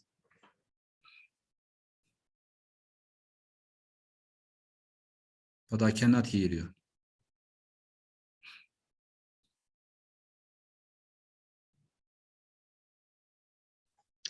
Do you hear me? Yes. Yeah. Please Thank you. take it full. Yeah. Okay. Okay. Thank you very much. At first, thank you for your kind attendance. I am Atilla Eren Mamuk from Liquid Crystal Laboratory of Muğla Sıtkı Koçman University. I will be introducing my presentation titled as Presenting the Optical Properties of Liquid Crystal Polymer Fibers for Potential Use of a Light Modulator. I would like to start by introducing my motivation while carrying out this study. Then I will introduce the experimental parts and later express the results, and I will conclude my presentation. Recently, as a technique of electrospinning has been frequently used since it enables to generate microscale fibers with a core-shaped structure in which liquid crystal is encapsulated with a surrounding polymer cover. Electrospoon liquid crystal polymer fibers were reported as a potential of some applications, such as guide for drugs and gas sensors, electronics, actuators, flexible textiles, and especially optoelectronics and the photonic fibers.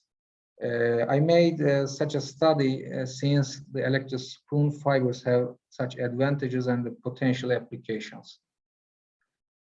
Here, it's given that thermotropic liquid crystal polymer core-shaped fibers are generated by single needle electrospinning, and I will show how their thermal and structural and optical properties change.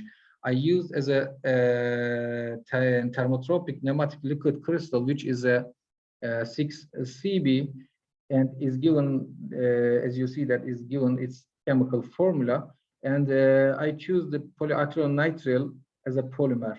And mean refractive indices of PAN and the 6Cb at 25 Celsius are about 1.53, and the 6Cb mean refractive index of the 6Cb is about 1.59 at 25 Celsius. And also birefringence of the PAN and the 6Cb at room temperature are about 0.01 and 0.13 respectively. Therefore, being of these large difference, the unique optical properties of liquid crystal can be observed. And also it's expected that a transparent shed can be obtained after this production. The existence of 6Cb inside the fiber was determined with performing infrared spectroscopy and the colorimetric analyzing. In the figure on the left side, transmittance of bulk 6Cb, 6Cb PAN fiber, and pure PAN fiber are given as overlapped each other.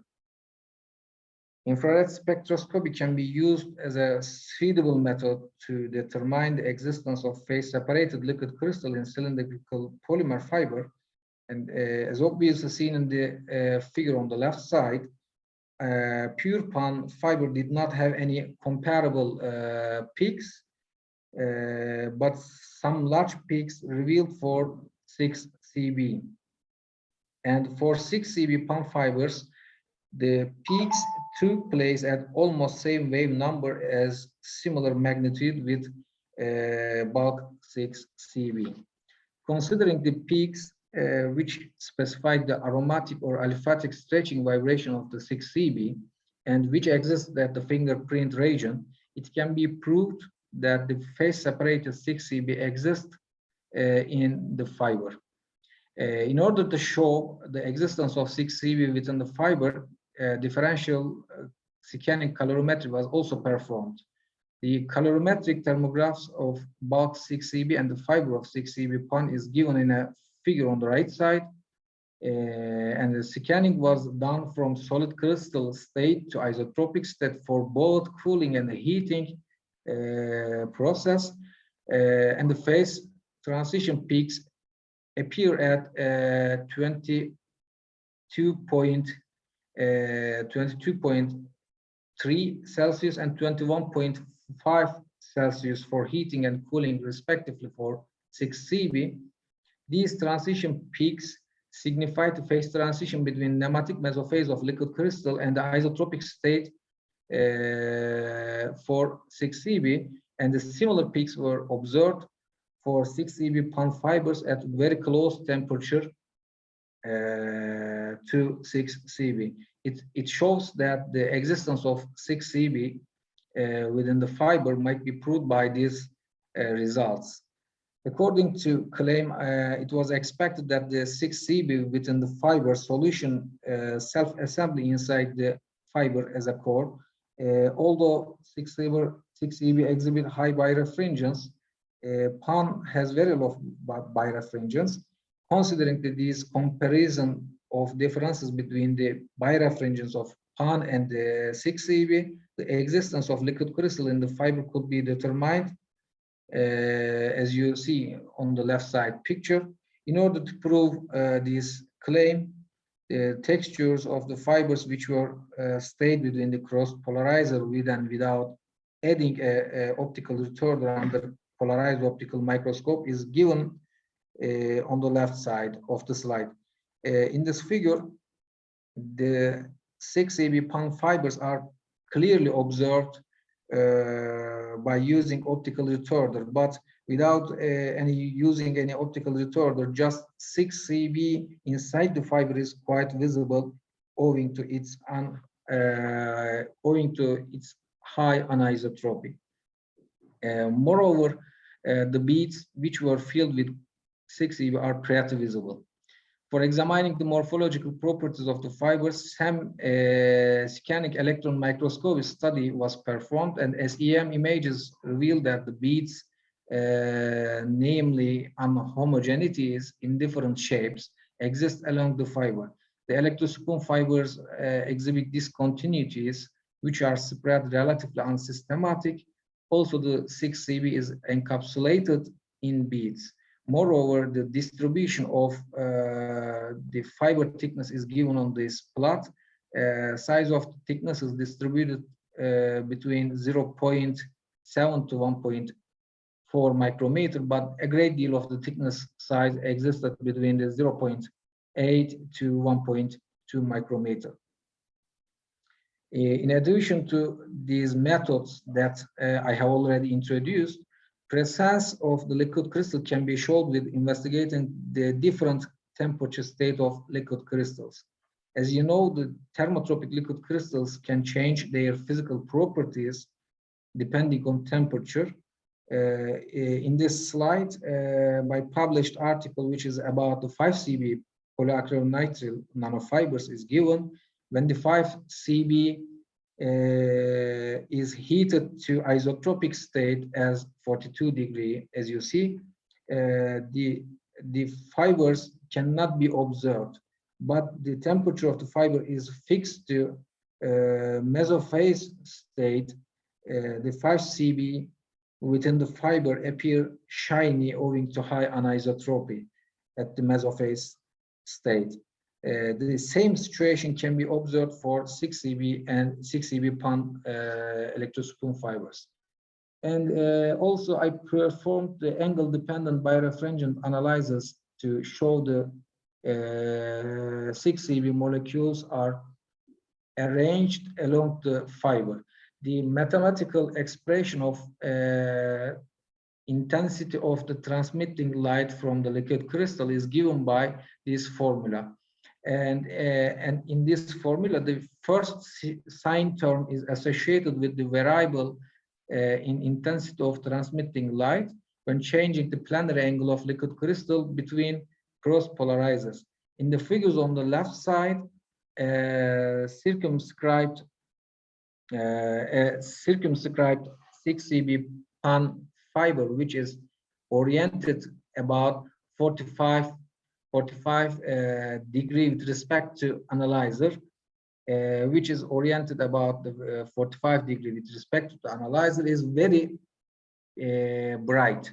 And by counterclockwise rotating the fiber, brightness decreases, and finally the fiber seems almost dark, coupled with the fiber orientation almost parallel to the analyzer. These results reveal that the 6CB is planarly self-oriented within the fiber because of the great ordering strength affecting the electrospinning system. At this point, it's expected that the 6CB should be self-arranged inside the electrospin fiber as a core, and that the PAN, which is the polymer I used as a polymer shed, should surround the 6CB as a polymer shed. And this expectation was proved by benefiting of anisotropic properties of 6CB under polarized optical microscopy, and also taking advantage of the ability of the liquid crystal that changed the polarization direction of the incident light. It was indicated that the 6CB was planarly self-ordered within the core of PAN.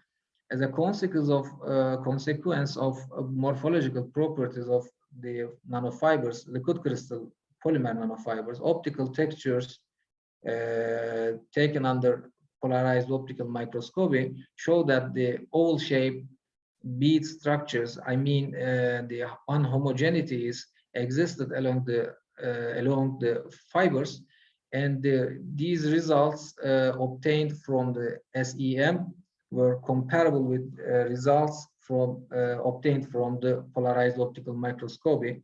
And at last, considering the results as the high birefringence and the ability to being sensitive to external fields, liquid crystal PAN nanofibers may be good candidates in potential application and may provide enhancing the light modulating devices, optical actuators, or in different optical device applications.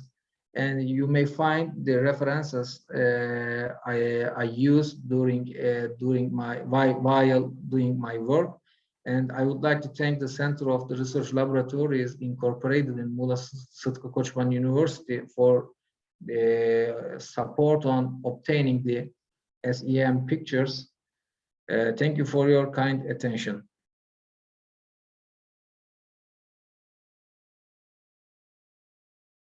All right, thank you very much, and Atilla.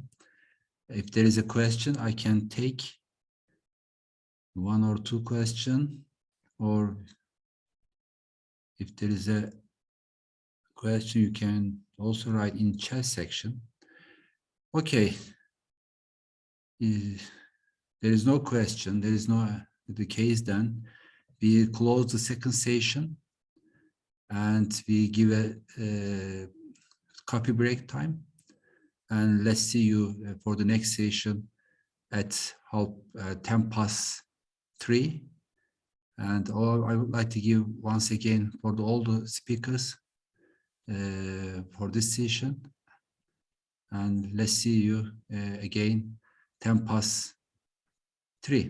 Okay, thank you very much. Bye for now. So, how was Turkey?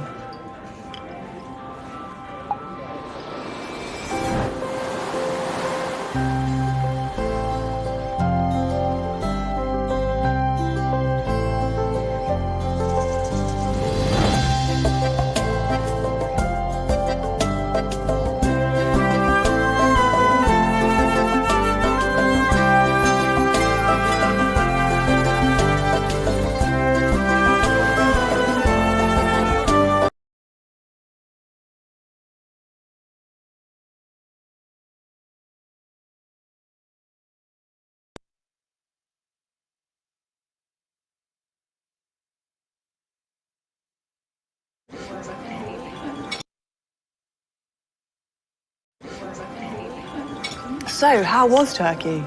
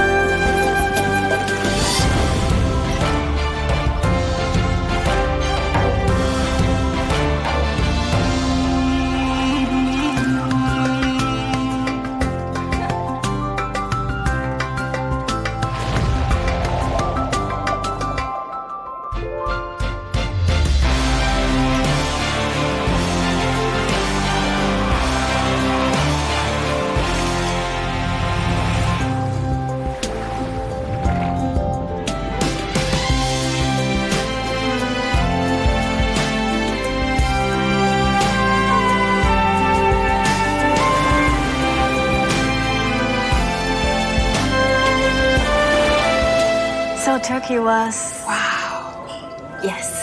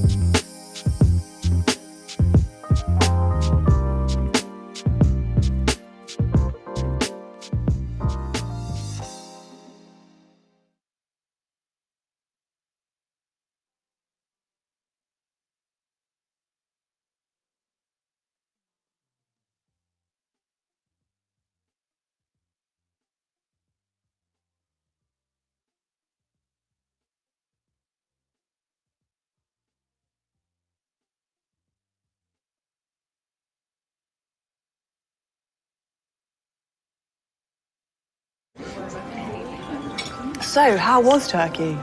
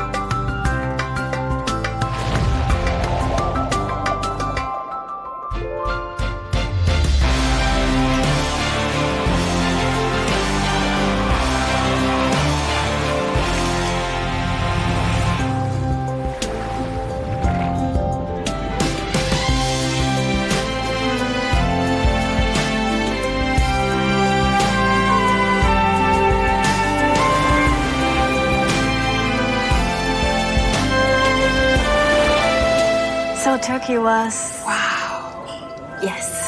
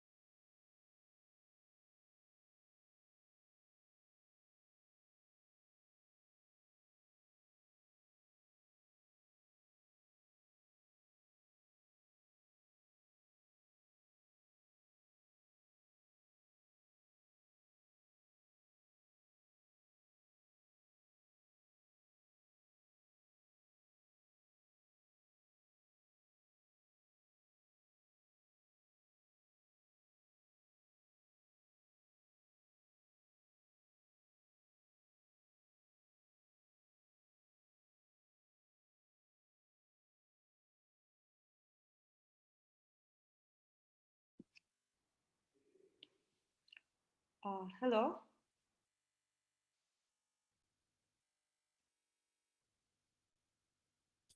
Can you hear me? I hope you can all hear me. Yes. Okay. Welcome to the third International Conference on Light and Light-Based Technologies, Session 3. And our first, in this session, our first invited speaker is Professor Luis Sanchez Soto from Faculty of Physics, Complutense University of Madrid. And the title of his talk is Achieving the Ultimate Optical Resolution. So I would like to invite, yes, Professor Luis Sanchez for his talk.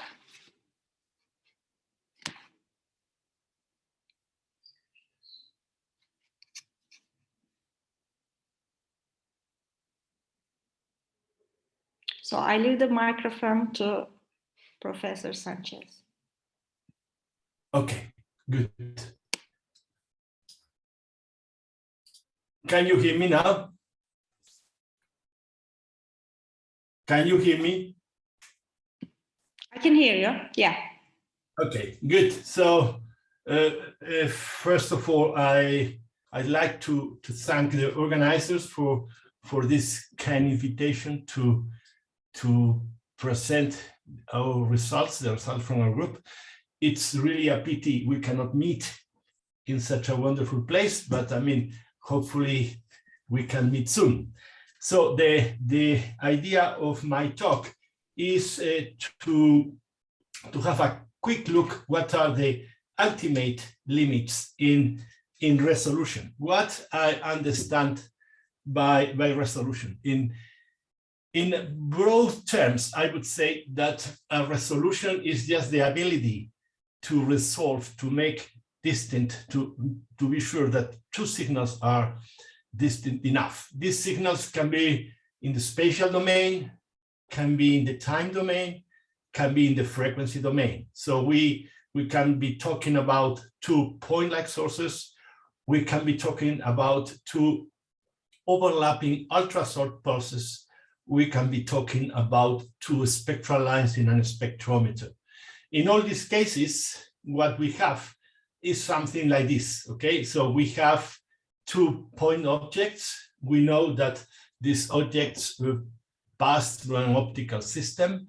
We know that the fundamental process of diffraction makes that the image of a point is not a point anymore, it's just a disk or a rings, I mean the famous Airy rings.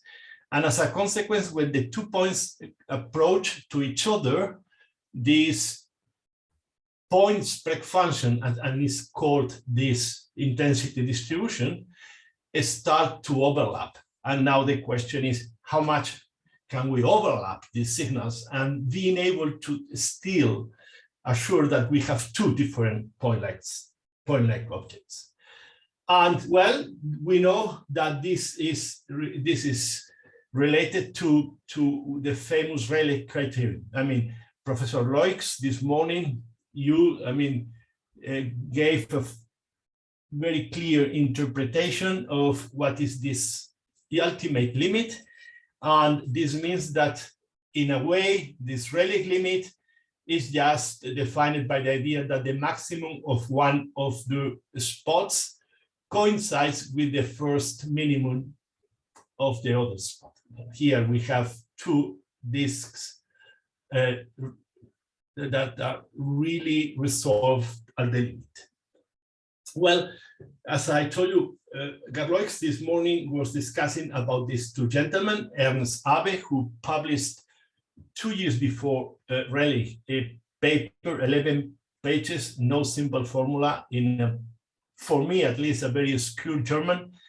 And then 2 years later, this gentleman, Rayleigh, John Stroud, published a paper in which he established that the angular separation between 2 points just separated is given by this famous formula, 1.22 lambda. This is the wavelength, and this is the diameter of the aperture of the system.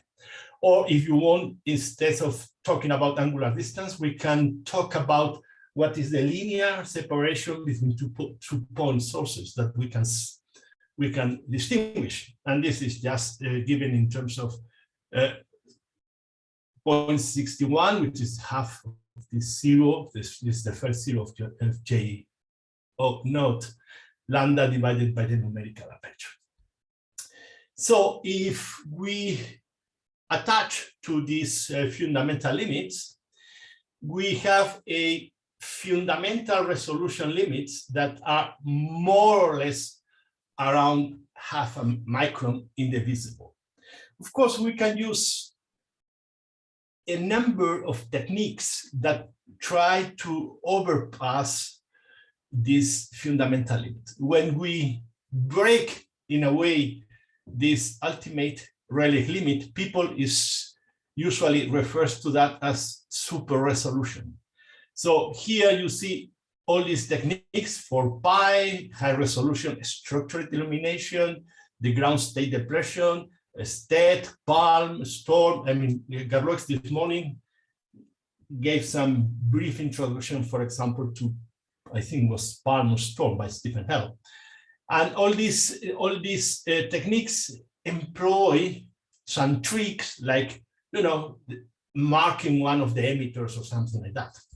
But imagine we are just astronomers and we want to distinguish two different stars. We want to resolve two stars. We cannot play with the objects. And then we have a fundamental limit that is given by this idea. So these super resolution techniques, again, are based in some tricks. What we proposed, I mean, the first idea was by Mankei Zhang, who is in the National University of Singapore, is to look at this problem from a meteorological perspective. So imagine I have 2 point sources here. We know that these 2 point sources illuminate an optical system. And as a consequence, we have these two brilliant spots, these 80 disks. And now the question is how much we can infer the separation between these two sources, starting from this information of these two spots. And from that, we adopt the idea of parameter estimation, or if you want, tomography or metrology, okay? So we cannot see your slides at this moment. Sorry? We cannot see your slides at this moment. We cannot see your screen. I don't know. Now? No, we see your camera. We see you, but not the screen of your computer. Okay, now it's coming. Now? Yes, now we can see your computer now. Yes, it's okay. That's fine. Okay, thank you. So let me try to condensate in a nutshell what is this parameter estimation. Imagine I have an initial state. This can be quantum, classical, anything, okay? It can be the signal from these 2 point-like sources. So this initial state undergoes a dynamical process, a unitary process, in which I imprint in the state some parameter. And as a consequence, I have a different final state. So imagine the initial state is the point-like source, and the final state is the point-like source spot due to diffraction.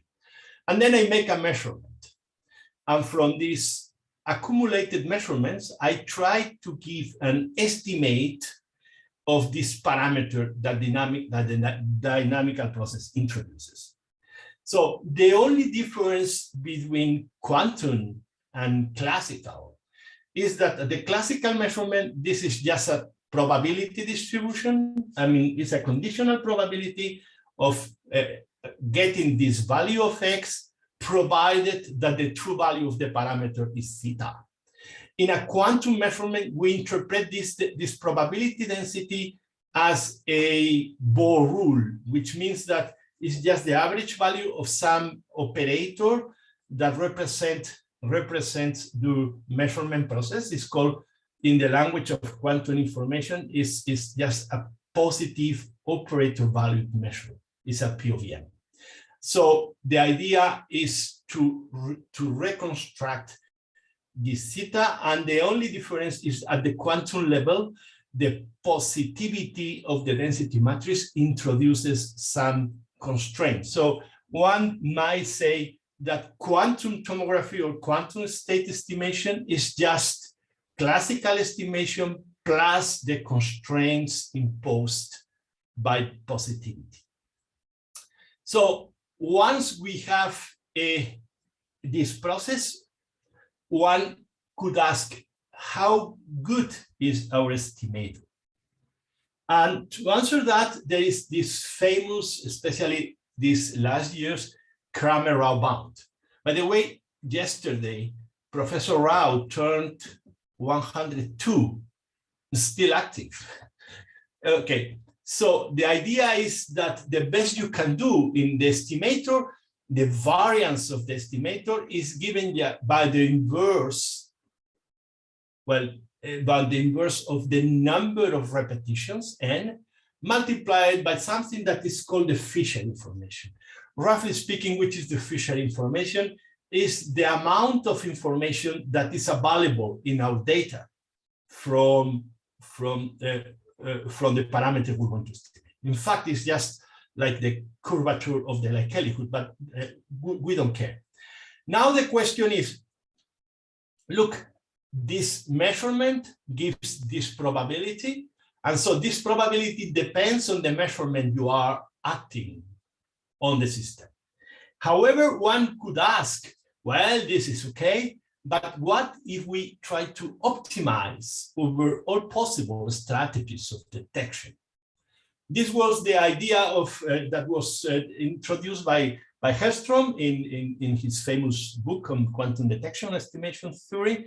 And the idea is one could make this optimization, and what we get is something that is called the quantum Fisher information. Is an upper bound, but the important thing is that the Fisher information depends on the measurement you are performing, whereas the quantum Fisher information depends only on the quantum state you are using to explore your dynamics.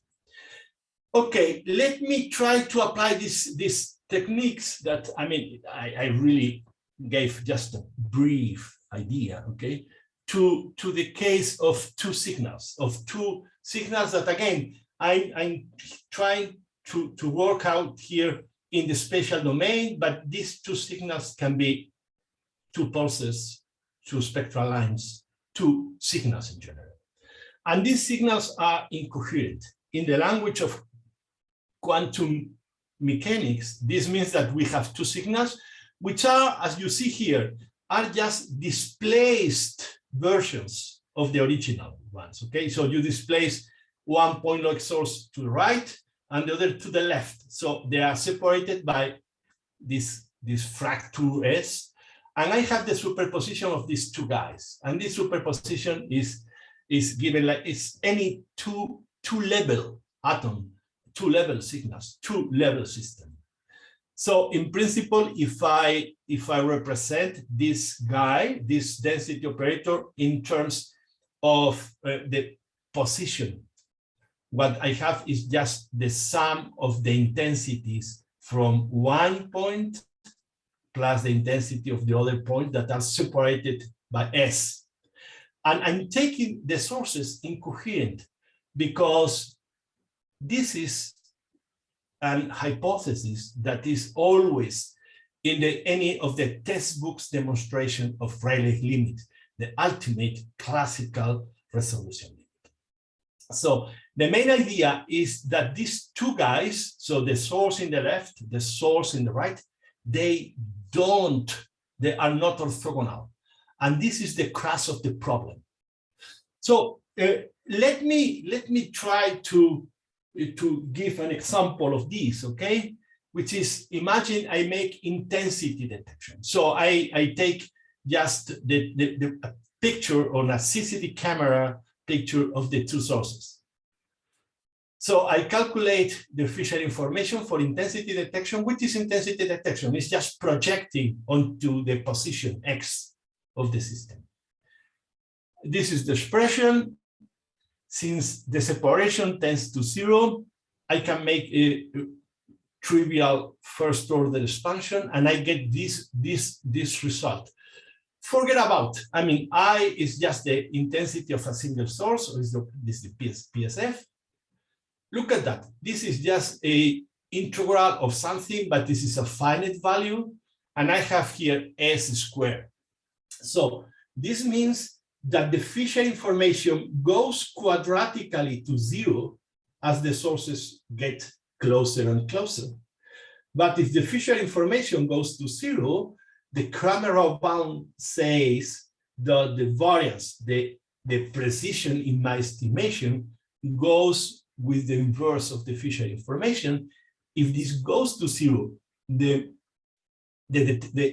precision I have in the intensity detection just blow up, goes to infinity, which means, look, guy, you cannot estimate anything. You cannot say if you have two sources, and then we are in terms of what we called the Rayleigh's curse. Now the question is really this a curse? Is really a fundamental limit, as is stated in every textbook? And the answer is probably not. Probably we can dispel the curse. And why? Because anything that is assumed in textbooks is, first of all, you have two sources. Second, you make intensity detection. So you detect what is only available to normal detector, intensity. However, when doing that, you are just discarding all the information that you have in the face. Is that relevant? For sure. But you can say, look, but I have no phase detectors, okay? But instead of that, let me make projecting into a set of modes. What are these modes? I mean, just a complete basis, but for the time being. We don't want to enter into, and the only thing I need to detect is these modes, these bases have to be of definite parity to detect, to feel the two-component structure of the signal. If we do that and we make these projections, what we find in a simple calculation is that the Fisher information is constant. But if it's constant, the precision attainable in any experiment is independent of how close the two sources are. So what are these modes? I mean, I'm not going to enter into details, but the recipe is very simple. Look, take your pulse, take your signal, take your PSF, so take the shape of your disk. Well, we know that when you have diffraction but a circular aperture, I mean, this is optics 101, what you get is a Bessel function. But when you restrict yourself to the first disk, I mean, you can approximate the first disk with 99.99% of probability to a Gaussian. So you take a Gaussian, and now you take the derivatives of the Gaussian. And the derivatives of the Gaussian is just the set of Hermite-Gauss modes. So the idea is, instead of making intensity detection, you project onto the appropriate optimal modes. And then you get rid of the Rayleigh limit. There is nothing fundamental in this diffraction limit, apart from the fact that you are discarding tons of interesting information that we can recover, making a full quantum spiral detection. So we did the experiment like already, I think it's four years ago, yeah. And there were three groups. One is by Alex Vosky, who is now in Oxford, and the other one is Ephraim Steinberg in Toronto. And we demonstrate that this is feasible in the lab. The idea is very simple. I mean, this is the experimental setup. We generate two in-depth to incoherent point light sources with a digital micromirror device. We have a system, which in our case is a lens. And in this plane, which is the image plane, instead of taking a CCD picture, a camera, what we did is just take a spatial light modulator and project onto the modes. In fact, actually, I mean, since the experimentalists are always a bit lazy, we didn't need to project onto a infinite number of modes, only two, the fundamental and Hermite-Gauss one. And once you project, these are the experimental results. So this is the precision of the measurement. This is the Rayleigh curve. This is, as you see, this curve blows up because the variance diverges. And these points are the experimental points in which we were able to beat the diffraction limit by a factor 17 in that particular case. But then with the group of Christine Silberhorn in Paderborn, we were able to do the same, essentially the same in terms of the temporal pulses. And in that particular case, here you see in the temporal domain, we took two pulses that are so overlapping like the ones you see here, and we were able to break the fundamental Rayleigh limit by 2 orders of magnitude, which is quite impressive as a proof of principle in my view. So now the question is, look, that's true, but I mean, you are assuming very simplified hypothesis, which is true because these are the hypotheses assumed in every textbook. But you can say, look, I mean, what if, for example, the two sources or the two pulses have the same intensity? You have some imbalance.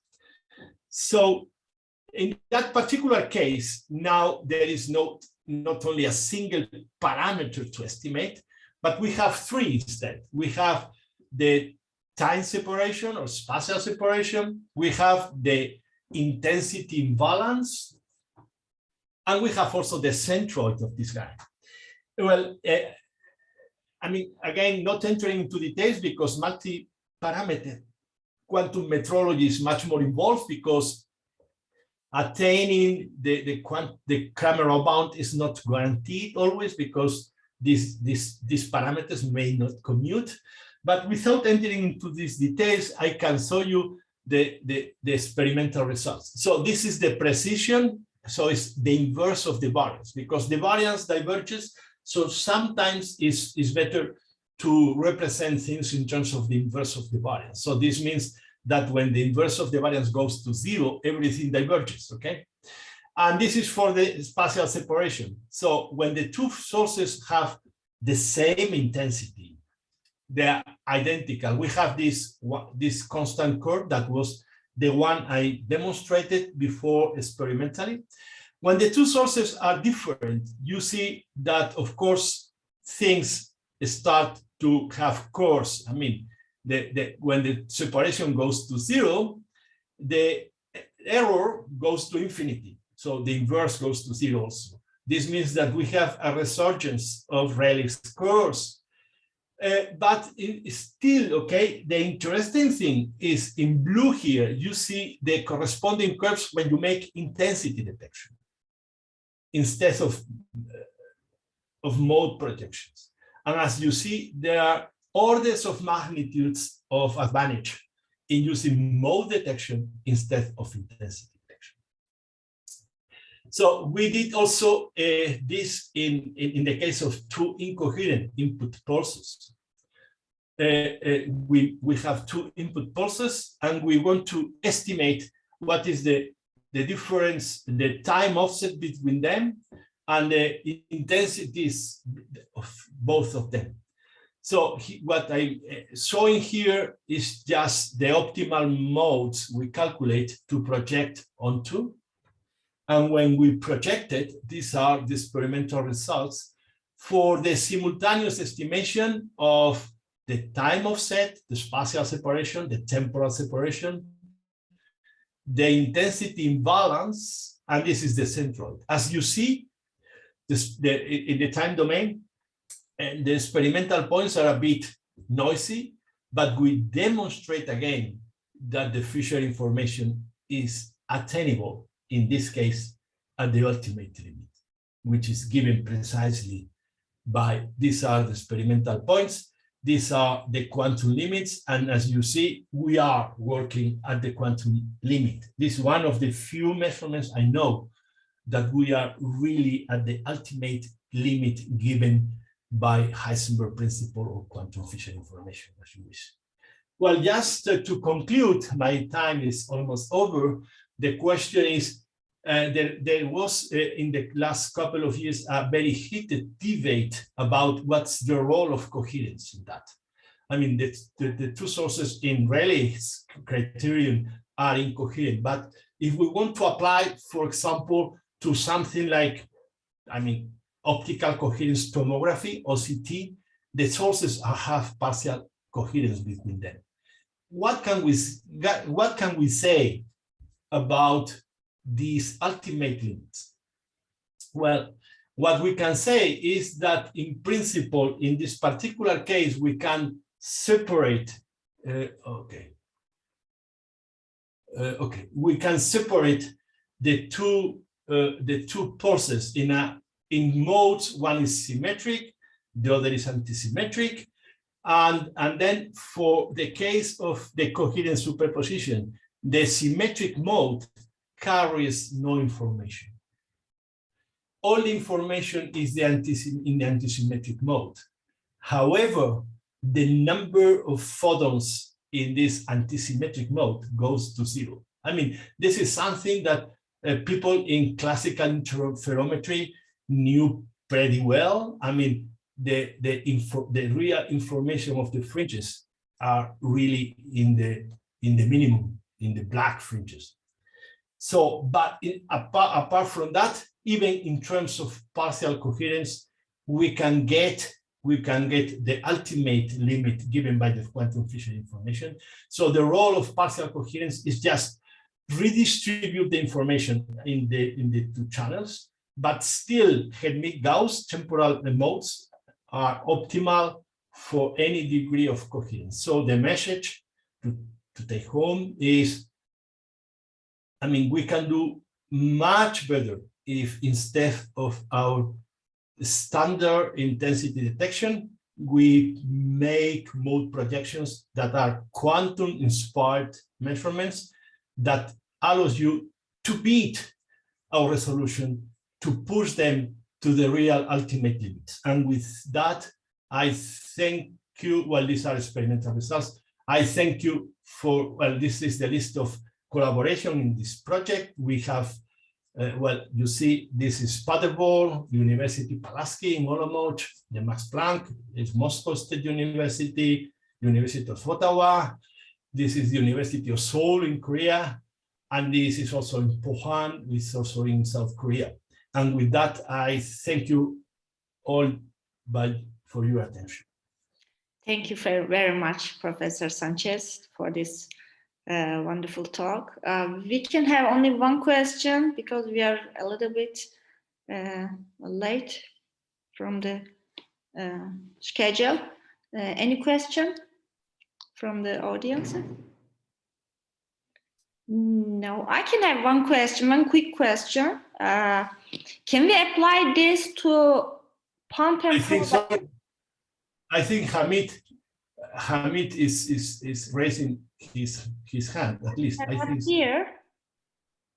I see in the chat. I don't know. Well, I mean, Dr. Khalesifard, you can join, open the voice of the Dr. Khalesifard, Hamid Reza Khalesifard. Okay, I can hear. I see it.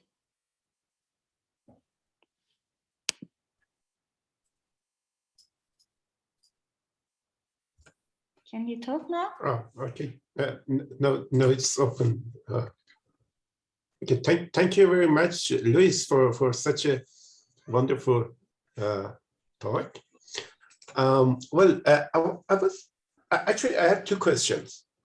First, is it possible to design an optical microscope based on this theory that then you will be able to go beyond the diffraction limit with this or not? This is my first question. And the second is that is there some limitations on the size of the sample that you are going to look over it or not? Okay, thank you. Okay, thank you, Hamid. It's good to meet you, although only virtually. Yeah, I mean, look, we promised that this can be turned into a real imaging technique. So in principle, this calculation or this limit can be extended in two ways. One is in terms of the number of points, and the second is in terms of the coherence between the points. Of course, computationally is very demanding, but I mean, we already are in the, I mean, for me, the point is just passing from 2 to 3. It's like when you are in calculus and one variable, okay? And then you pass from 1 to 2, and then, oh, everything is difficult because you introduce new concepts, but from 2 to 20 is the same. So we already passed from 2, and of course, we expect that this can beat, of course, things are not like in theory. So you have noise, you have the samples move, but I mean, at least in the temporal domain, we are now in resolutions between the overlap between pulses beating optical coherence tomography in the lab. Okay, and as for the second question, look, we are assuming point sources. The question is how big we can do that. Well, that depends on the size of or the shape of the PSF. If everything is Gaussian, okay, because it's smooth and all that, things behave very, very well. So I mean, we are more or less optimistic in a way that, I mean, this can be in a near future turned into a real imaging system. Thank you very much. Thank you very much. So nice to see you here. Thank you very much for the talk, for the nice talk. So we have to move on to the next speaker. Thank you. Thank you. Thank you. If we have time, a question by Gerd Luch, Professor Luch. Actually, we are a little bit late, but if it is very quick, yes, we can probably get the question very quickly. Yeah, thank you.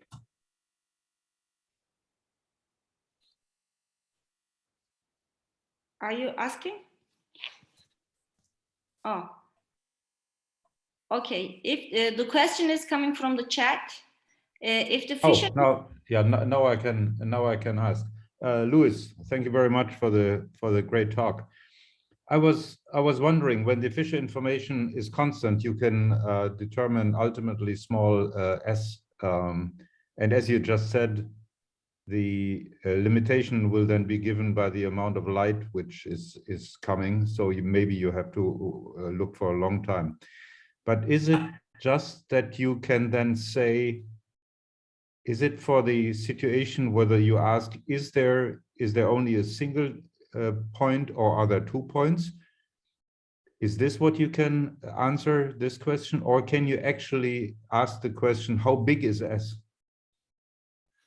Well, we can do both. I mean, first of all, I mean, from the beginning, okay, I assume that we have 2 sources. But then, I mean, for people making astronomy, the first thing they ask me is, well, are you sure you have 2 stars or is just one big star? And then for that, we apply something which is is called quantum hypothesis testing, which was developed in the Bell Labs in the 80s. I mean, if you have a look at the book by Hellstrom, everything was false alarm, you know, in the war terminology.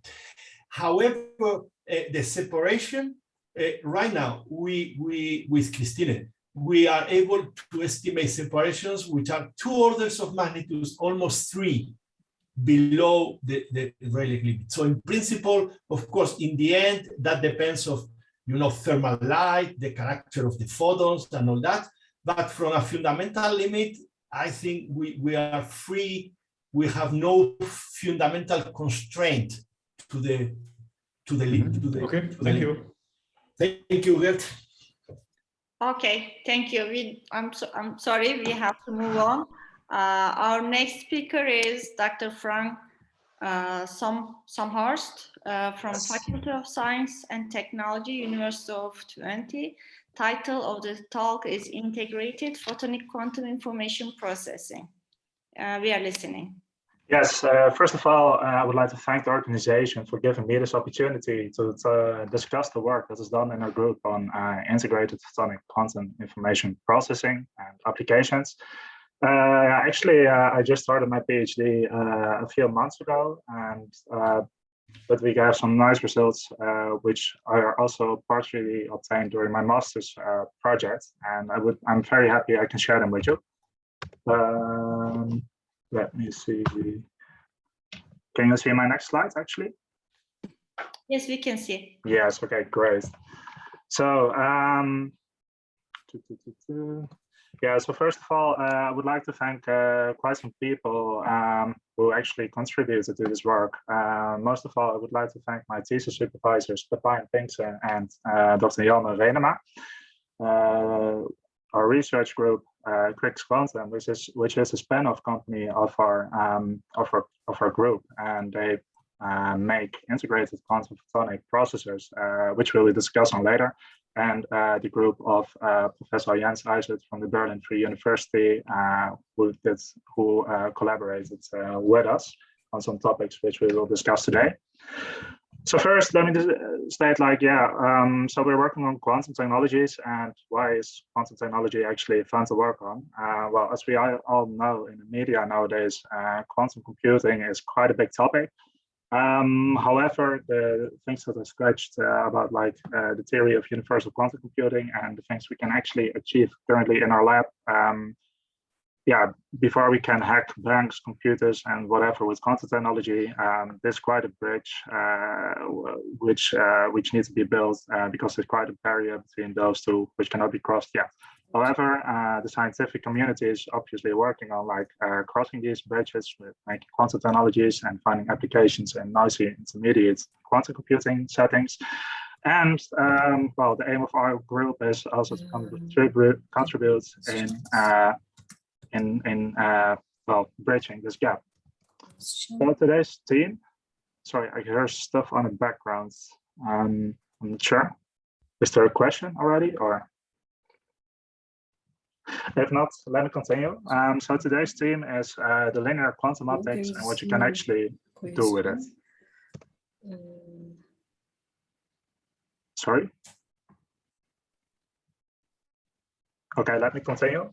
So the topic of today is linear quantum optics and what you can actually do with it. And with quantum optics, we mean that we actually care about the photon character of light. So we consider single photons, quantum states, and linear means that we are only interested in and only consider terms which are linear in the electric fields of the photon, so not the electric field spread. And that means that if you make this quantum, so if you go to second quantization, this implies that, as we all know, despite the famous Star Wars lightsaber fights, there is no there's no explicit photon-photon interaction. And that means that linear quantum optics only allows you to redistribute the energy in the amplitudes of, for example, various modes. And this means, as is written here on the right, if we have a certain input field, electric field, which is quantized, and consists of several modes. We can only change the distribution by applying a transformation, by applying a mode transformation denoted here by U. And this U turns out later to be important. And at this point, you might ask yourself, like, okay, so, well, since this is all linear, there's no photon-photon interaction, is there actually anything quantum about this effect? And for this, we will turn into the very famous Hommel-Mandel experiments. And I think it's a really, really nice experiment from quite some years ago. And imagine this. We have a perfectly balanced beam splitter. So that means there's 50% of transmission and 50% of reflection. And we have two photons, which we inject on two sides of this beam splitter. Naively, what you think that might happen is the following four situations. Also important is to notice that we expect, or we assume, that the photons are completely the same. What might happen is that for both, one photon will be reflected, the other one will be transmitted, which they will end up here in a pair, or the other way around, and they will end up in a pair over here on the other side. Both photons could be, for example, reflected, or both photons could be transmitted. So basically, well, this is our naive picture of what would happen. However, it turns out if you do the quantum mechanical calculations, we can see that contributions in the middle actually have negative, well, opposite phase. And as it turns out, these two terms in the resulting wave function cancel out each other. So that means that if we have indistinguishable photons, both photons will actually leave the beam splitter in pairs. And this relies on the indistinguishability of the photons, as I mentioned. So that means that the photons need to be equal in all degrees of freedom. So it means like polarization, frequency, and so on. And this is an intrinsic quantum effect that is, well, generic for all bosons. And what to think about is, like, this was an experiment with only two photons with two modes, but it's very natural to generalize this problem to n photons in n modes, as is depicted here. And there is some mode transformation that can be described by this matrix U. And what is very interesting, if you have, or what is now quite a challenge, is if we inject photons in these four input modes and we observe photons in these four output modes, one might ask him or herself, like, okay, where do these photons actually originate from? Like, is this the path that the photons traveled? Or is it like this? Or is it like this? And as it turns out, there is no way of simplifying this calculation below exponential scaling. And the interesting, so that means that if you want to calculate, to approximate the sampling problem by a classical computer, it will take exponential computation time. However, in a linear optics device, as is shown here, this is basically done for free. It doesn't take exponential time. So this means there's an exponential gap between quantum and the classical problem. And that's quite interesting because this allows for example, showing a quantum advantage. Without going into the details, this is formalized in the so-called boson sample problem, famous problem by Scott Aronson and Alex Archipov. And actually, a few years ago in 2020, this was one of the two quantum advantage experiments, but this one with photons that was demonstrated. This boson sample task was demonstrated by the USTC group in China. So this is very impressive work, I think, because well, there's a lot of experimental detail in this setup. However, there's at this moment one big restriction, because, as I said, like, linear optics is all about mode transformations, and it would be nice for applications in, for example, cryptography and random number generation, to be able to program this this mode transformation U. And in the Chinese experiments, this mode transformation is actually an interferometer which is static. And if we want, so as I told, if we want applications to apply this, we need it to be programmable. And for this, you could use, for example, integrated optics. And so if you want And this is something our group basically has and works with. So if you want to do your linear quantum optical experiment, in a very schematic diagram, it basically looks like this. This is the ingredient list. You have some sources, you have your big tunable interferometer, which is called here a quantum photonic processor, and we have some detectors. And well, the spin-off group, the spin-off company of our group, Quix Quantum, is actually the world leader nowadays in making commercially available high number of modes and low-loss photonic quantum processors. And this is something we use, and what I will talk for the remaining time is some experiments I did on this processor during my master graduation project. And this was done on a 12-mode processor, which was launched in 2020. And nowadays, there are like a few months ago, they released the 20-mode processor actually. And I did some work on quantum photon thermalization. And for this, this is typically the setup we used in our lab. So here on the left, you can see our single photon source, which is based on spontaneous parametric down conversion. And here's the big processor in which I only consider 4 modes, and I split it up in 2 different partitions. So you can program a mode transformation in here and in here, and we have single photon detectors. So the experiments I would like to highlight is there are 5 minutes left. 5 minutes left, great. So the experiment I quickly want to highlight is my work on quantum photon thermodynamics, which is mostly about a very old problem in quantum mechanics, is how to reconcile the unitary evolution of a pure state with thermodynamics. Because quantum evolutions are unitary, which means they are reversible and information are preserving, while thermodynamics, as we all know, is not information. So, for example, second law of thermodynamics, it's not information preserving and it is not time reversible. And actually, in theory, this problem was already solved. And it turns out that like our global unitary evolutions produces local thermal states. So that means if we consider a 4-mode processor, a 4-mode system, if I look simultaneously at all the output modes together, I will still obtain a global state. But if I only look into one of these modes, it will appear as if there is a local thermal state. And this is quite challenging to realize experimentally because making thermal states is easy by decoherence. But what we actually want to show is that like there's no no significant decoherence in our system.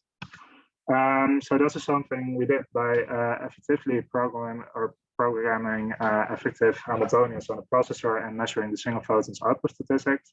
And here, well, we derived the thermal states, which is given here in the gray bars. And in red, we have indistinguishable photons, so quantum particles, and in blue, we have classical particles. And you can see here, for example, that only in case of like, if the quantum effect is turned on, it will form a thermal state. So this is how it kind of works. I will skip these slides because of the time, but well, we can effectively simulate different time snapshots, and you can see that it more or less works quite some systems. But then the hard part is actually showing that the overall state is pure. And it turns out, and we discovered it together with our collaborators from the Berlin Free University, that if we apply a second mode transformation, basically inverting the transformation and inverting in the Fourier, is that we can estimate the fidelity to bounded pure states. This is nice because in photonics we can have very high gate fidelities. And well, of course, we still have experimental limitations in our system, but what we actually managed to do is to certify.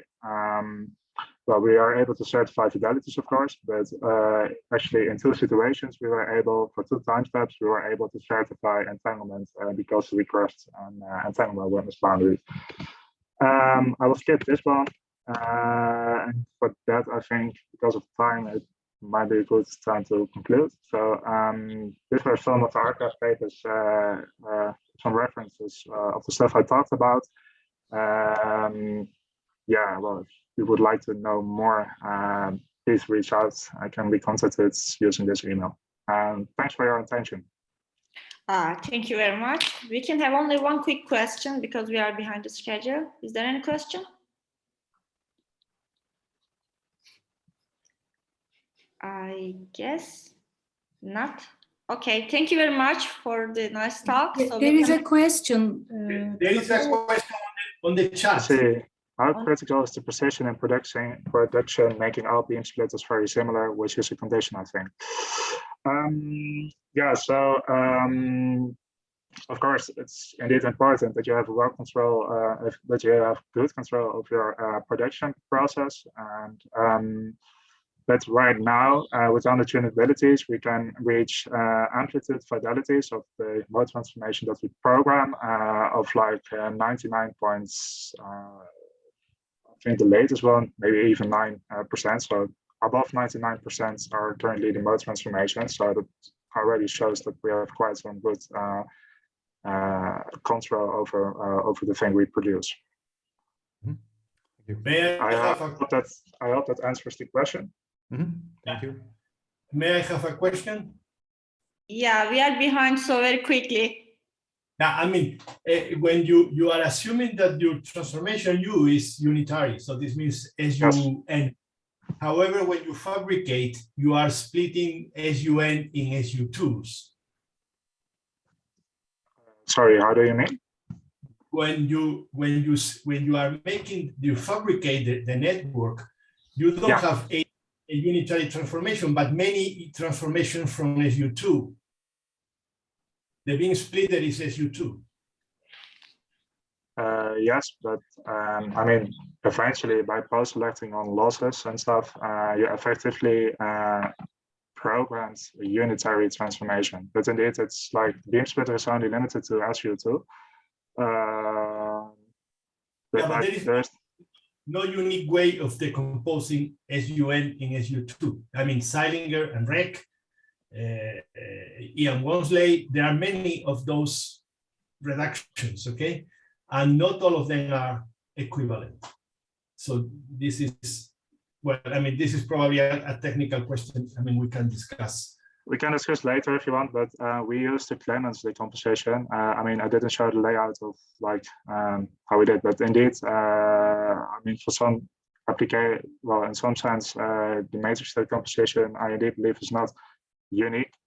However, for a lot of situations, I mean, I would say that doesn't really matter, at least not in the cases where I was interested in so far.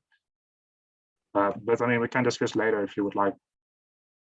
Sure, thank you. Thank you. So let's move on to the next speaker. Our next speaker is Berenice Sefton from South Africa. The title of the talk is Teleporting Scalably in High Dimension with Nonlinear Optics. Microphone is yours. Hi, can you hear me? Yes, we can hear you. Okay, great. And then can you see my slides? We can see your slides.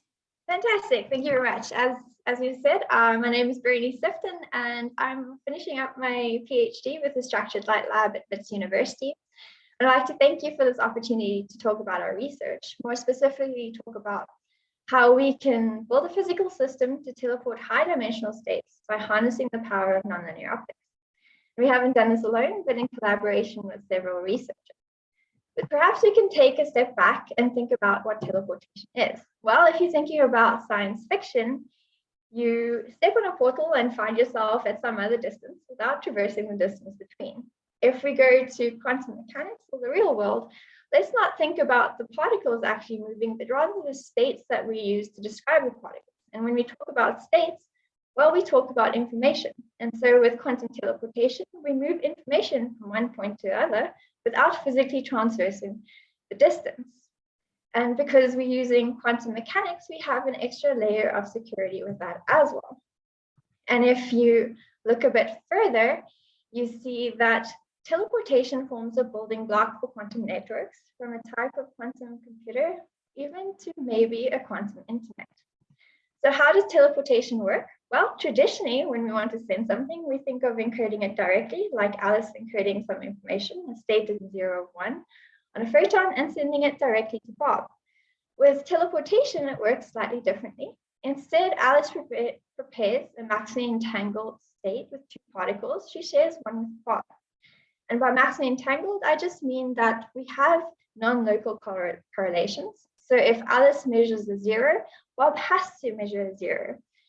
And if Alice measures a 1, Bob also has to measure a 1. Of course, you can have different kinds of correlations, and this equates to all of these states you see over here. And these are simply the Bell states. So if we choose one of these maximally entangled states, and if Alice shares it, we create an entanglement channel.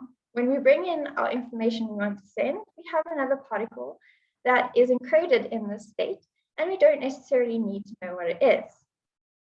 So how do we get it from Alice all the way to Bob without sending it physically across the channel? The answer is interaction. It turns out if you think of interacting these two particles so that they are entangled, Bob has a variation of the state Alice wants to send. Of course, they're not actually entangled yet, so we have a superposition of states with these entangled possibilities, like the Bell states I talked about before. And for every Bell state, Bob has the state Alice wants to send, but with some different unitary variation. And so that means, for instance, if Alice projects her entangled state into this Bell basis, Bob has a certain unitary variation, but that means Bob has kind of the state, but not really. He needs to correct for whatever variation there is, and so he needs to know what it is. Luckily, when Alice makes the projection, she knows what unitary variation Bob needs to make, and so she tells him. When he does that, he's made the correction and has the state Alice wants without this state ever traversing the distance between them. And so the question becomes, how do we do this? What do we do to make this interaction and Bell measurement so that Bob can get the state that Alice wants to send? And the answer traditionally is with linear optics or a cube of glass. So Alice would send one photon in one port, which is her entangled photon. And then the other one, she would put her state photon in. And when you detect on the output ports, you project onto one of the Bell states. And so Bob gets some variation of what she wants to send. And if you go into higher dimensions, well, you get something like this, or more specifically for 3 dimensions. Here, they teleported using the path as a spatial mode, but they need an extra pair of ancillary photons in order to make this work and distinguish the Bell state. This, of course, is okay, not great, but if you want to go into higher dimensions, well, things get a little bit more difficult. You have to incorporate all these extra paths going through your optics, and you need an extra pair of ancillary photons for every added dimension. And of course, this is going to get a little bit difficult, especially if you think of teleporting multi-level states, maybe a state of a molecule eventually, or even if you think of the bandwidth you need for a text message. And so we ask, what about nonlinear optics? And more specifically, when we say nonlinear optics, we mean upconversion or some frequency generation. And that, for instance, is when you take a nonlinear crystal and you put 2 photonic inputs and you produce some other photon or light beam coming out. And this process is governed by the laws of conservation, which simply means that if you put in a telecom and a mid-infrared photon, well, the wavelength of the photon that comes out must relate to the energy that you put in, and so be in the visible regime. But here we're not interested in the wavelength, but rather the spatial mode. And so we return to the twisted light modes that you must have heard of in Prof. Forbes' talk earlier this morning. And so here we consider orbital angular momentum. And because of conservation, they have to add up into the state the photon gets. That means that if you take a twisted light beam of +1 and a twisted light beam of -1, well, plus and -1 have to add to 0. And so you get a Gaussian output. We can understand this classically, for instance, if we put in 2 beams on either side and we change the charges between the 2. And it turns out that we get this correlation confirmed. When we condition the detection on having no orbital angular momentum or a Gaussian state on the output, you find that you have this strong anti-diagonal, which tells you that the charges must be equal but opposite. Of course, we don't have to just use orbital angular momentum, but we can also go to this other exotic spatial modes of light. For instance, we can take this lambda here and put it through and see what we get with the upconversion. And what you get is the convolution of the two.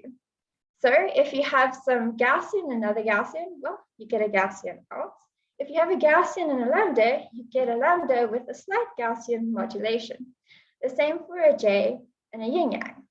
So what does this mean for our teleportation? Well, if it works the same on the quantum level, it means that we can take our channel photon over here at whatever exotic state of whatever dimension we want and put it in with it.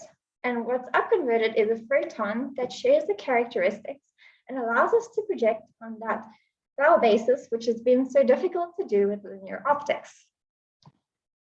And it turns out that quantum mechanically, some frequency generation is just like reverse SPDC. And that means the laws of conservation also must apply. And it means that what we saw classically also applies quantum mechanically. When we go to the lab, it looks a little something like this. So what Alice does is she takes a crystal and produces two entangled photons with it. And these entangled photons form our channel. She sends one of them to Bob and she keeps one for herself. Now we have to prepare our state. We use a bright coherent laser for this because of the efficiency of the process. But in principle, this stays the same on the scale of photons. And so we take a spatial light modulator and use this variation in phase to encode the spatial mode we want on the bright coherent state. And here we have an example of different orbital angular momentum modes all the way from minus to +2. And so we take that and we mix it with our channel photon on Alice's side in the nonlinear crystal. And in doing so, upconvert a photon that shares the characteristics. When we detect in the Gaussian mode with the single mode fiber, what we're doing is projecting into the Bell state that doesn't need a unitary variation. That means that Bob, for this specific Bell state, Bob gets exactly what we send. And we test this by putting a spatial light modulator on Bob's side as well. When we use the appropriate analyzers, we see that we get what we teleport. For instance, when we send a -2 OM, we detect a -2 OM, same for 0 and same for +2. But we can reduce this experimental schematic into something that allows us to see the parameters we can change. The parameters we can change to tune the system to get as much out as we want. And it turns out this is a simple schematic that does it. And the parameters we need to tune are simply the sizes. The size of the pump, the size of the photon we put in, and the size we detect at. And we see that for a very small size on Bob's side and a very big side on Alice's side, we'll increase the dimensionality that we have. And you can think of it as detuning the sizes so that we detune the lower order modes and increase the efficiency at which you see the higher order modes. And we do that experimentally. We see that when we traverse this space, we go from only one mode all the way through to 5. But we can go even further, and finally tuned, you can go even over 10 modes. Just to put this in perspective, this is where the state of the art is at the moment. And I hope I've convinced you that we are looking beyond Q-trits and beating the state of the art in a scalable way. But of course, we don't just want to show the dimensionality increase, we also want to show teleportation or actually use the system. And to do this, for instance, we encode 2 modes with the phase, and we show that phase is preserved by rotating the analyzer from constructive all the way to destructive, and we see the counts change from detecting the mode to not seeing the mode at all, and then back again as we realign the analyzer with the phase that it's supposed to have. We can do a tomography of the channel and show the state that comes through with 3 dimensions and reconstruct the density matrix that we get with that. We can even go 1 dimension further and generate 4-dimensional orbital angular momentum modes, which we see over here, where we've constructed a mode with these different charges. But we're not confined to orbital angular momentum. And so using this 4-dimensional state, we can construct a mutually unbiased basis and even show that we find the same teleportation in this basis happening as well. But we can go from the polar coordinate system to the Cartesian coordinate system, and in doing so, construct modes using Hermite Gaussian modes. And with this, we make a superposition of 9 states and teleport it successfully. We can even play with the weights of our different states and engineer arbitrary modes. With that, I hope I've shown you that we can do high-dimensional teleportation in a scalable way and beat the state-of-the-art limit before. And so I invite you to have a look at our paper, which is in archive and under review with Nature Photonics. And I'd like to thank you very much for your attention. Thank you very much for the talk. Let me ask if audience have any questions.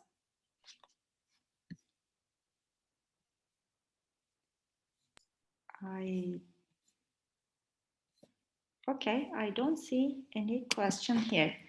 Thank you, Berenice. Have a nice day. So thank you. Let's move on to our next speaker, Caddy Peters from South Africa again, structuring light for robust optical communication through atmospheric turbulence.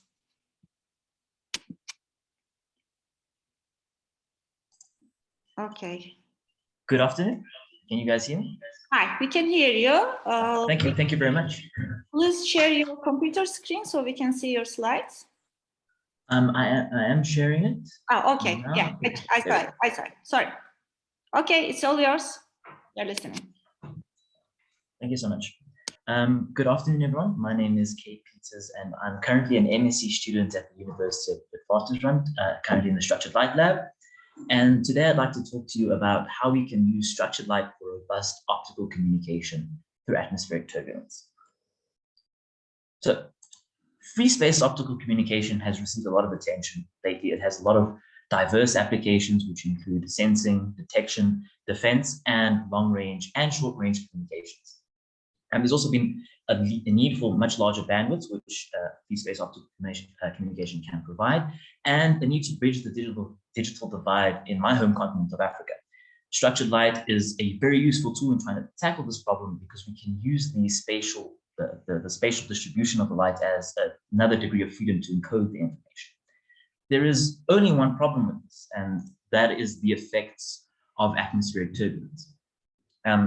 The atmospheric turbulence occurs because the atmosphere is not a uniform medium. There are slight variations in the temperature and the pressure, which in turn create slight variations in the refractive index. And these generally tend to hold up. In a lab setting, these effects are negligible, but if I wanted to propagate a beam several hundred meters or kilometers, these effects become significant. And as you can see from some of the simulations I have, there are various types of modes.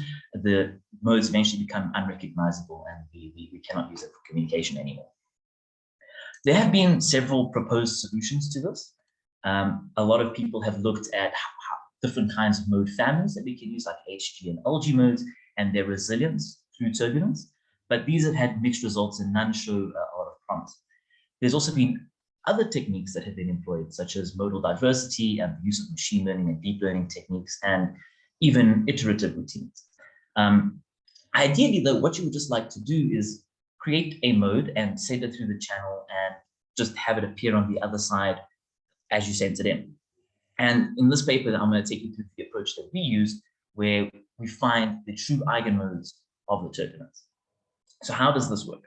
So the first thing we need to do is realize that any optical channel can be modeled as an operator. And the turbulent channel is an optical channel. And so we can say it is defined or is described by an operator U, where the operator U will act on our input field V and output some other field. In this case, because we're dealing with propagation, our operator takes the form of the Huygens-Fresnel diffraction integral. Let's just break this operator down a little bit because it is a bit complicated. We've got first our function G, which is the free space green function. And essentially what this function is telling us is how the mode will change as it propagates through free space, how the phase will evolve and how the intensity will change just through free space propagation. Then we have this additional phase factor, e to the I theta. And this factor comes from the phase gained by propagation through the medium. In our case, because we're looking at turbulence, it's going to be the turbulent phase that's picked up. And then we simply just have our initial field that we started. Now, if I wanted to find what the eigenmode is, we can think of just any normal operator. We have an operator that acts on an input vector, and if the vector remains unchanged, say for some eigenvalue, we call that vector an eigenvector. In the case of modes, we will just rephrase that terminology to be the eigenmode, and this mode will then remain unchanged under the action of this channel operator. But before we go and we start seeing, well, we know how to find these eigenmodes very well, but we need to first find the exact operator for our channel.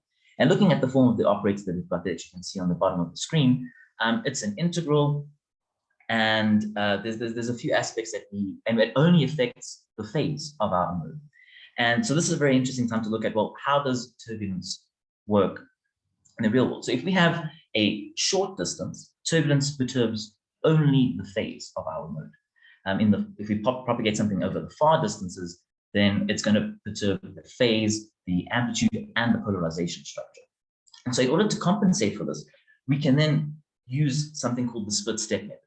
So in the split step method, what we do is we take our turbulent channel, which could be arbitrarily long, and we break it down into much smaller unit cells. And these unit cells are short enough so that turbulence over the small distance in the unit cell is only a phase perturbation. And then that's the first instance where we can now use our operator. So we take one of these unit cells, and we have already, by propagating a distance c, taken care of the propagation factor in our operator. The next step is then to discretize our initial plane. Our operator took the form of an integral, but in order to treat it as a matrix, we have to take it from something being continuous to being discrete. So we break up our initial plane into squares of side length delta. We then add in a hard aperture, which is important for phase-only modulation, which will come into play later. And then to add into the phase factor, we add in a turbulence phase screen, which you can see there. And this turbulence phase screen is made up of the average effect of turbulence that the mode will experience throughout this unit cell. And so our turbulent channel is broken up into many of these very small unit cells. And because this unit cell is a repeated action, if we find the eigenmode for one unit cell, it should be then the eigenmode for the whole channel, because then we just have the repeated operation again, which should always return the same eigenmodes. So you might be asking, well, what do these eigenmodes look like? We've got our operator, and here you can see several examples of what these eigenmodes look like. We've found them and we've solved for them. And you can see they generally tend to not have a typical structure of normal structure, like there's very little, there's not a lot of symmetry. And these ones, which are the first 5 in mode order, bear some resemblance to the Gaussian modes. But as you look at the higher and higher orders, you'll see there's tons of variation in the intensity profiles. How we decided to order them in increasing mode order was we look at eigenvalues returned by the matrix operator. And we ordered them from highest eigenvalue to lowest eigenvalue. So here you can see the first 5. We also then have different eigenmodes for different realizations and different strengths of turbulence, and as you can see going down columns, excuse me. And how we change the turbulence strength, we determined by using the Wright-Off variance of the whole channel. So for a weak turbulence, we used a 0.5 Wright-Off variance, and for a very strong turbulence, we used a 1.5 Wright-Off variance. And there's procedures that we've come up with that can relate the Wright-Off variance to the feed parameter, or basically the strength of each individual turbulent phase screen in our unit cell.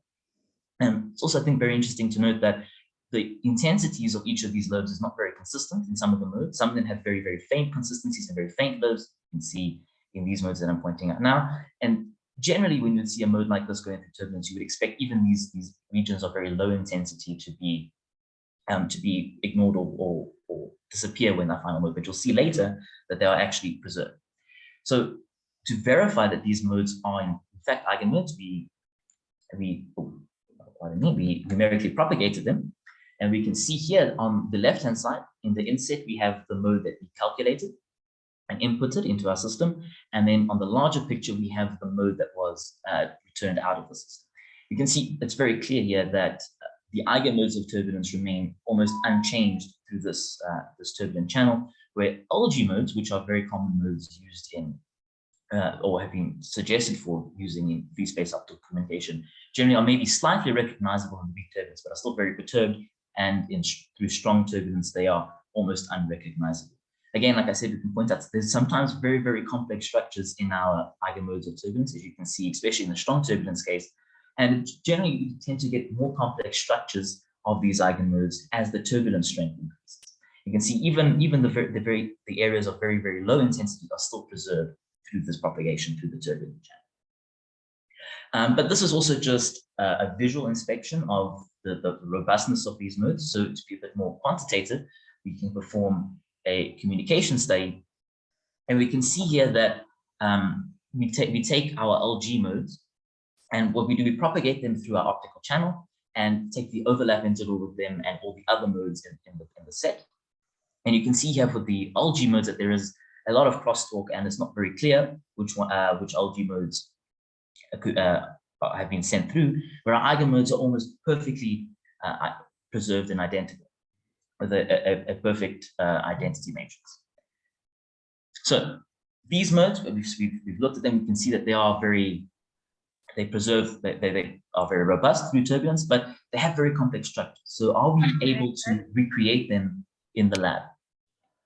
And so for this, just to show that we can do this, I've shown you that in our experiment that we calculate eigenmodes for specific realization of turbulence, and we use a device called a structured light modulator. And on this device, you can add in a phase hologram, and that's shown in the second row. And then in the final row, you can see the detected images from our experimental setup of the eigenmodes. And so we can definitely faithfully recreate these modes in the lab setting. And all that's left now is just to experimentally verify that these modes actually work in a real life turbulent channel. It's very difficult, of course, we don't have a 100, 200 meter long lab. So we use a Fresnel scaling technique to reduce the distances, but increase our turbulence phase screen strength proportionally. And so there you can see our experimental setup. We start out with our laser, which gets expanded and collimated onto the generating SLM, where the modes are first programmed. These modes are then imaged straight onto the first SLM. This SLM is where we add in our turbulence phase screen and acts as the beginning of our first unit cell. So we get one unit cell and then we propagate it 1 meter onto the second SLM, which starts our second unit cell, and then propagated onto SLM3, which gets another phase screen and starts our third unit cell, and then gets propagated another meter to our camera where we take our intensity images. Then here you can see the experimental results from that experimental setup. Again, you can see in the insets, we have the modes that were inputted into our system, and the larger images show the detected intensity at the camera. And I think, again, it's very clear to see that the eigenmodes are very, very good at preserving their structure, where the algae modes become extremely aberrated through the turbulence. And I would just like to then thank you very much for your time looking at my talk. I'd also like to thank my collaborator on this project, Mr. Asher Cook. He's put a lot of work into coming up with this method and doing the experiments. And so I'd like to also acknowledge his contribution and the contributions of everyone at the Structured Light Lab for their assistance and resources. And then that's me. Thank you very much. Thank you, Kader, for this nice talk. Let's see if we have any question. Okay, I don't see any. Thanks again, and good luck for your works. Thank you very much. Okay, let's move on to the next speaker. Chani Moodley, I hope I pronounce your names correct. Sorry if I misspell. From School of Physics, University of Witwatersrand, South Africa. The title of her talk is Resolution Enhanced Ghost Imaging Using Machine Learning. Microphone is yours. Hi, can you hear me? Yes, we can hear you. We can see your slides. See my slides. Okay, great. Thank you. Okay, so good day, everyone. My name is Chani Moodley, and today I'll be talking to you about resolution enhanced ghost imaging using machine learning. I am a PhD candidate at the Structured Light Lab based at the University of the Witwatersrand in Johannesburg, South Africa.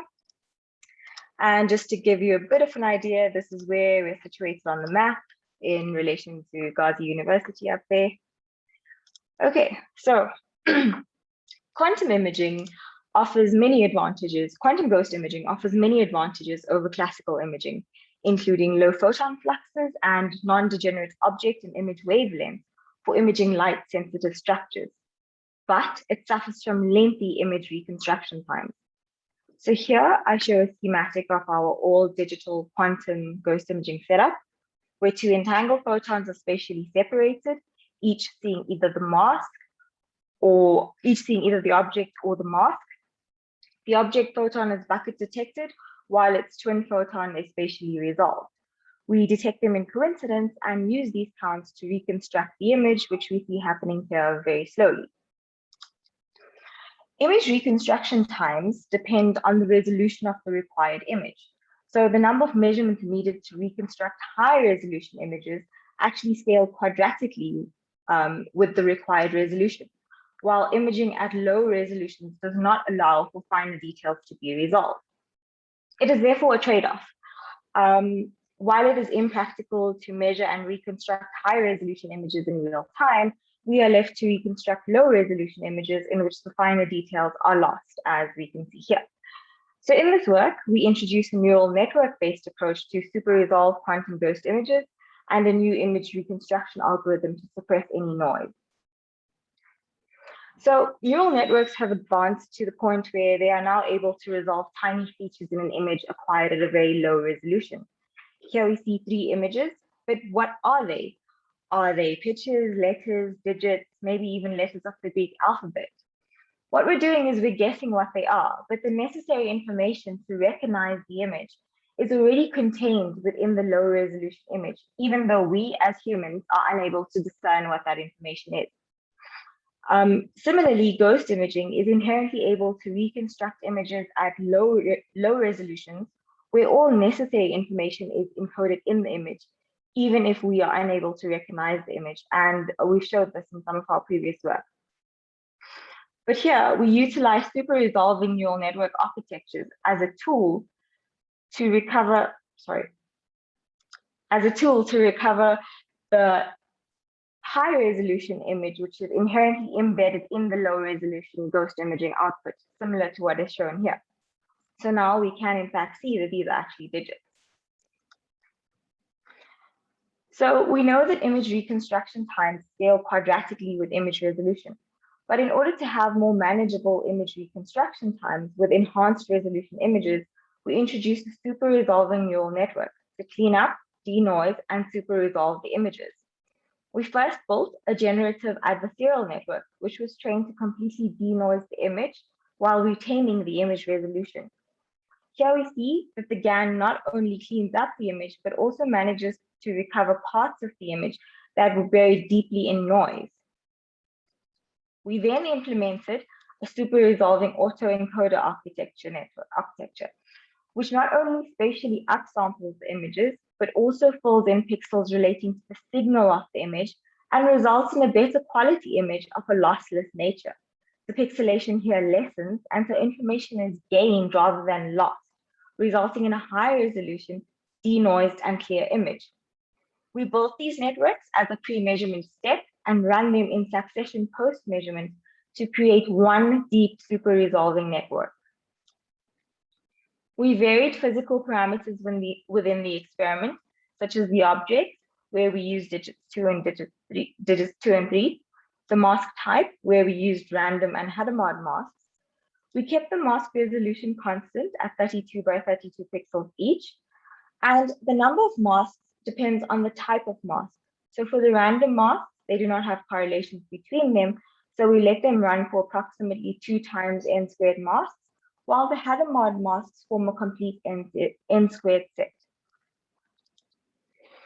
Conceptually, the image is reconstructed as a linear combination of the patterns weighted by the measured correlations, but with a few caveats. So in traditional ghost imaging, the masks were weighted by the coincidence counts. This proved inefficient because, as you can see here, it took many, many masks and many measurements to even begin reconstructing the image. This was built upon, and in some studies, the accidental counts were subtracted so as to improve the image quality. This worked marginally, but the image is still quite noisy. Presently, the most efficient method is to subtract the ensemble average of the coincidence counts. This is also referred to as DC term removal, and as we can see here, produces an image of the best quality. So we took a look at these algorithms and thought, can we better suppress the noise within the reconstruction? And so we subtracted not only the DC term and the accidentals, we also subtracted the DC term relating to the accidentals. The result is a clearer image with the background suppressed to the highest degree.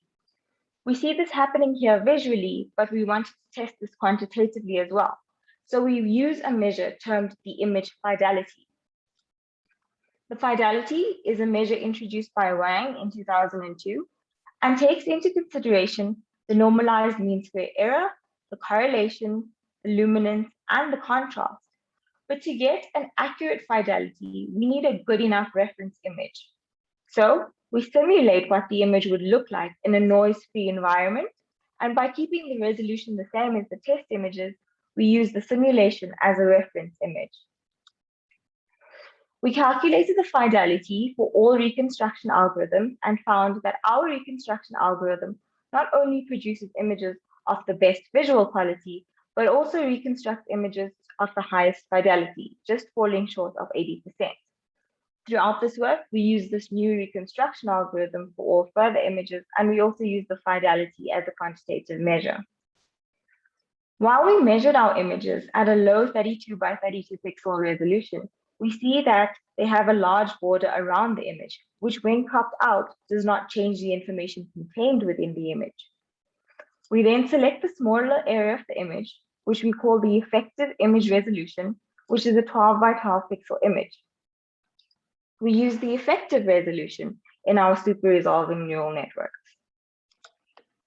So now for some results. Here I show our experimental image reconstructions for both random and Hadamard masks. And although our images were reconstructed at 32 by 32 pixels, we use only the effective image resolution. It can be seen that the images reconstructed with the random masks are less complete than those reconstructed by the Hadamard mask. We then pass the images into our generative adversarial network and see that not only are the images denoised, but the incomplete parts of the image are filled in by the GAN, and the images are now complete, denoised, and clear. After denoising our images, we send them into the super resolving autoencoder network. As can be seen, the super resolved images are not resized images of the GAN, but rather the network has learned to fill in the finer details that are otherwise lost with resizing techniques. We did this for both the Hadamard and random mask types. Visually, we can see an increase in quality, better resolution of the finer details, and a clear image on a dark background. It was, however, necessary to quantify the increase in image quality. And so we tested the image fidelity against reference images at different target resolutions. We calculated the fidelity for 32 by 32, 64 by 64, 128 by 128, and 256 by 256 pixels, and averaged over all the relative images across all the objects. Here you can clearly see that the fidelity decreases marginally with an increase in reference resolution. However, at 4 times the measured resolution, we have a fidelity of approximately 90%, thereby super resolving to 4 times the measured resolution, resulting in an image that would otherwise take 65,000 measurements and is physically impractical to measure. To bring it all together, here I show the image fidelity calculated at each step and averaged over all the reconstructed images. We calculated the fidelity for each of the reconstruction algorithms. We then chose the algorithm which performed the best to reconstruct all our images, and we sent these images into the GAN for denoising, and finally we super resolved the images by the super resolving autoencoder. The fidelity increased at each step in our super resolving process, as can be seen here. We therefore achieved super resolved images with approximately 90% image fidelity and super resolved to 4 times the measured resolution. To sum it up, we designed and implemented a super resolving neural network architecture to use as a tool to recover the inherent high resolution image embedded in the low resolution ghost imaging output. We implemented a new image reconstruction algorithm, which performs better than other frequently used algorithms. And we reduced the number of measurements needed for a high resolution image by a factor of 32, reducing measurements from 65,000 to 2,000 to acquire an image of the same resolution with a 90% fidelity. We quantified the quality of the super resolved images at different test resolutions by calculating the image fidelity, and in so doing, we have shown a 4 times super resolving capability with a fidelity at 90%. We've submitted this work, so we should see it out soon. And yes, thank you very much for your time and attention. And yeah, I'll take any questions. Thank you. Thank you for the nice talk. Good work. And let's see if we have any questions. Okay. Do we have questions? Okay. I guess we don't have any questions at this moment. And thank you very much. And good luck. Thank you. Good luck for your future work. And I see our next speaker. Let's ask if our next speaker is here. Hajieva Flora Vivadi? Probably not. If that's the case, so I believe we can go to a coffee break and we'll go to the session 4 after coffee break. Thank you very much for your attention. So, question? There's a question maybe? Yes. Yes. Okay. Shane, are you here? Shane is? It's not, yeah. Shane left. I'm sorry, was there a question? Yes, there's a question. Yeah, there's a question. It would be very useful for students to know the differences between the fidelity and the relation between the fidelity and also similarity function. If you, I think you are compare two image, and you can find the similarity between two picture and discuss and compare with the comparison with the similarity of this. What's the differences, main differences, and also the main similarity between similarity function and also fidelity? Thank you. That's a very good question. Thank you. In terms of the structural similarity index, you could have a very noisy image, but you'd still get a good structural similarity index, even though the image is noisy.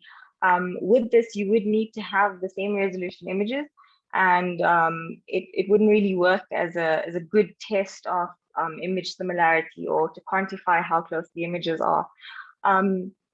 But with the fidelity, we take into account, how bright is it, what the luminance, the correlation between the two images, and also the normalized mean squared error. So the fidelity actually takes into account more aspects rather than just the structural similarity, if that makes sense. Yes, thank you. Thank you very much. Okay. Any other question? Okay, I believe not. Thank you again. Okay, then we can go to a coffee break. See you in the next session.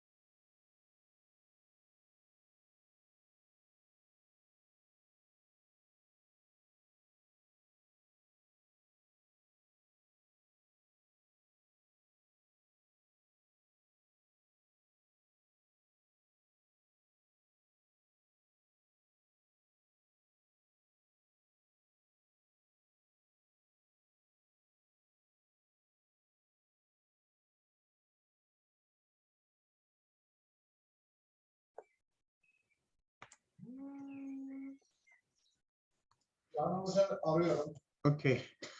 Okay, dear participant and distinguished professor, and yeah, okay, we are waiting for the chair of the conference, Professor Canan Hoca. Canan Hoca. Yes, I'm here. I was just waiting for the coffee break to finish up, but I guess I'm already late. No, it's 5:05, so I am not. Okay, it's the time, and if you open your video, it would be appreciated. My video? Your camera, please. Oh, I'm really sorry for that. Wait a second. Here I am. Yes, yes. And sorry for the delay. Thank you. So, welcome everybody to our last session of the first day of the conference. I assume you're not experiencing any, even a little bit of energy loss and benefiting from this great organization. We are very much thankful to Gazi Department of Photonics. In case some of the minority will create an objection, I'm sure the session speakers will increase their energy states through multiple exciton generation. And I'd like to introduce make the brief introduction of Professor Manijay Razagi, first of all, who is the Director and Center of Quantum Devices, Department of Electrical and Computer Engineering at Northwestern University, USA. She received her PhD degree from Université de Paris, France in 1980. During the 80s, she acted as the head of the Exploratory Materials Laboratory at France, where she developed and implemented the MOCVD, vapor phase epitaxy, MBE, gas MBE, and MOMBE for entire compositional ranges of 3-5 compound semiconductors from deep UV to terahertz. She has authored more than 1,000 papers, more than 34 book chapters, and 20 books. Each have made great contribution to technology of quantum devices and solid-state engineering. She holds more than 60 US patents.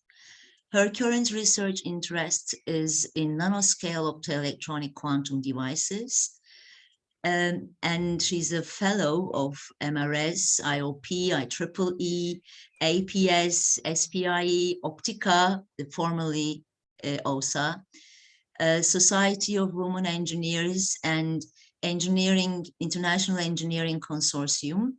She received the IBM Europe Science and Technology Prize in 87, the Achievement Awards of the Women Engineers in 1995, RF Ban Shah Award in 2004, IBM Faculty Award in 2013, the Jan Choralski Gold Medal in 2016, and the 2018 Benjamin Franklin Medal in Electrical Engineering. She's an elected lifelong fellow in Women in Sciences, Engineers, IEEE and MRS. And now I would like to leave our screens to Professor Manjay Razagi. I'm really sorry for that. Whom I really admire her energy and appreciate her presence. Please. Thanks a lot. Thank you very much for the great introduction. And as I say always, I prefer exactly to decrease the time of the introduction and to have more scientific discussion. But first of all, it's a great honor and pleasure to be with you, unfortunately through Zoom, not in person. That is the light technology. So before to start, I would love to thanks again everybody and to say that you tried during the coffee break to show all of the beautiful Turkish coffee. And now I would like to see only you try to see my coffee cup and to read it in the again by Zoom. So let me to start by say that that is the light and the light technology. So please, I would like to start by exactly as you see here, that is the time of the COVID, that is the time of virus, that is the time that make a kind of problem for the world.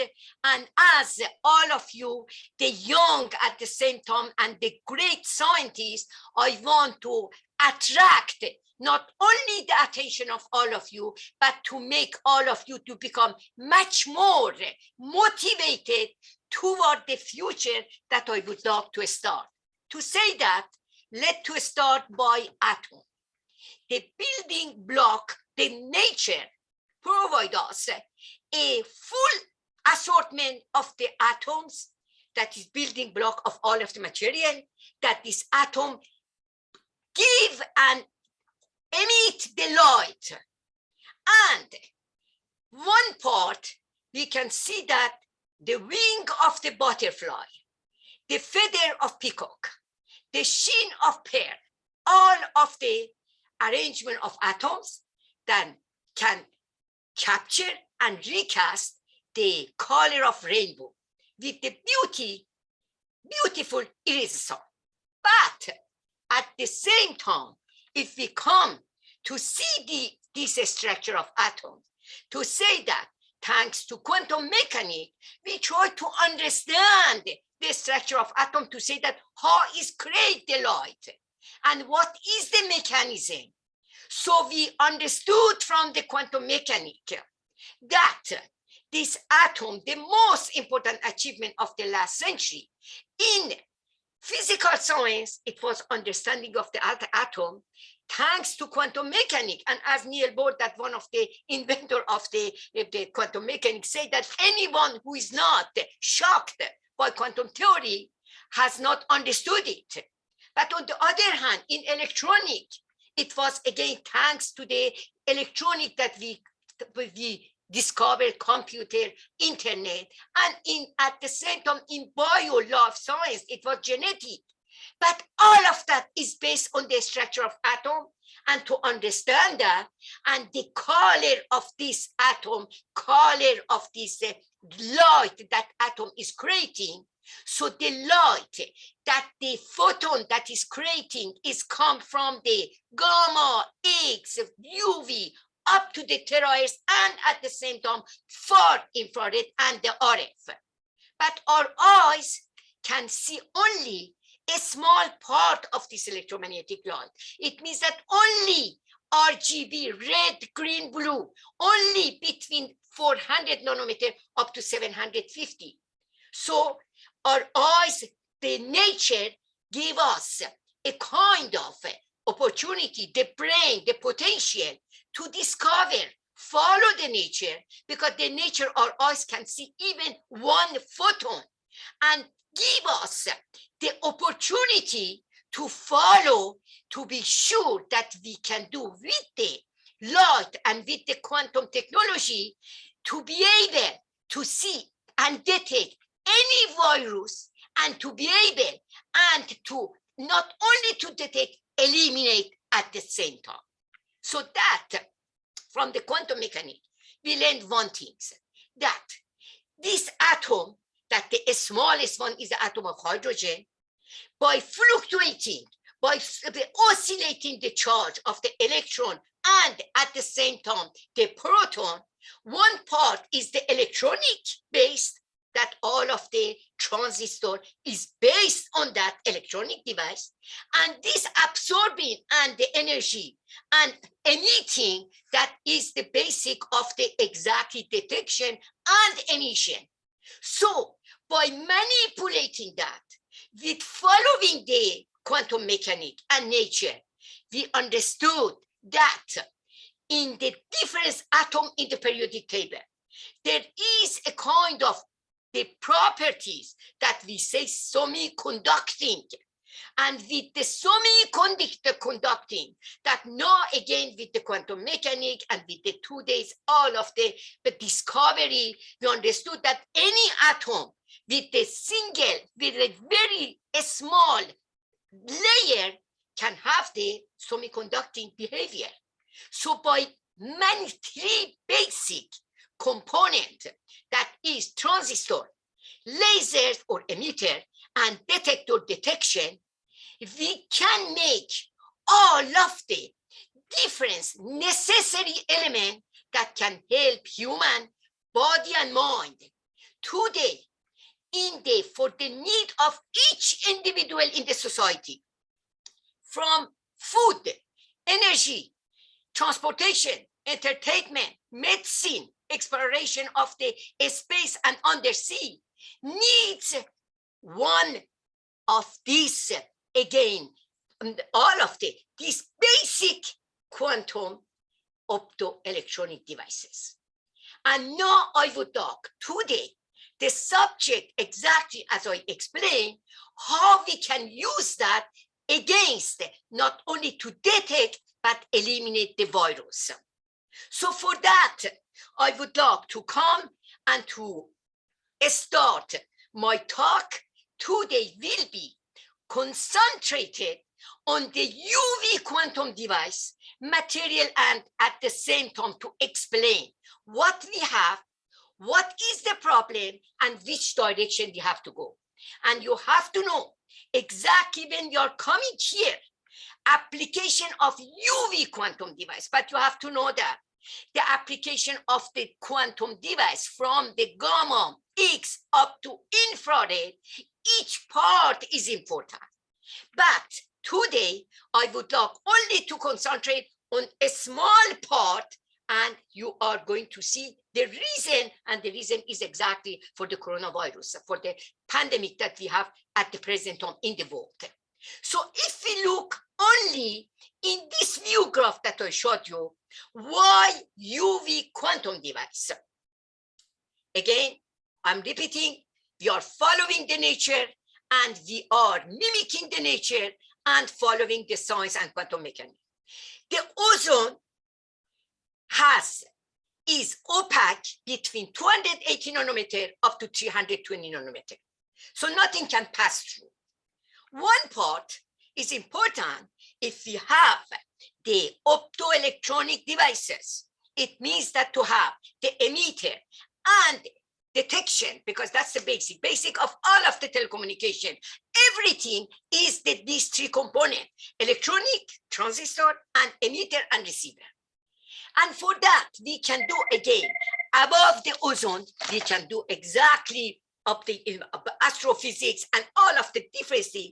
But on the Earth at the same time, we can use for the different application, that most important part, I want to attract the attention of everybody for the chemical, biological agent detection. And why?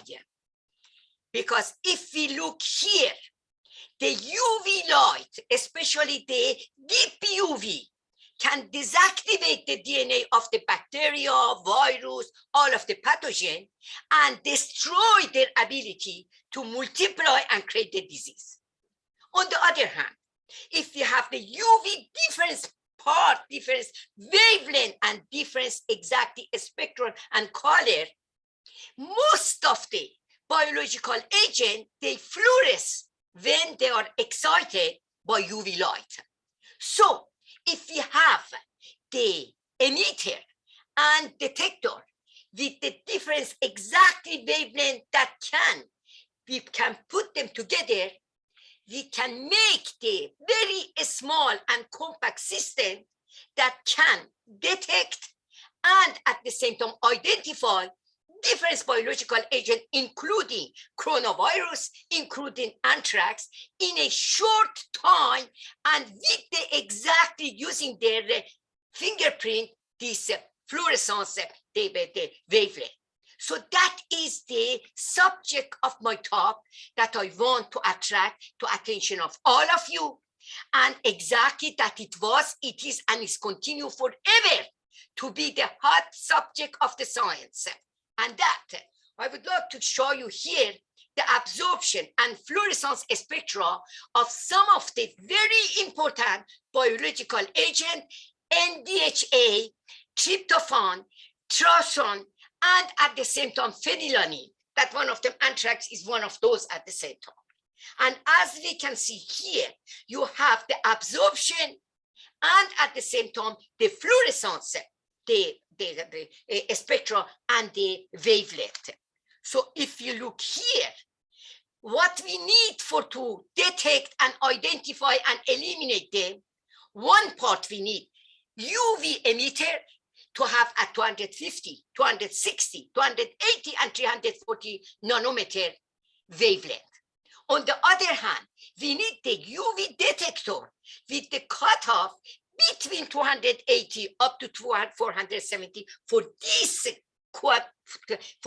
kind of the biological, again, the agent. But at the same time, we need to have the new one in the match deeper for the detector and at the same time emitter to be able to detect all of this new virus that was coming.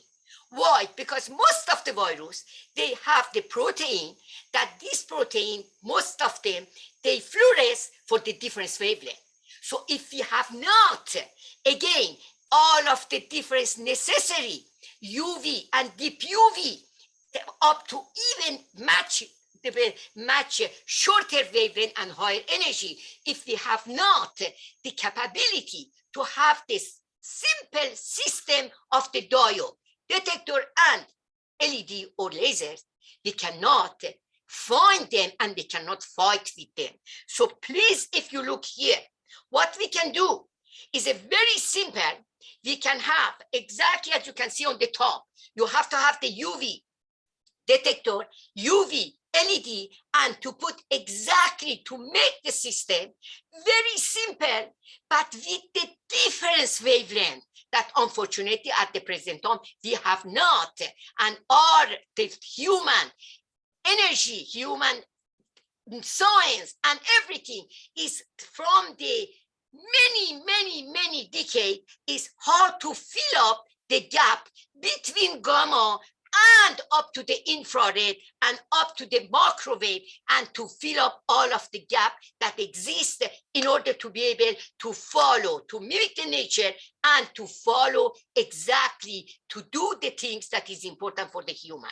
So as you can see on the bottom, that is if you have the system that the detector, because each again wavelength, each fluorescence needs the special wavelength for the emission, the emitter, and at the same time a special wavelength for the detector. They are connected with each other.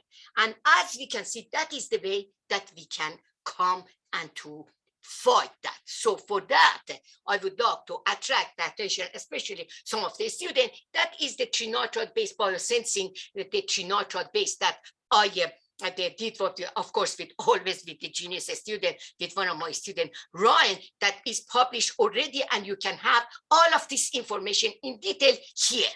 So let me now to explain how by using T5 or semiconductor, but not only T5, the semiconductor material to make the device that we can fight all of the virus and at the same time, especially really the COVID. Here I'm showing you a part of this periodic table that attracting your attention between column 3 and column 5. The last energy level of the column 3 and last energy level of the column 5 has 5 and 3 electrons.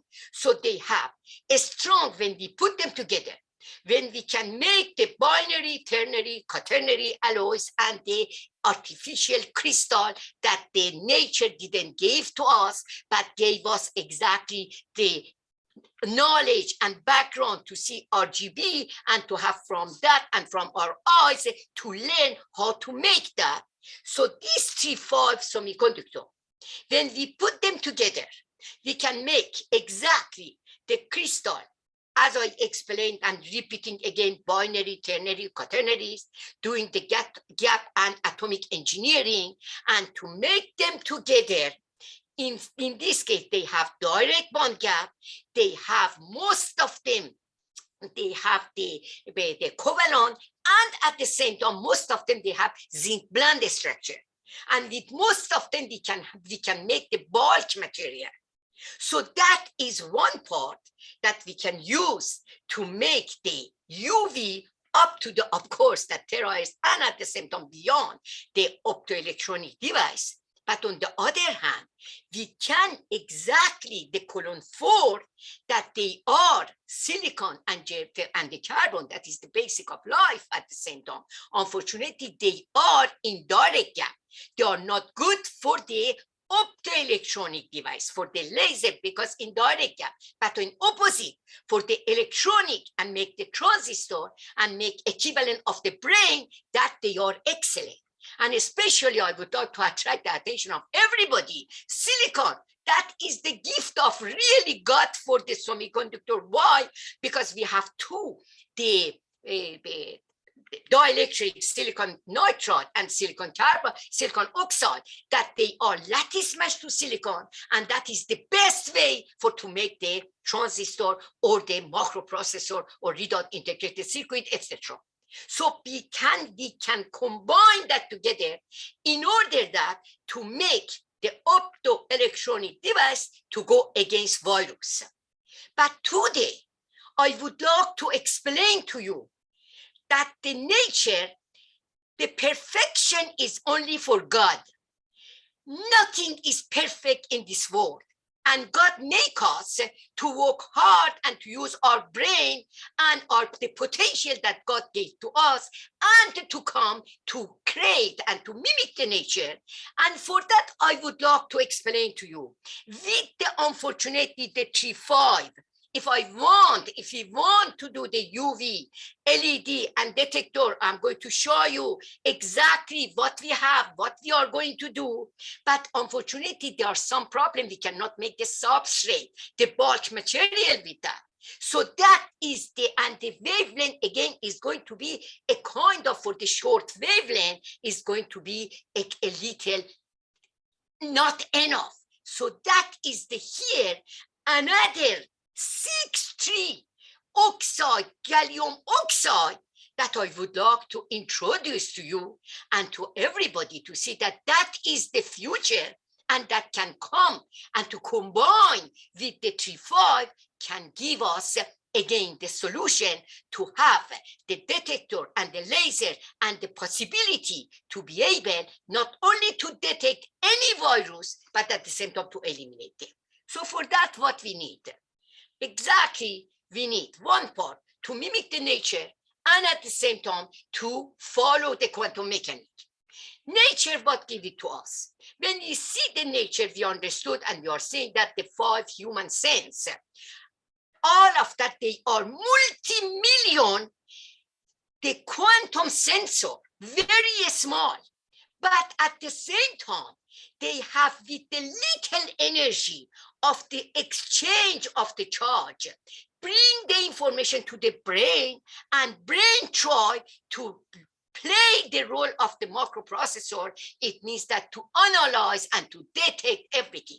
And if we took only our eyes, we can see that one part not only got touched, gave us the kind of excellent model that has, first of all, has 3 kinds of the sensor that can see 3 colors of the rainbow. It means that RGB, red, green, blue.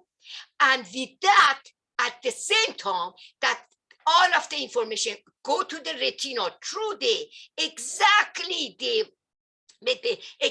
the neuron, and the brain play like a microprocessor and take all of analyze everything. But at the same time, our eyes, unfortunately, again, is very limited.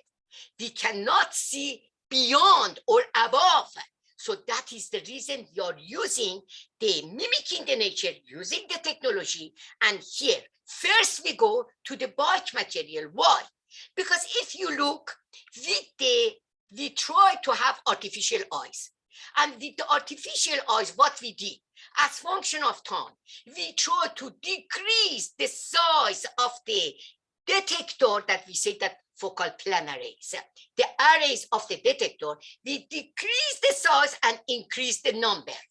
For the equivalent of brain, we make the microprocessor, all of the transistor based, the integrated circuit, and we try to decrease the size and increase the number. But if we compare with the brain, we can see that the state of that microprocessor can consume 20 watts. That is approximately 2-3 times more than human brain.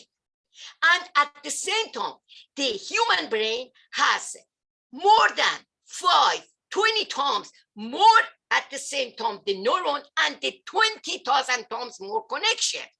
On the other hand, state of the art, all of for the storage of the information, we are using at the present time, the maximum is the 2 terabits per square inch. But if you go to the DNA, can storage more than 600 terabits. And at the same time, all of the storage system that we have for the present time has a problem of the rate bits. It means that cannot survive more than 10,000 years. But the DNA with the unencapsulated DNA is predicted that can work more than 1 million, and at the same time, DNA is a 3-dimensional, is a bulk, and that has a lot of absorb and a lot of they analyze the density and at the density of the information. So we are following the nature. So here I'm showing you where first we do the bulk material. Bulk material, exactly as I showed you, we can do that to see about 3,5 material, or we can do that the 3,6 like gallium oxide. But unfortunately, when we do that, quantum mechanics and nature telling us that cannot be very efficient. Here we have quantum mechanics. Density of a state as function of energy is parabolic. It means that we have a lot of waste energy for one wavelength that we want. Now, if we come and to do atomic and gap engineering, it means that to come atom by atom. So how we can do? We invented and we continue to say epitaxy. It means that different technique that we can come atom by atom, control the different atom and to put together, say that we have the quantum well. After quantum mechanics 100 years, we know what this means, one-dimensional confinement, so the density of a state as function of energy, it becomes now in one direction, we can control the electron, and we can control and to have the wavelength that we want. But still, we can see that is not as efficient as nature gave to us. So if you're coming now to use the different technique of the photolithography and that to make a small dimension, such as the quantum wire, similar to the artificial molecule, or to do quantum dots, similar to the artificial atoms. In this case, quantum mechanics tell us exactly nature has right to go to the small dimension, and that following that, we are going again to follow the nature, and that is the things that I would love to explain to you and to show to you. So what was, again, the last century work, achievement that now is continuing? That it was first, it was the bulk material that it was Czochralski. Why Czochralski? Czochralski, he was a chemist, a Polish chemist, that he was, in order to put his pen in the ink, he put in the molten zinc, and that it was a starting of the crystal growth. A starting of the bulk. After that, the human brain, human power that tried to come with the inventing, now we can have, for most of the material, we can have the bulk, and the bulk crystal growth, that you have the difference technique, Bridgman, the difference technique. But unfortunately, for the gallium nitride, aluminum nitride, that is the subject that I'm speaking, is we cannot spy 30, 40, 50, 60 years. Nobody can make again the bulk substrate of the gallium nitride, aluminum nitride. What does it mean? It means that that's the challenge for the future generation. It means that we have to have that, and you are going to see that now. Why? Now we have the bulk material, we need the epitaxy. There are different techniques, because we have to be sure that which material, what we would like to do. And the problem is to control atom by atom. When you become familiar with the quantum mechanics and with the periodic table, you can see that if the smallest atom is hydrogen, and all of the different atoms in the periodic table is the combination of the atom of the hydrogen, increasing 1 electron, 1 proton, and that by putting them together, how they can come together in order that to create all of the different crystallography that you can see, and all of the different physical chemical properties that you can see. So we want to be able to control the different atoms the way that they are not creating the defect. Because any defect, you are going to see that how try to create the problem for the exactly the device that you are doing. Similar to the eyes, that the nature did so beautifully to have the three kind of the exactly the three kind of the sensor. And that in the, and if you have one of those as an example, the one of the red, if it's not working, if there is a small problem, we cannot see the red color. And that in crystallography is exactly the same thing. When we make the crystals, in order to make the device that go against again the detection of the different virus, we need to have perfection. Now, at the same time, the lithography, because when we are coming, so for the epitaxy, there are different techniques, liquid phase epitaxy, vapor phase epitaxy, MBE, MO, and each of them, they have some problem, and still we need a lot of work, research, improvement for not only the system of the reactor, but at the same time, all of the source that we are using, all of the material that we are using in order to use to make again, all of our special structure for the special wavelength of the detection and emission. So we have to control everything. And of course, with the exactly as I mentioned, lithography, etc. So that it was again with my background, everything when I went to Northwestern, I tried to create exactly the city environment, because everything that I'm telling you, the science, it becomes multidisciplinary. It's not more physics, chemistry, bio. There is no more boundary. That's the electronic, coming photonic, coming to the biosense, everything. We need to have the background of the physics, chemistry, material science, mechanical engineering, electrical engineering, bioengineering, and all of that has to become a part of curriculum for the student from the high school, not even for the, we have to start to teach them, and more now, we need to know, so the mathematics and the modality, the simulation of any device that we want, that is the basic. You have to know the math. You have to know exactly how to do the simulation, and at the same time, the quantum mechanics, the problem. Now, when you have that, you have to know to make your device, the things that the device that you want, laser detector, any wavelength, not theoretically you have, no, you have to make it. How you make it? That again is epitaxy coming in. So there are different, each material needs a special technique. It's not only one MBE or MOCVD for everything. For each one, we have to adapt that. And now you have that, you need all of the characterization, optical, electrical, structural. More you have the characterization, more can help you in order to have better understanding of the science and at the same time to make the device that you want. Now you have that, now you have to make at the same time the fabrication. Fabrication, when you are coming to the quantum device, when you are coming to the exactly the way to mimicking the nature, there are many different kind of the characterization and fabrication that we need. Of course, most of them, they are very expensive, and at the same time, they are not mature and they are not certain. So we have to be very careful, and with the as well as the characterization or the fabrication, each step it becomes important. Now the measurement, you have from deep UV, you are coming from the up to the infrared with the different wavelength, with the different power. So all of that is a kind of basic knowledge and at the same time the research. After that, you have to have the system, because that is only by that you can make something, all right? If not, it's impossible.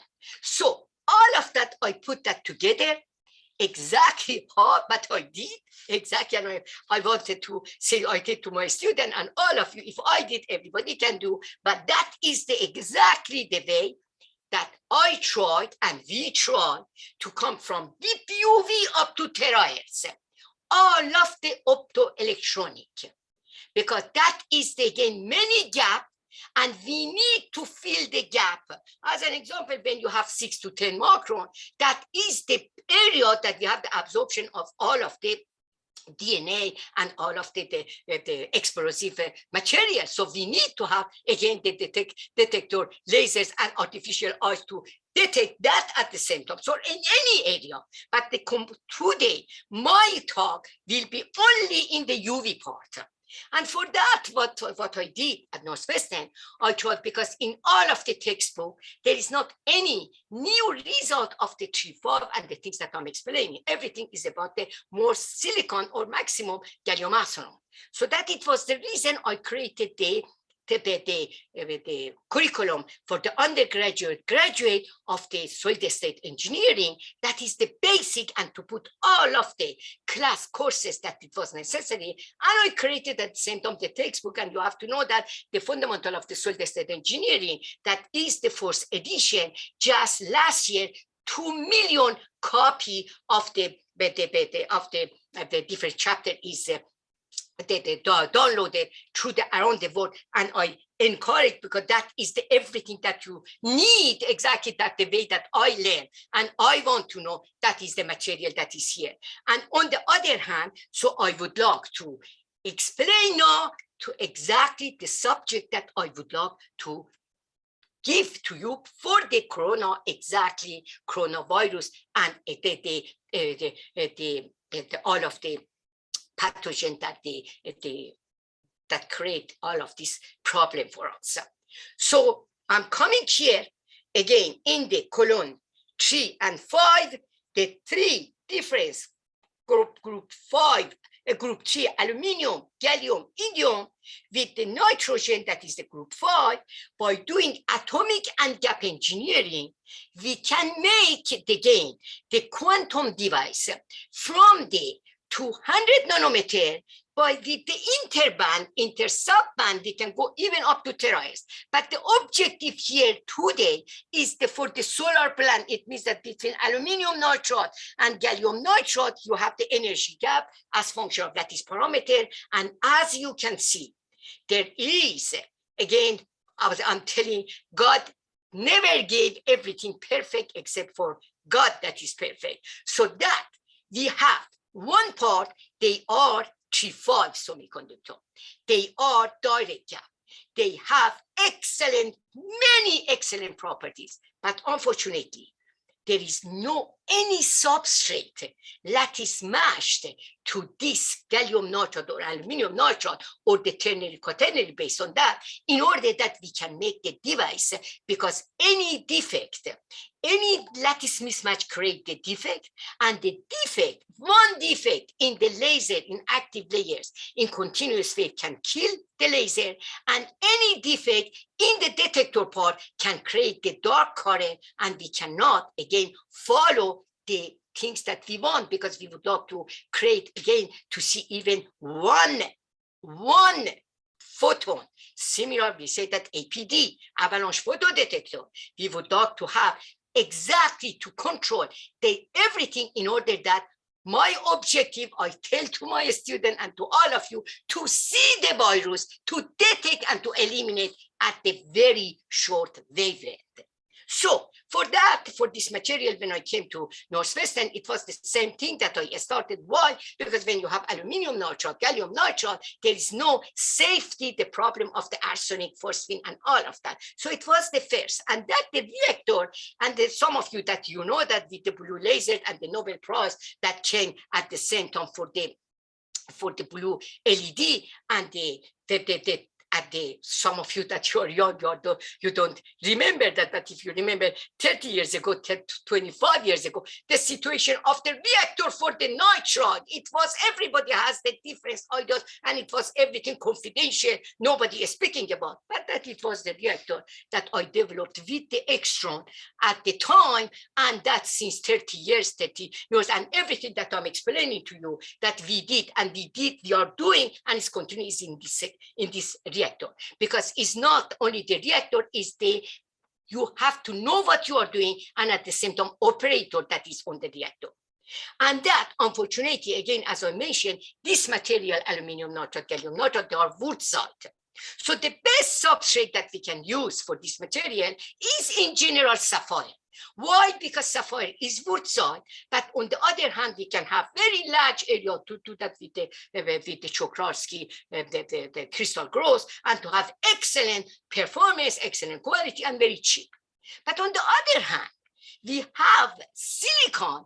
That is the basic. It is, and is continued to be the dream of everybody to put all of the components, everything on silicon. Why? Because mechanically is very strong. On the other hand, all of the difference, the electronic is based on that. So that is the things that I'm going to explain to you what we did and what we can do and how we have to continue. So here, as you can see, we started exactly because when you have the device, such as the detector, LED, and at the same time the detector, and for all of you know, but for the student, you have to know that the basic of the lasers and detector is only the PN junction. If you do the PN junction, forward bias giving you the lasers, reverse bias giving you the detector. So, and at the same time, in the structure of atom at the beginning, I showed you the absorption and detection. That is the basic at the same time of the laser and detector. So the basic of the structure is the same, but we have again to understand and to do exactly the design, what does mean for laser and what does mean for the detector. So for that, here exactly as you can see, that is the one of the, and by the way, I would like to encourage everybody, one of my book for the optoelectronic device of the trinitride, I encourage you to look on that, because all of the information that I'm giving to you and is important is in this book at the same time. So now we did again in the sapphire substrate exactly, and we managed the structure, as you can see on the right-hand side, that's the structure of the LED that you see in the bottom, the detail of the different layer. And that, you can see that even at any stage, you can create the defect. But just we gave that again in the transmission electron microscope at Northwestern, we have the great the center, and with the Professor Dravid, that is the excellent at the same time the scientists. So they in their group they try to do that for us. And as you can see here, between sapphire and aluminum nitride, the 9, every every 9 plane of sapphire is equivalent of the 8 of aluminum nitride. They are more than 13.5% lattice mismatch between sapphire and aluminum nitride. And at the same time, when we do that, the growth on top of that, there is a rotation of the lattice at the same time for the 30 degree. But as we can see here, that's really, I can say that is art and science, because 2 of my students, the Ali Reza Yassan and the Ryan McClintosh, that they were working on the subject, and that is the result of their PhD. And that is the perfection. It means that how you can control, and that has to be permanently for any material, but it's not. Exactly, you have to know that is not easy task. So here, when we have that, exactly as you can see here, we came for the LED and detector from the 200 nanometer, that is aluminum nitride, increasing by you have to do the Vegard's law. Vegard's law say that if you have the binary of the aluminum nitride and gallium nitride, you can have the linear variation, and you can calculate the energy gap, lattice parameter, effective mass, and all of the different physical parameters for the ternary. So that following the theory and experimental work, exactly as you can see here, of course, exactly as I mentioned to you, is the design, is the material growth, characterization, and the fabrication. Each step is important. If you missed one, is finished, everything that is going to be wrong, and you cannot come and to have the interpretation for the theory part for that, which is the 99% of the difference paper that you have in the literature, and the difference that they are when they have only the background and knowledge on one subject. In this case, they tried at the same time to come with the wrong interpretation that we have to be very, very careful. So now, when we have that, exactly as you can see, any wavelength that we want, we can have the detector. And the same way, any wavelength that we want, we can have LED or lasers. But they have to be, again, connected with each other. But exactly as I mentioned to you, here we have on sapphire substrate. But exactly the problem is how to come to put everything together and to have, again, a kind of monolithy, as I explained at the beginning, to put everything electronic and photonic, everything together. That is going to be on silicon substrate. And how we can do that, and I'm going to show you how we did. And everything that I'm showing you here, at the time, it was impossible. It means that including for myself. So we were, and still all of that, that is the daily research in the most important, especially at the present time. It becomes very hot subject. So that is the things that I would like to explain to you. Yes, by doing again, understanding atomic engineering and all of the detail, exactly as you can see here, we did. Exactly, for the 340, 280, 264, 254, exactly as I explained to you at the beginning, with the, again, the fluorescence and at the same time the detection. And it was the problems of anthrax, because anthrax, that was when we started exactly the date that you can see here, 20 years ago. It was so important for the anthrax that we needed to have 280 nanometer LED and at the same time for the detector. And it was exactly that it was, by the way, is supported by DARPA, and it was so important, and it continued. But what was the reason? The reason exactly today, as we know, the 280 nanometer LED and the laser can exactly to use for the 99% elimination and disinfection of the COVID-19. And that not only for the exactly, it was for the anthrax, but at the same time for the other element that I explained at the beginning. And now we did at the same time the lasers And it was very interesting because that you can see that it was the New Year's Eve, because the student and everybody, they were so excited because it was the very hot subject. The world was working on that. And that it was the reason the result came out in the continuous wave. Very nice result. And only the basic is exactly as I explained to you, how to control the material. But after that, now the question is substrate. If we use again the sapphire, or to use that again the silicon carbide, now let's to see that what the silicon, how we can have.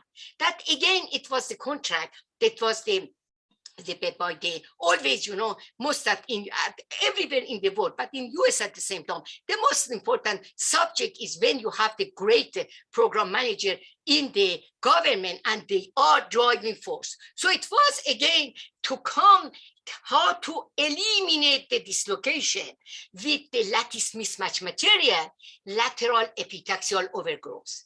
Okay, all of that you can see in the science, there is not only one group that they are coming. In the history, the different scientists coming step by step for the different part and coming, and each group and each person has some fingerprint and some, again, the contribution to the advancement of the science. So what does mean lateral epitaxial overgrowth? It means that if you have the generic substrate, silicon or sapphire, and now if here you can come with the trinitride, if we do the, again, silicon dioxide as a kind of the lithography, and to put the silicon dioxide and opening an area that you can see here. In general, with the emissivity or MBE, but especially emissivity, because that's the case that I'm speaking, you cannot grow on the oxide. You can grow only on the semiconductor. So in this case, you can do that. So objective is to come to eliminate the treating dislocation and to have the gallium nitride without, or the aluminum gallium nitride without defect. So for that, it's very important to have the high quality template layer. It's very important to have the right mask and pattern, thickness, and at the same time, the width, everything, and of course, the optimized growth condition. So here I will show you the results.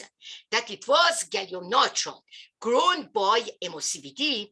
As you can see here, that is the one step, and here I'm showing you two steps, and that if we come only to take the, again, the photoluminescence, because photoluminescence is one of the nice technique, rapid technique that can give the quality of the material. You can see here, if you have double LEO, or you have only LEO on the silicon and the LEO on the gallium oxide, and you can see that here, how with the LEO, lateral epitaxial overgrowth, you can manage and to do the engineering for the defect. And now we can come here to show you on silicon substrate. It's very interesting because all of this result that you can see, not only it was for the first time, but you have to see that it was really, I believe that the time go fast. Exactly, I have to go very fast. Exactly. I love listening to you, but please. Yeah, absolutely, because I didn't have to look at, yes, so you can see that here, I'm going now very fast to see that how you can control the defect here, but at the same time, on the, here I go a little faster, all right, how you can come and to do the engineering and to have the emitter and at the same time to have the detector, everything on the exactly the silicon substrate, but with the very nice, exactly the defect-free. So the conclusion that I would like to come is the following.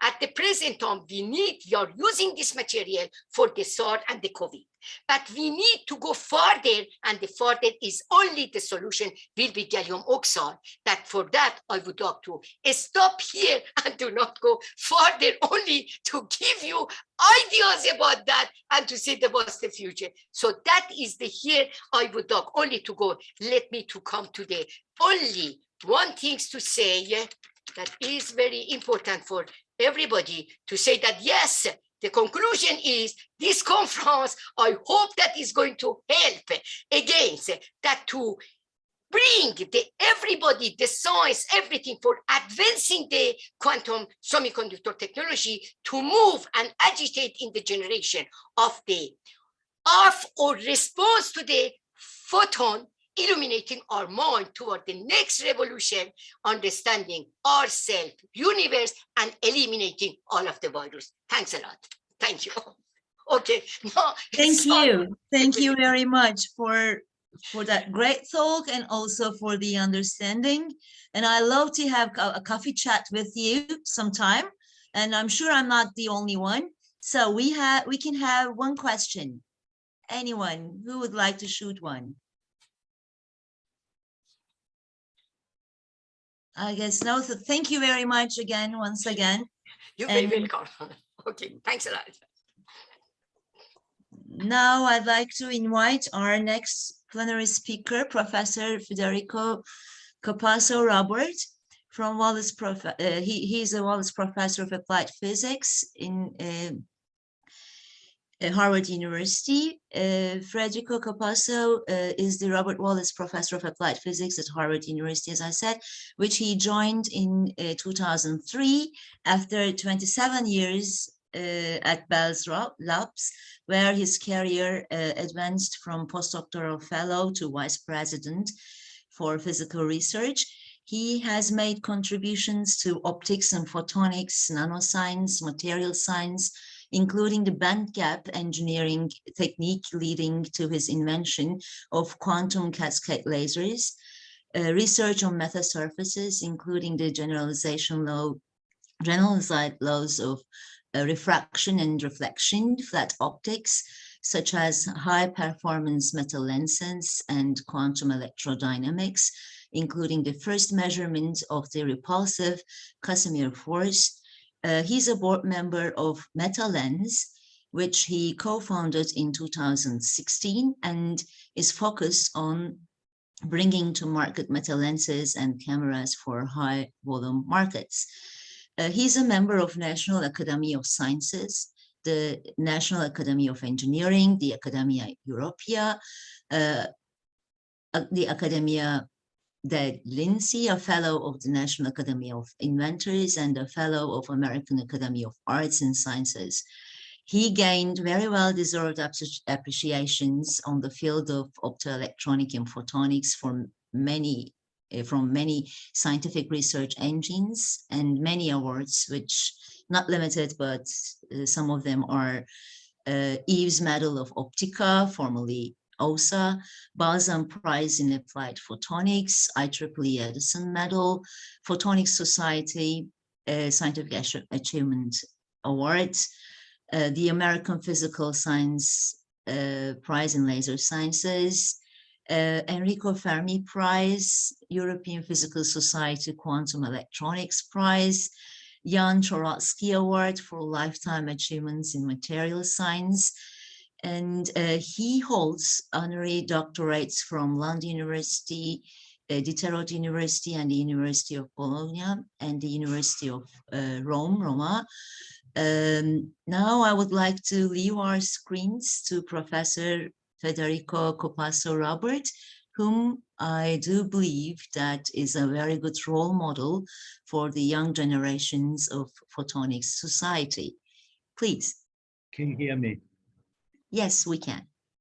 Okay, thank you for the introduction. So this is what I want to talk about today. I want to show you that flood optics, in particular meta-optics, is a very interesting and I would say efficient tool to do arbitrary waveform control from passive to active metasurfaces.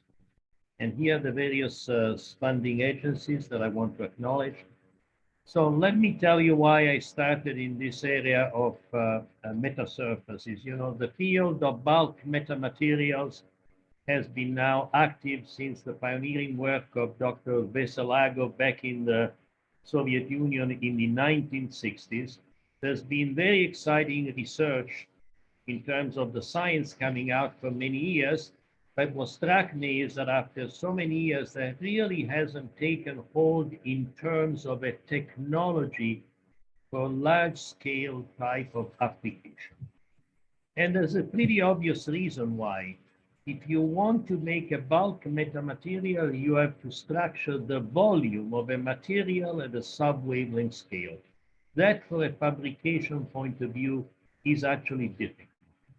So interested always not only in the science, but in the application, I decided I want to move to the surface.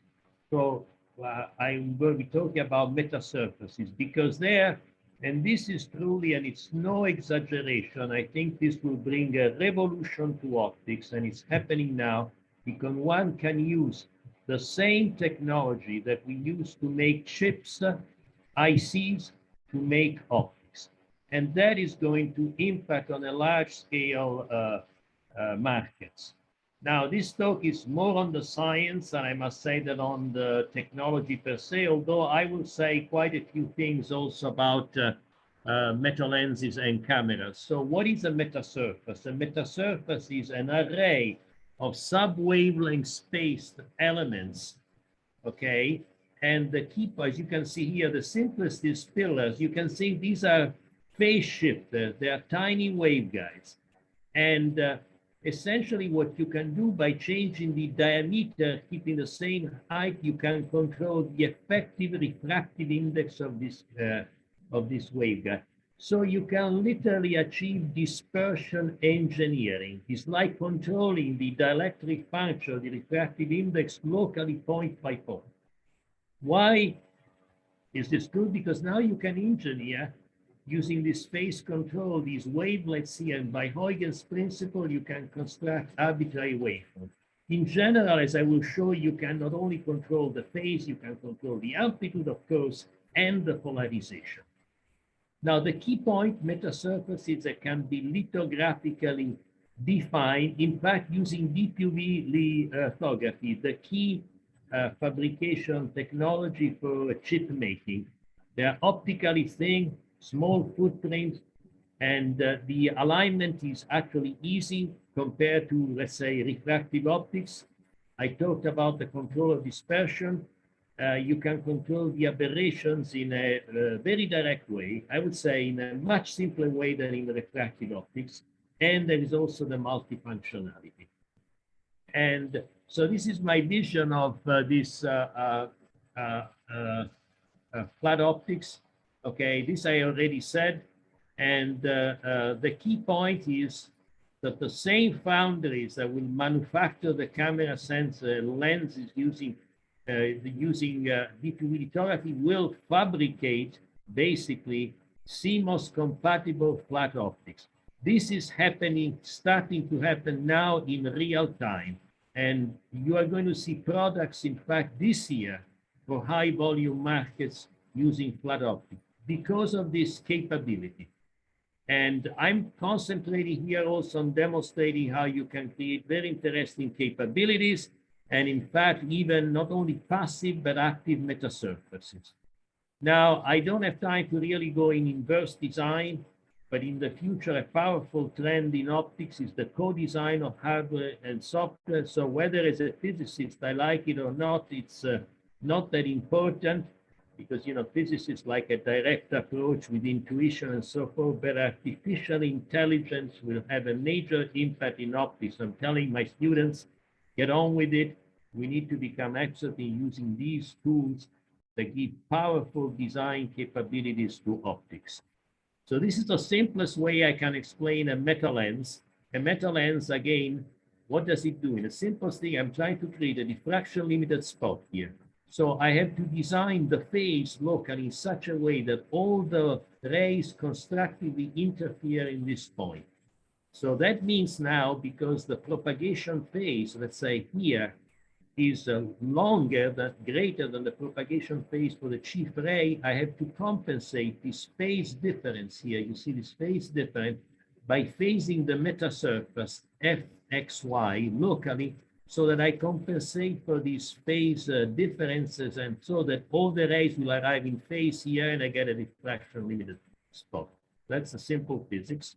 You can do that in practice. You have to create a library of pillars by solving Maxwell's equation, you can calculate the distribution of phases for different diameters. You want to have a range of 0 to 2 pi because you have to control the whole wavefront.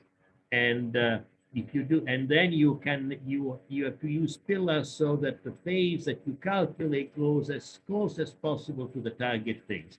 Once this is clear, everything is clear how you sort of, at least at the forward design level, how you design these metasurface. This was an important result that my group achieved in 2016. It is a meta lens made out of titanium dioxide with high numerical aperture, where we show diffraction limited performance, as you can see here, infinity corrected like an objective light coming normally from far distance, where we showed significant efficiency. And these spots are basically you see minimal spherical aberration. In fact, fundamentally, there is no spherical type of aberration.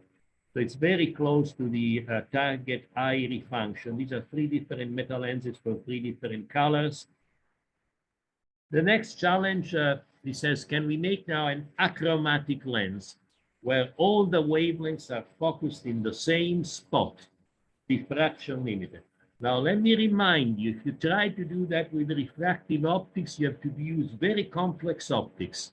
Okay, typically multiple lenses of different glasses and so forth.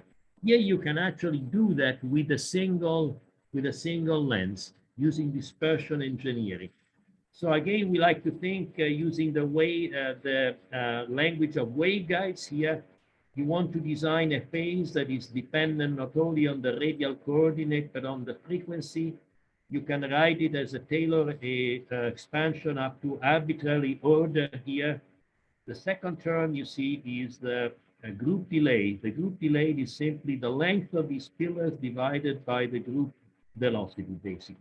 So what we have to do is group velocity engineering to slow down light in the proper way so that all the wave packets arrive in phase, not only independently where they come from, but over a broad range of frequency. So that's again dispersion engineering. So you can actually do that.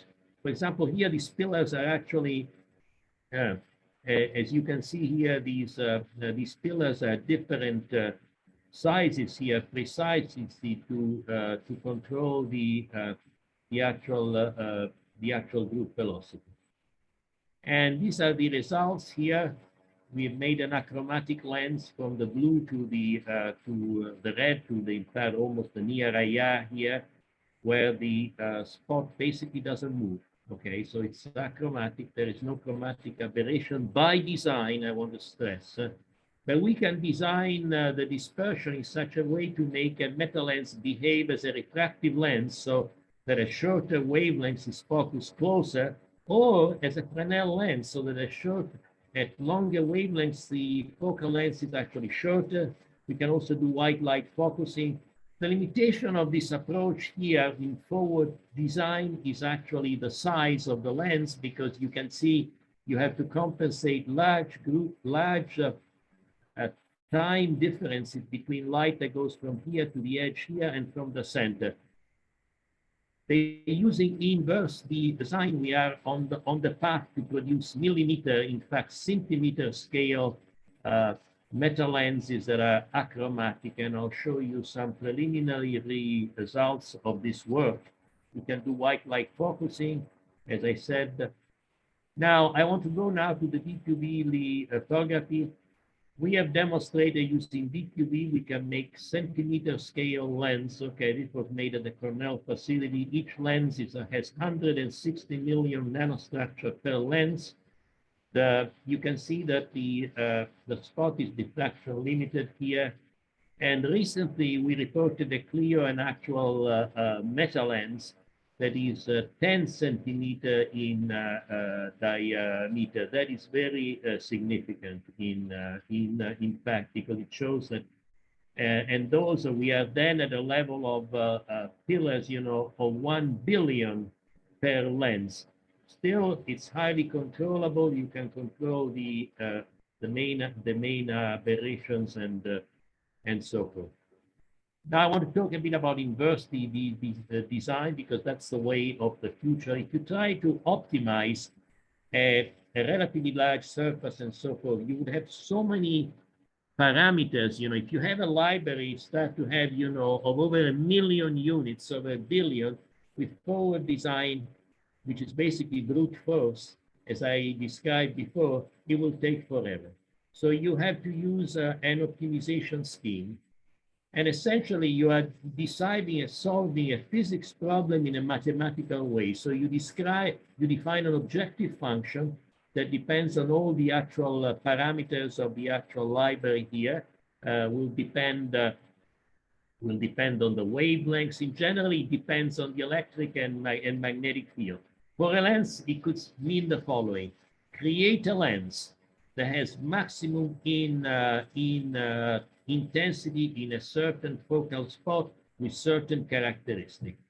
So the process, the desired function is cast as a figure of merit, and you start often with a random or quasi-random distribution of pillars, and during each iteration, as you do this optimization loop, essentially what you change is the permittivity distribution until you maximize or minimize whatever your figure of merit is. So it's all about calculating the gradient of the figure of merit with respect to the permittivity distribution. And this is used, this gradient, to update the permittivity distribution. So you can do this gradient calculation very efficiently. And we are becoming very good at this, collaborating with a group of Steve Johnson at MIT. I want to show you a recent result of this, where we have used it to actually make a 1 centimeter diameter metal lens, okay, using titanium dioxide, which is where all the RGB wavelengths, blue, red, and green, are focused in the same point. These are focal lengths of several millimeter or a millimeter or so. And you see how well the chromatic aberration has essentially been suppressed. The focal shifts is only a few microns. So it's actually 0.03% of the design focal length. The next step, and we are very close. In fact, we already have a prototype working of an achromatic metal lens using more sophisticated type of structures and so forth. And in fact, you know, this is what we are moving. We are moving from what I like to call from cubism to surrealism. We are moving from well-geometrical shape to free-form meta-optics.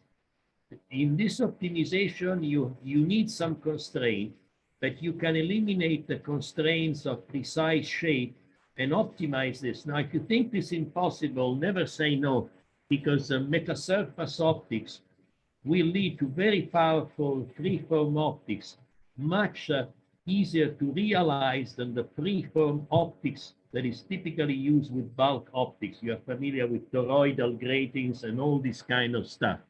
So here we have started to experiment with bilayer metasurfaces where we have different materials and so forth. So this is your new meta-atom that you can use to actually, and I think I have a nice picture here.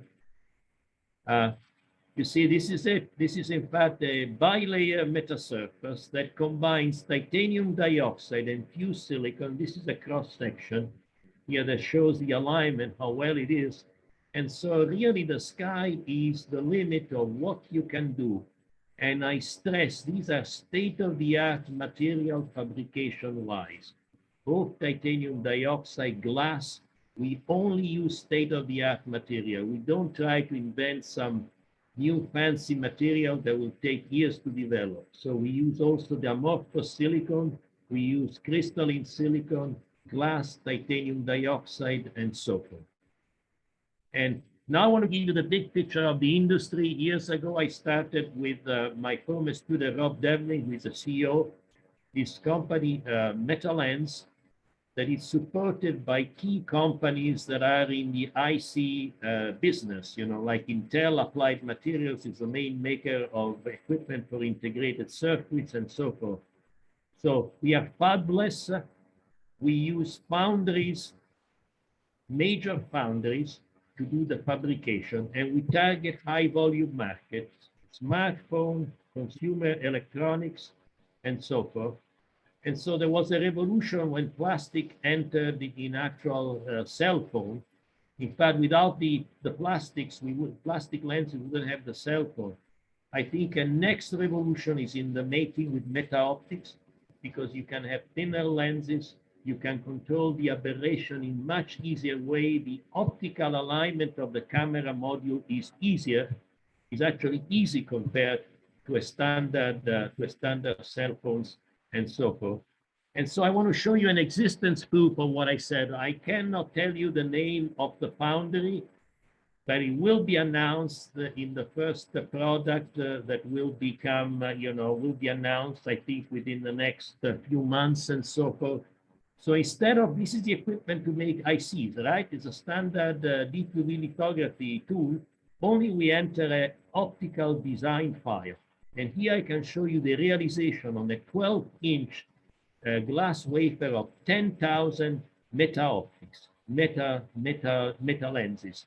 What is the use of this? I can't give you too many details, but something I can say, the first application will be for face recognition. You don't need an achromatic lens for that. In fact, it is a lens that is a, you are there around, 950 0.9 micron. Another one is depth sensing and so forth. So there are different paths to high volume technology shown here to the right. Here I want to show you the key point. This is a conventional contact sensor. You have a chip, ordinary chip. This is CMOS. You have the 4 lenses here. These are different material. The alignment is critical. There are companies that specialize on the alignment here, okay, to make the precise alignment, okay. Of course, they're well established in cell phone, but Metalens can do much better. With a single lens and an aperture, we can do the job. We can replace these 4 metal lenses, okay, and have uniform intensity instead of the intensity falling off with distance that is fundamental to the refractive optics. This is physics here. You can make the metal lens telecentric, so the intensity uniformity is up to the edges. So the next I want to go is a exciting frontier, polarization optics. Here, I think really meta-optics can literally replace traditional polarizing optics in most applications like cameras. It's still kind of primitive. We are still using the birefringent material, basically, that the Vikings were using for navigation. Of course, you make nice components, but at the end of the day, not a lot has happened, except, of course, the famous polarizing sheet shown here by Edwin Land. So why metasurfaces can really be game-changing for meta-optics?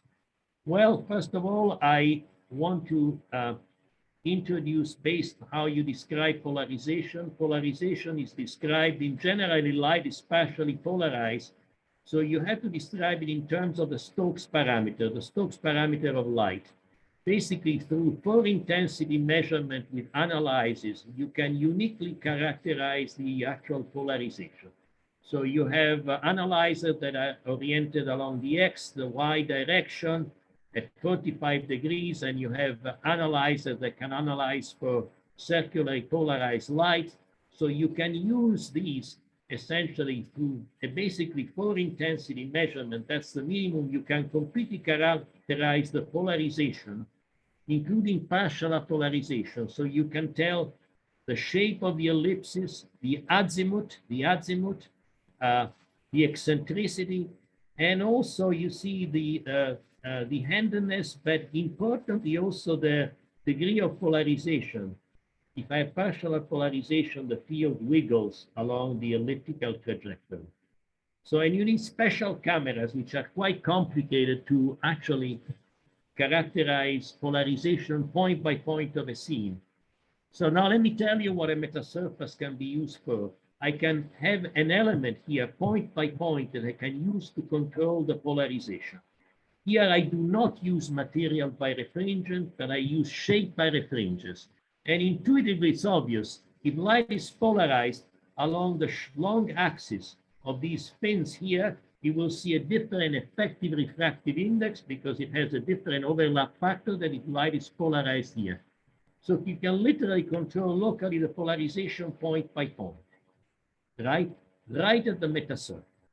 Now you can do very interesting stuff. You can do polarization control of the wavefront in a unique way. You can describe these just simply mathematically with the famous Jones matrices, where these are just the phase shifts along the axis, X and Y, and so forth. So let me tell you what the next step, and this was a big step that my group did. We decided we want to make now a camera, polarization sensitive camera that uses a simple metasurface and a lens. That's it, and a CMOS array, of course. This will be a dramatic simplification compared to any polarization camera, which have rotating wave plates. They have many optical elements and so forth, very complicated, they cost a lot. We can do this a dramatic simplification. It's based on physics, on our new understanding of Fourier optics. We generalized Fourier optics in this paper. We called it metric Fourier optics. And I'll tell you this result of this new theoretical approach here. We've been able to realize a novel camera. The idea, you make a metasurface grating, you replicate the unit cell many times, this unit cell, so you can design the diffraction orders, in particular focus on 4 diffraction orders, in such a way that the order of diffraction acts as an analyzer for a particular polarization. What does that mean? If I come in with light, let's say, that is elliptically polarized, like my cursor is here, I will see a maximum of the intensity on this order, and I'll see very little on the other order. This, of course, is an unrealistic situation because in general, what is incident is polarization of all kinds. But listen to me now, if I rotate the incident polarization of this ellipsis, if this has to act like an analyzer, the intensity in the far field of this order has to go to a minimum. And indeed, we show this order of diffraction follow Malus law like polarizer or analyzer. Now, if we are incident with light, then now, and these are analyzes order for different polarization, 4 different polarization. Now what you can show is, essentially you need to know a bit about Stokes polarimetry. So say you can, if you have a light of arbitrary polarization coming through, what you can show is by simply measuring the intensity of these orders of diffraction, okay, which analyze for different polarization here. So this is what on the sensor you're going to see, and overlapping these images point by point through Stokes polarimetry. Essentially, you can derive point by point the polarization of the actual scene. So, and this gives a tremendous simplification in the actual technology shown here. This is a simple metasurface with a lens and a sensor. It's so the camera still looks quite large because my student had to put his hands inside here. What's the point about this camera? No moving parts, no polarization optics, only these artificially birefringent metasurfaces using shape birefringent, detector limited resolution. You can do full-scope imaging and it's lightweight. And we are using this camera now in 2 NASA programs for atmospheric science and for solar physics. I want to show you just one thing, what you can do. You see, this is what the raw image says. You see intensity. This is a bottle. It's 4 diffraction order here. And then these are registered. And at the end, you can get point by point the key part of the scene. Now, if you look it head on, you see just with an intensity image like here, you will never be able to say that this is a bottle. This could be a wheel or maybe something else. But now, if I analyze the polarization, and I see I change now the orientation of the bottle, okay, as I change the orientation, you know, the reflective surface are polarizing, I can now get depth information out of polarization. So this is very powerful. And we have done all kinds of very interesting images, including stressed by refringents and so forth. I want to move now quickly to the science part. You know, we can ask sort of a basic question. Can we make a metasurface that as light is incident, as it propagates, the polarization changes?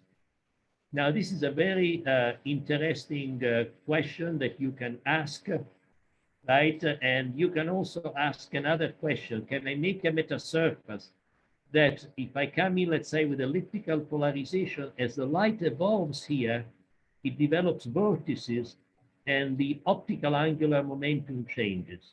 This is a bit difficult to explain, so I'll try to explain this here. And this is another very powerful application of this matrix Fourier optics that I described before. So essentially what this metasurface does, it creates effectually virtual polarizers, analyzer along the axis.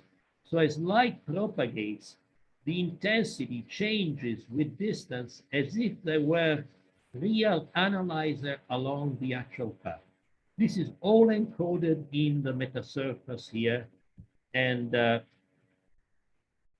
we use obviously interference here.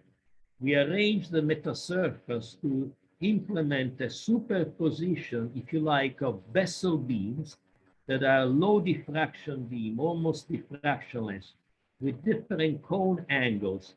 So you can picture these pencil-shaped beams as they propagate, they interfere, and they have also, by design, different polarization. So the net effect, you get a polarization beating, and the polarization changes near the axis in the paraxial region. Okay, again, the theory is in this paper here on generalization of Fourier optics, where we also demonstrated the actual camera. And these are the results, you see. We can actually use a 4F system to analyze the intensity, but what we see is along a path of several millimeters. You see, if you are coming with the incident polarization X, the intensity is maximum.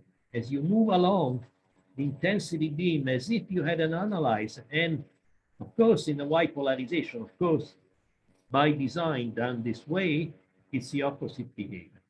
So you can arbitrarily structure light, not only in the plane perpendicular to the thing, but also along the propagation direction. I mentioned optical angular momentum. You can make helical beams with metasurfaces. We have done it. What is the optical angular momentum? The number of twists that the wavefront has within a wavelength. So it's a complete set given by the Laguerre-Gauss polynomial, Laguerre-Gauss beam, and you can have small vortices, large vortices. So here we have asked a more general question. I will show you this because this illustrates the power of metasurfaces. Okay, the power of metasurfaces, which is exactly what I was trying to say, or the multifunctionality. We decide, and this is in this paper here, to make a metasurface.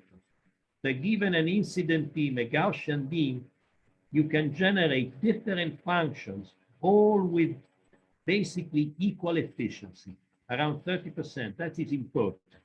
But this is not done by simply spatial multiplexing. Otherwise, this would be an inefficient process. And in such a way that on one beam, say in this first order, you have a Gaussian beam, but on the other order, you have a vortex beam, in the other order, a vessel beam with these rings. And this can be done. So it's like a Swiss knife metasurface. To do that, we needed to make more complex unit cell, supercells, essentially where we use the coupling between these small units here to actually achieve what I just said. And this is a very powerful approach to make multifunctional type of devices. These are some of the structures here. In fact, these are the simulation and these are the experiment. And again, the efficiency was very comparable. This was around, 30% roughly each for, and we have done much more. I think I show you this again. I want to emphasize the versatility of metasurface design. The last topic, which is very recent, there are two publications from my group. I mean, we're asking, can we make now the metasurface active? By combining them with nonlinear materials, can we do something interesting like with free space optics? Like with beam steering or LiDAR and so forth. In fact, there have been some very nice initial work precise in this area, okay, to use with a different approach than other application could be coherent laser ranging and so forth. So I'll tell you what our idea was, is use the following. Let's make a metasurface of these are Mie resonators. They have resonances. These are actually silicon pillars which are designed in such a way to create high Q resonances. I'll say something later about that. Then what we do is we overlay a polymer here, okay, which PMMA, which contains molecules, and the molecule is, in fact, sorry, I should have put this before, is this monitor here, JRD1, synthesized by the pioneer of this material, Professor Larry Dalton, University of Washington. So what we really embed this in a layer of PMMA with this electro-optically active molecule. But then what we do is, in order to induce the electro-optic effect, we need to do polling.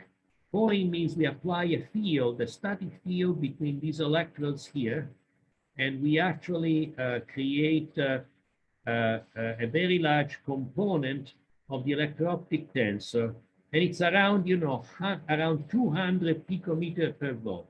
It's giant. So now the physics is very simple. Now we use this also to bias. This is taken care of. One time you do the polling. The next thing you apply a bias and you can modulate it in time, an RF voltage between these integrated electrodes. So what happens, because the electro-optic efficiency will actually shift the resonance of these ellipsometry structures that are really strongly coupled to this molecule. They are nearby, they are immersed in this molecule. So you change the local dielectric function, right? You can think of it this way, so you can shift this resonance. The key is you want to make short interaction length. This is a metasurface. You want to have large modulation efficiency with tiny interaction length. That's the challenge. So you need a very large arc-free. So you need sharp resonance. So if you sit here at a given field, at the optimum point, if you apply a field, you can have a large swing in the transmission. And this is basically we have done. And I want to skip here the guided mode resonance, because this has also guided mode resonances here. And I'm just going to concentrate, sorry, on these resonances, or Mie resonances called. They are bound states, quasi-bound state in the continuum. Essentially, they are sharp resonances of these coupled ellipsoid Mie resonances at a given wavelength that are strongly coupled to a continuum. And forget about this for a second. So again, this is a cross section. As I said before, we embed them in here. Now, the way we position the electrodes, it's not this way. This for another experiment I'm going to talk about. We position the electrodes in a different way. Dear Professor. Okay, yeah, I'm almost done. Basically, just a few minutes. I apply a field. In this direction, so it's lined up with the polarization. You see, it's lined up with the polarization. And then we do the experiment. And what I'm simply showing you, we can actually, by changing this angle, we can tune the Q factor to be as large as 1,000 if we want. These resonances are actually tunable. with an electric field. And this is actually, this shows the measured resonances and the simulation for different design of this. And by applying, a voltage, we can actually tune these, right? And we can do actually, we have a modulation depth of around 40%. So if we sit on the edge here, we apply an RF field, we have a 40% modulation transmission. We measure the electronic and the electro-optic response, and this is really the last slide of my talk, is the reason you will see all these resonances here, we didn't really pay any attention to eliminate the spurious effect of the cable of the electronics, but the electro-optic modulation is very clear here at we have up to 3 gigahertz modulation here, and that's about the actual bandwidth, okay? You can see here the wavelength response, okay? So this is a promising approach to metasurfaces, active metasurfaces for things such as spatial light modulator. The vision I already mentioned. I want to acknowledge a great set of collaborators here, some I already mentioned here, and former postdocs, students, and so forth. And I want to thank you for your attention. Thank you very much for the nice talk and all the knowledge that you shared with us. Do we have a question from the audience? I guess not. Thank you, Professor Capasso, once again. And I'd like to invite our next speaker, Isaac Knoop, from Department of Physics, University of Witwatersrand, Johannesburg, South Africa. He's going to be speaking on behalf of Ashley Fowler. We'd like to say get well soon to Ashley and leave the screen to Isaac to give his talk titled Special Mode Generation for Use in Optical Fiber. The screen is yours. Thank you so much. Can you hear me? Yes. Okay. And are the slides visible? No, they're not yet.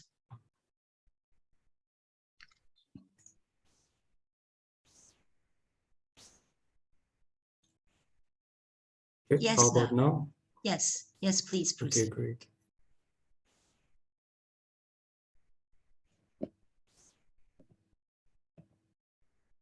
Sorry about that. It seems like I don't have control here. Oh, okay. Hi, sorry about that. Good afternoon, everyone. Evening for some. I'm Isaac Knoop. I just finished my PhD here at the Structured Light Lab with Professor Andrew Forbes. And I'll be moving forward to the University of Ottawa with Professor Ibrahim Karimi. And today I'll be presenting on behalf of Ashley, whom I worked quite closely with towards the end of my PhD. So the talk today is titled Structured Light and Optical Fibers. And I just added a little twist, and that twist is sometimes rotating your head can help, and we will see why. So I think in the grand scheme of things, most people around the world, especially in the structured light community, are working towards enhancing quantum and classical communication channels with optical light. And some of these channels use free space as a propagation media, or they also use optical fibers.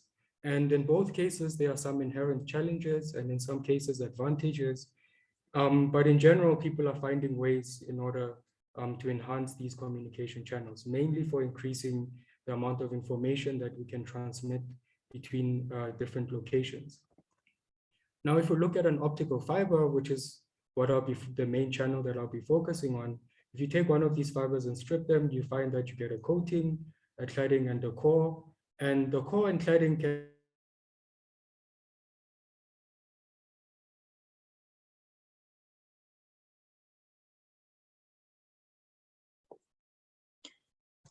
We lost your voice.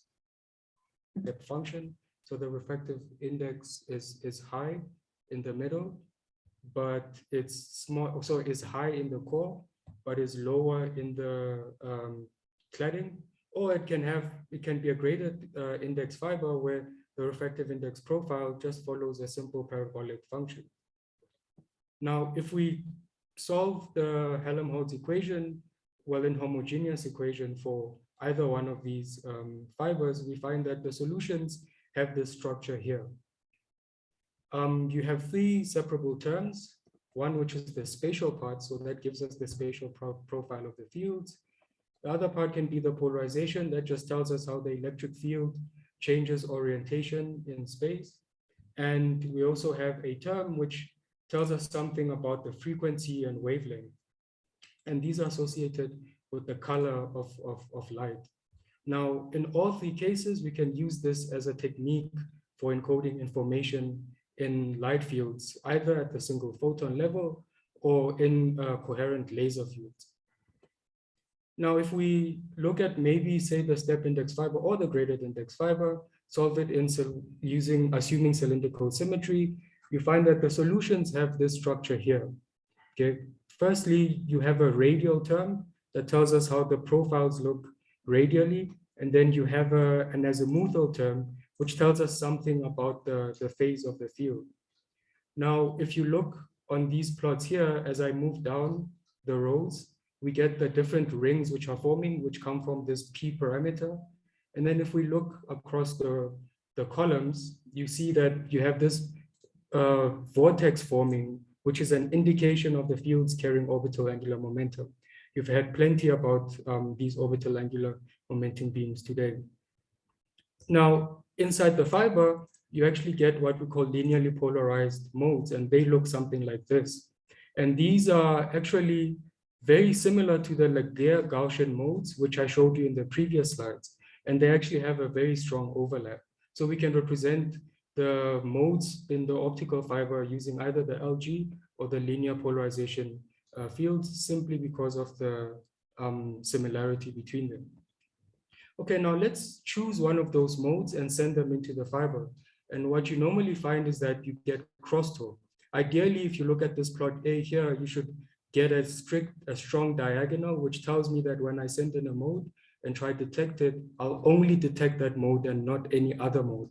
And this is essential if you want to build a communication channel that can support each of these modes and then not scatter them across the channel. However, if the channel is imperfect, just like you would find in most optical fibers, you find that you get scattering. And this is because of imperfections in the refractive index profile of the fibers longitudinally or even in the transverse plane, and sometimes because you simply have bends in the fibers. Maybe the problem is that we're only looking at the scalar solution, because the modes I showed you before only look at the spatial profiles. But in general, you can solve the Helmholtz equation inside any medium using both the polarization and the spatial components. And from this, you get vectorial fields. Now, vectorial fields, for example, here, this is a radially polarized vector beam, can be written as a superposition of non-separable components of the polarization, labeled R and L, and the OAM, okay, labeled by this L and its oppositely charged L here. Okay, and I can give you 4 of them, which are actually orthogonal. In this case, the L integer here, which tells us the amount of orbital angular momentum in the fields, is actually just 1. And from this, we have a 4-dimensional communication basis, and you can propagate these modes inside fibers. Okay, let's send one of these fibers into the fiber. Sorry, let's send one of these modes into the fiber. And what you see is that the polarization and spatial profile in most cases actually changes. And so this means that the spatial and polarization components of the optical fiber and of the optical beams are not the same once the beam exits the fiber. Okay, now this means that if I have a communication channel and I send in one of these beams and then try to measure them, I'll actually not get a click at the mode that I created initially, but I'll get a click somewhere else. And this results in crosstalk, where in the case where the fiber would be perfect, we'd just get a strict diagonal telling us that we can distinguish the modes if they were in the fiber. Unfortunately, nature sometimes is unfriendly and you get the plot that's on the right. Okay, let's take a closer look. Now, a very nice way to sort of visualize what's happening is that each mode sends energy into the other modes, okay? And this means that we really can't distinguish them. And ideally, what we want is to have that we can draw a single arrow from the input mode into the output detected modes, okay? And how can we get that? Because if we can do this, it means that we can send these modes into the fiber and use them as an encoding alphabet, and then be able to not lose information due to this modal scattering. Well, let's first look at the fiber as a simple channel. Interestingly, these fibers ideally are unitary. Unitary, obviously, assuming some conditions. For example, if the fibers are not too long, the channel should be unitary because you shouldn't have any mode-dependent delays, or at least they should be negligible. And unitary channels are just associated with change of bases. For example, what do we mean? So here's a simple analogy. Consider like the Cartesian plane where I have X and Y. A unitary channel analogously would just rotate my bases, okay, where the basis is associated with the modes that I choose in my system. My modes here are just my X and Y, okay? The unitary channel rotates them, and if I represent the channel that I showed you before, X and Y as my alphabet, in the output channel, you see that I cannot draw straight lines which map onto the output. And that's because I've chosen my measurements in the wrong basis. Ideally, I should perform my measurements in the rotated basis. And if we do that, you see that you should actually be able to map each state in the initial basis onto the output. And with the Cartesian plane, the rotation just says rotate your head and you'll always see the right thing.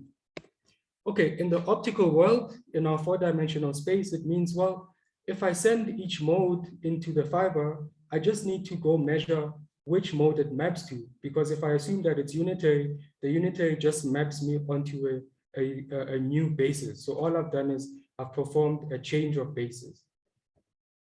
And in the optical world, you can do this. For example, prepare the modes using a Q-plate, which couples the polarization and spatial components, send it into the fiber, then perform your measurements. You can then find the new basis of this new field, of the transformed fields, by performing a tomography on each of the modes that were transmitted. From there, you can get your basis. Now, here I've shown you optical correlation measurements between the initial bases, which are my 4 vector beams, and the measured cases where I choose the initial basis that I started with, or choose the basis which the fiber maps me onto. Okay, we see here that if you don't choose the right basis, obviously you won't get a nice correlation, and that correlation corresponds to the on-axis intensity here, okay, telling me how much the input and output modes are correlated. In this case here, there's energy that's scattered sometimes, and here you see that they're definitely are diagonal, indicating that I can distinguish the modes.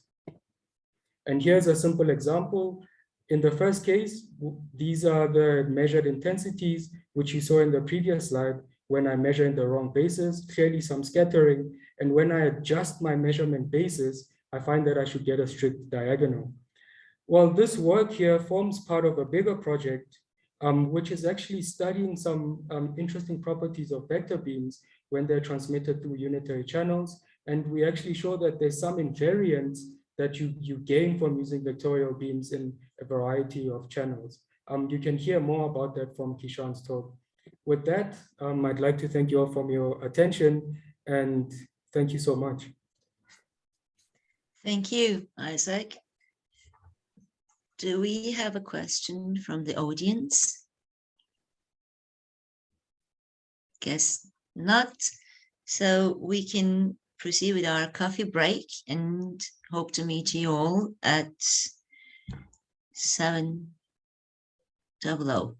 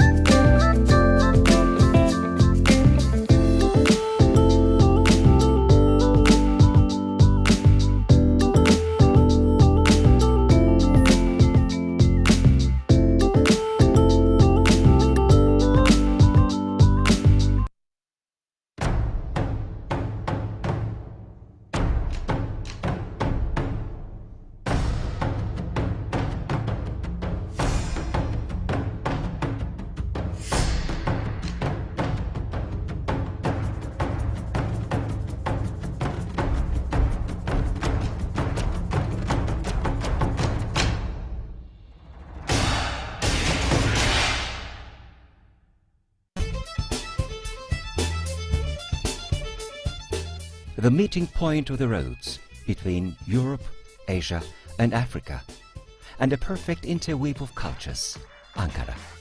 A culture paradise of 5,000 years.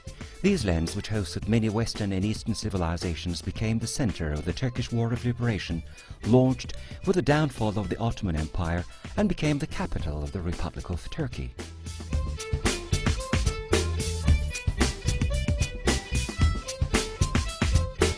You can find the opportunity of treading the path of history by visiting the year-round open museums and open-air museums in Ankara, which serve as a bridge between past and present, remaining intact, defying thousands of years.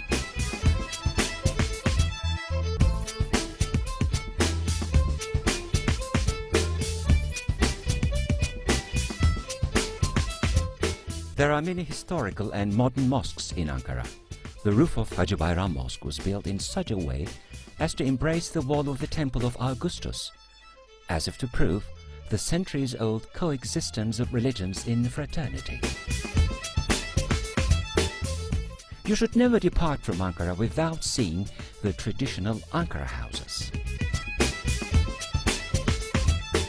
Ankara is also one of the most important stops on the historical Silk Road. The inns, caravansarais and traditional bazaars of that period provide a safe transport, easy access and a wealth of purchasing opportunities. Historically important Turkish baths and spas are the health and tourism sources of Ankara. Ankara is also a university city boasting 5 big state and 10 private universities.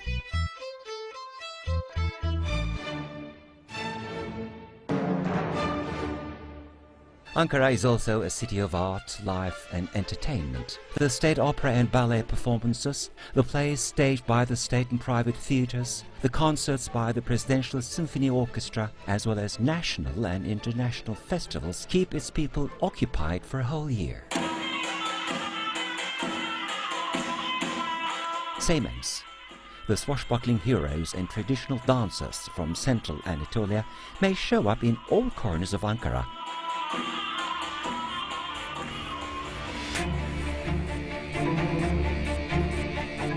All institutions and organizations complying with Atatürk's motto, sound mind, sound body, have spearheaded the construction of many sport halls in Ankara. Ankara also draws attention with its parks and recreation areas. It is located at the heart of many of Turkey's tourism riches.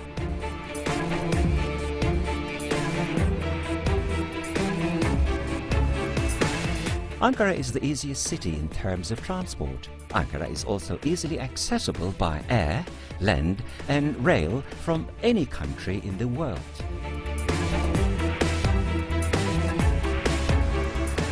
The Turkish cuisine is one of the world's most famous cuisines. The Ankara specialties constitute the select examples of Turkey's culinary marvels. Ankara is the homeland of the Ankara goat, the source of clothes vying with silk for quality, the Ankara rabbit, whose wool is as light as Angora wool, the world-renowned Ankara cat, and the flower of love, also dubbed the flower of the prophet.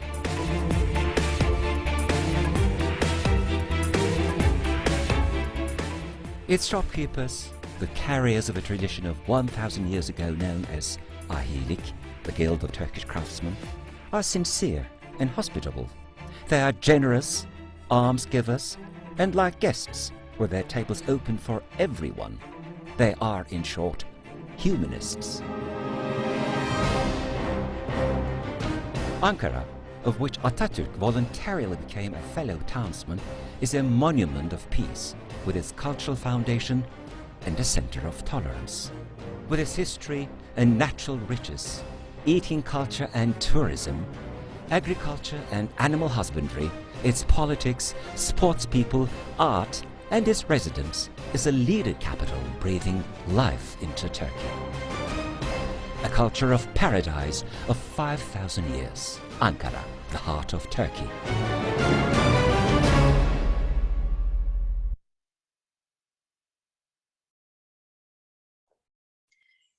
So, Welcome all again for the second part of our closing session of the first day. I'd like to invite Doha Baghdadi. If I'm mispronouncing it, I'm really sorry for it. From Sivas Cumhuriyet University, Department of Physics, Turkey, to give the talk titled Reflectance Properties of Germanium Oxide Films Grown on P-type silicon substrate deposited by magnetron sputtering. Our screen is yours.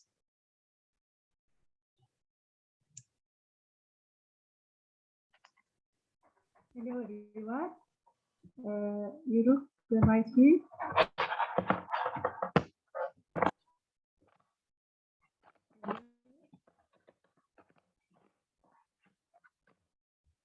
Can you see? Yes, we can see and hear you. You may proceed. Okay, thank you. Hello everyone. I am Doha Baghdadi. I am from Tunisia. I am a master's student in Faculty of Science of Stocks. I have an internship program in Sivas Cumhuriyet University to complete my research part. I would like to thank all of you for your attention to my presentation. Also, I would like to thank especially my supervisor, Professor Ebru Shenadem, and Professor Najmuddin Abdelmoula. I have the honor to present my project entitled Reflectance Properties of Germanium Films Ground on P-silicon Substrate Deposited by Magnetron Sputtering. To illustrate my work, I chose the following plane. To start with an introduction, then experimental details, third, application of germanium dioxide in the next, properties, optical properties, and in the end, results. To start with an introduction, germanium dioxide, also called germanium peroxide, is an organic compound with the chemical formula germanium dioxide, which is a promising material that show interesting properties such as high transmittance, wide optical band gap, more than 5 electron volts, good mechanical strike, high dielectric constant, and high thermal stability, high Kelvin mobility, and high reflective index. To move in experimental details, in this study, germanium dioxide film were ground by using RF magnetron sputtering method with a variation of thickness at room temperature and a variation of substrate temperature at a thickness of 300 nanometer on P-silicon substrate. The position parameter for then film as follows: argon gas equal 92% and oxygen gas equal 8%, base temperature equal 8.3 multiplied by 10 to the power of -6 torr. Working pressure equal 13 multiplied by 10 to the power of -3 torr. Power equal 16 watts and rotate equal 10 root per minute. Then the application of germanium dioxide. Unique properties of germanium dioxide make it suitable for optoelectronics, memory applications, and optical applications, optical waveguides, and optical storage applications. Also in electronic memory devices. Then potential anode material for high energy lithium batteries. And host material in luminescent devices for photon luminescence emission in the violet to visible region. Then we start to optical properties. Optical properties of the ground samples were examined by using a variant carry 5000 model ultraviolet, visible, and near-infrared spectrophotometer. Reflectance spectra were obtained by spectrophotometer measurement, and the effect of thickness and substrate temperature was investigated. The next step, reflectance properties. Total reflectance, we start with total reflectance. Total reflection is measured for this film with different thickness. In figure 1, there are two absorption each. One belongs to germanium dioxide and the others belongs to silicon. It is seen that The sharpness of the absorption edge of silicon decreases as the thickness decreases from the absorption region of silicon, which is around 1000 nanometers. Then, total reflection is used for thin film with different substrate temperature. In figure 2, substrate the total reflectance spectrum of germanium dioxide as seen in the figure, as seen in the PSE substrate at different substrate temperature, as seen in the figure. Interference fringe disappear as the substrate temperature increases. It was observed that the total reflectance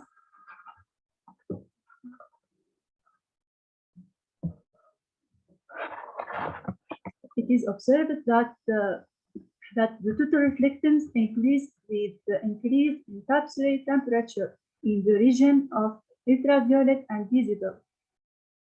The increase in substrate temperature had incredible effect on the total reflection. Therefore, it can be said that the particle size changed.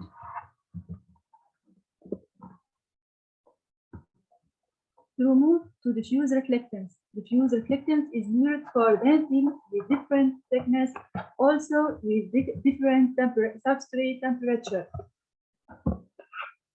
In figure 3 and 4, diffuse reflectance measurement of the series which depend of both thickness and substrate temperature.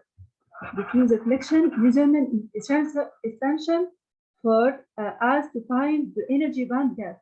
We find the energy band gap with the Kudelka method by making use of scattered reflection measurement. Kudelka-Mann function. The Kudelka-Mann theory allows us to calculate the energy gap of the thin films and on nanotransparent substrate. And this is Kudelka-Mann function, where R is diffuse reflectance and K is the absorption coefficient, S is the scattering coefficient. And this is FR is measured for thin film with different thickness. Also, we measured FR with different substrate temperature. Figure 5 and 6 show the change in FR in the Kudelka-Mann formula.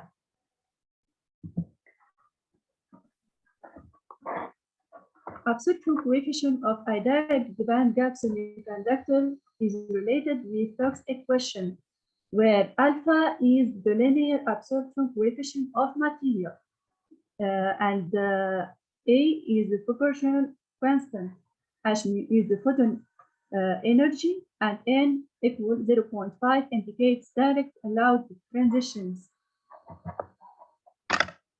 Okay, we move to alpha E2 is measured for thin film with different thickness.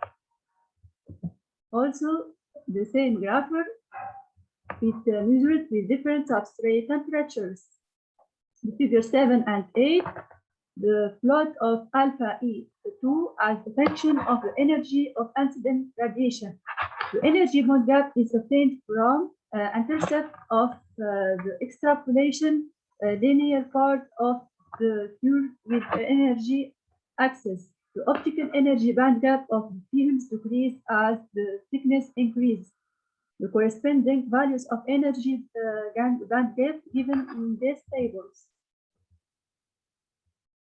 Energy band gap. The different band gap energy determined from the study of reflectance properties of germanium dioxide are shown in the following tables. The first table is the energy band gap values of samples with different thickness. And the second table is the values of band gap energy with different substrate temperature. And we finished with the results. It has been observed that as the thickness increases, the energy band gap decreases from 4.3 electron volt to 4.1 electron volt. It has been seen also that as the temperature increases, the energy band gap decreases from 4.3 electron volt to 3.9 electron volt. The energy band gap decreases as the film thickness increases. With the increase of film thickness, the magnitude of misfit strain in the film decreases significantly due to the relaxation. As the temperature increases, the band gap energy decreases because the crystal lattice expands and the interatomic bonds are weakened. Weaker bonds means less energy is needed to break a bond and get an electron in the conduction. And thank you for your attention. Thank you. Do we have any questions from the audience?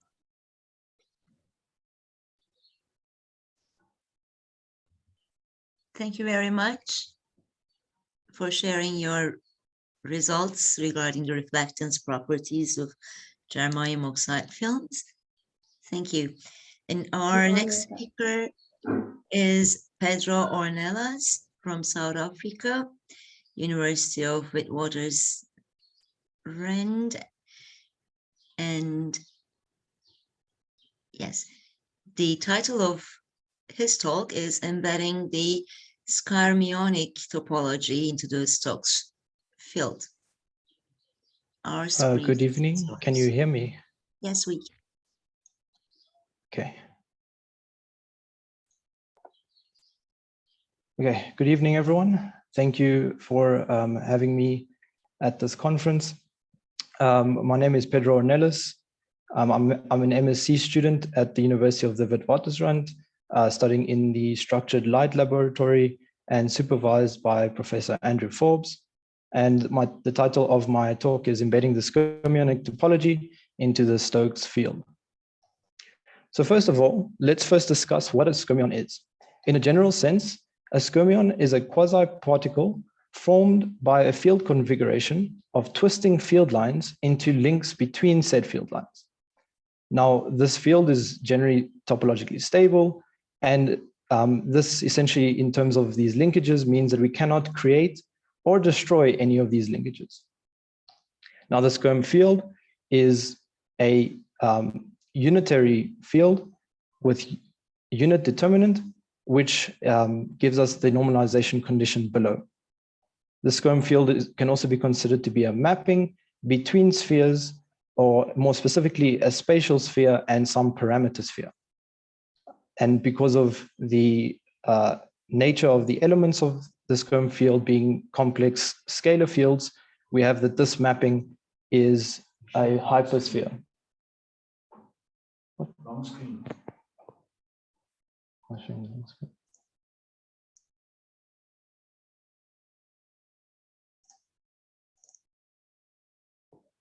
You should Screen two.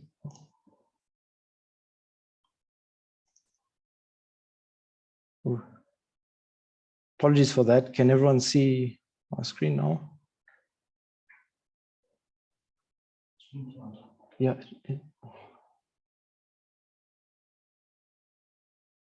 I can't see anyone.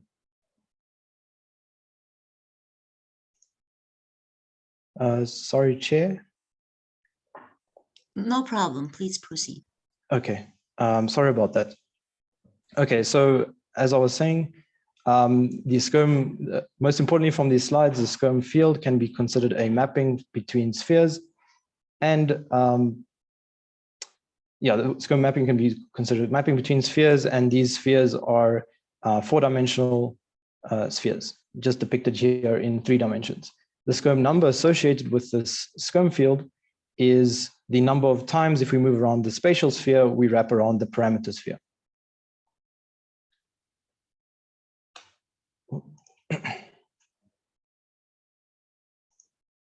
Now, this spatial sphere, or any sphere, has a projective mapping that can map it to real Euclidean space, which means that the Skyrm map can also be a mapping between real Euclidean space and parameter space, or real Euclidean space and a sphere.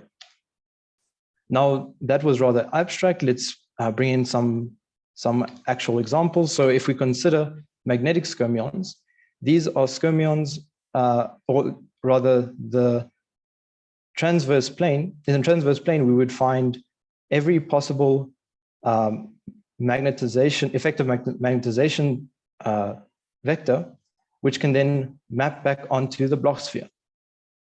So these two examples presented here have the same topology, except have different textures.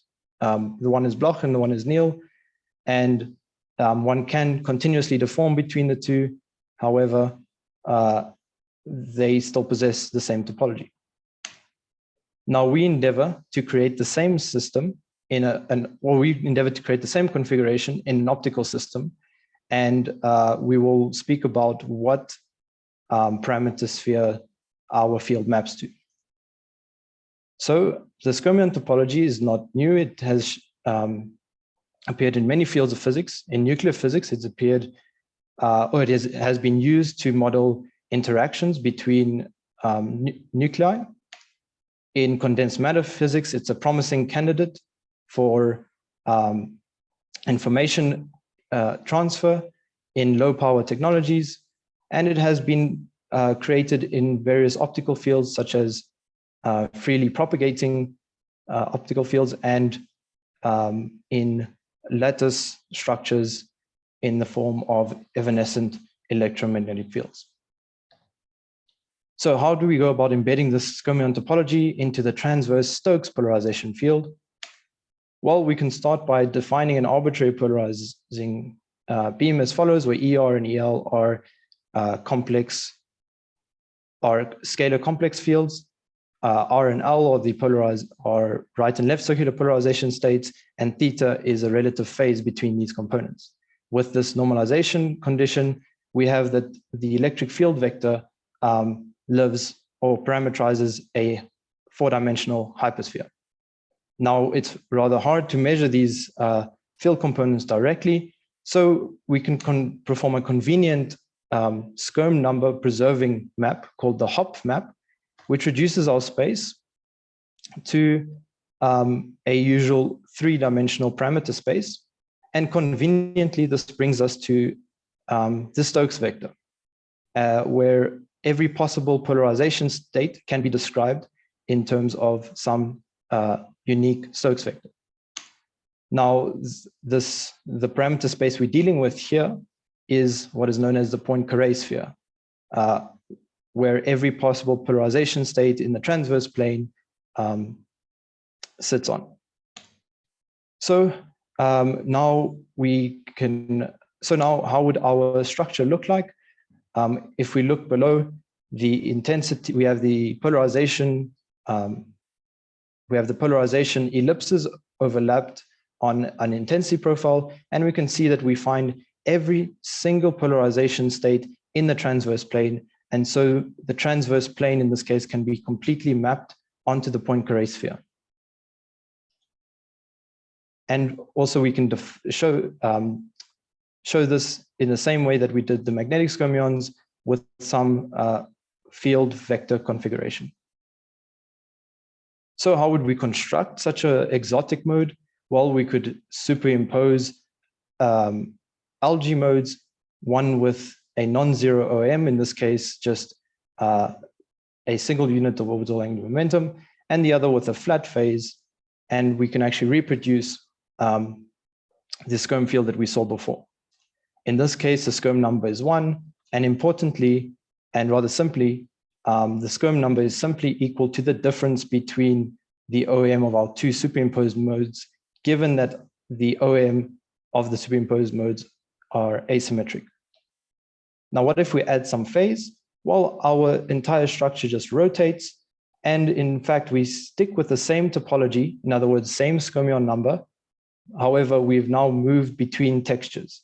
So in this case, we would actually have a Bloch texture. So how would we create this in the lab? A rather simple experiment. We could simply modulate two beams separately and then combine these two beams with orthogonal polarization in what is known as a Sagnac interferometer. And we could analyze our results or analyze the mode and reconstruct the polarization field using Stokes polarization polarimetry. So here's some experimental results. On the left, we have the experimental mode, and on the right of it, we have the simulation, and to the far right, we have the Stokes phases. You can see that it matches quite closely to the theory, and of course, we have the Skirm number very close to 1, and in fact, 1 sitting within the error margin. So some more, just by changing the OAM difference between 2 modes, we can create a whole bunch of different skirmions with different Skirm numbers. And again, by changing relative phases between these modes, we can also switch between different, or rather the same skirmion, but with different textures. Now, suppose we want to exchange algae modes for Bezel-Gauss modes, non-diffracting Bezel-Gauss modes. Well, this also carries with it interesting properties. If we look at the transverse amplitude, or rather cross-sectional amplitude profile, we can see that every possible polarization field, or every possible polarization amplitude ratio is achieved between the two, is achieved within some finite region. And so we can actually calculate our Skirm number within a finite region, as opposed to the Legault-Gauss modes, where we would theoretically have to take the entire field into account. Another interesting property of these Bezel-Gauss beams is that due to the fact that they would gather, in propagation, they would gather a relative phase that would oscillate, we actually get precessional beating between different skirmion types with propagation. And so if we have our field configuration that changes between different textures with propagation, and we zoom into, say, one of these vectors, we can see that this is actually analogous to a Lamore precession that a magnetic spin system would experience in the presence of a uniform magnetic field. And so in this way, the system in free space propagation actually models a magnetic spin system that is subject to a magnetic field. This is currently work that myself and you've already heard his name by now, Kashan Singh, are working on, and you should see it in a paper soon. Thank you so much for listening, and my apologies for the hiccup. I'm open to any questions. Thank you very much, Pedro, for the nice talk. And do we have any questions from the audience?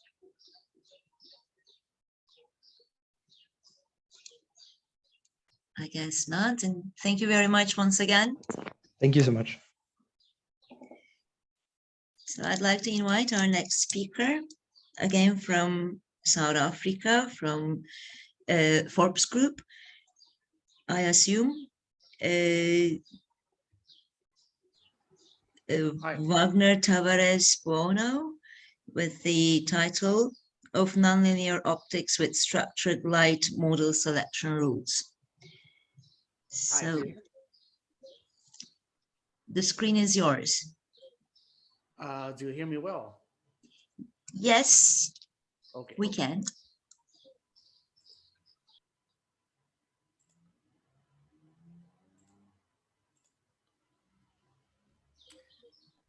And no problem with the presentation as well. Okay, good. Hi, everyone. My name is Wagner Tavares Buono. I'm a postdoc at the Structured Light Laboratory at the University of the Witwatersrand. And my talk today is about model selection rules in nonlinear optics when using structured light. So by now you have heard about the many degrees of freedom of light, including the transverse structure, the frequency and propagation path, and polarization. So for this talk, I want to focus on the transverse structure of light in nonlinear wave mixing. So what do I mean by modal selection rules? So from spatial modes, we know that light can be described by Helmholtz wave equation, And with a few approximations, we get to the paraxial equation.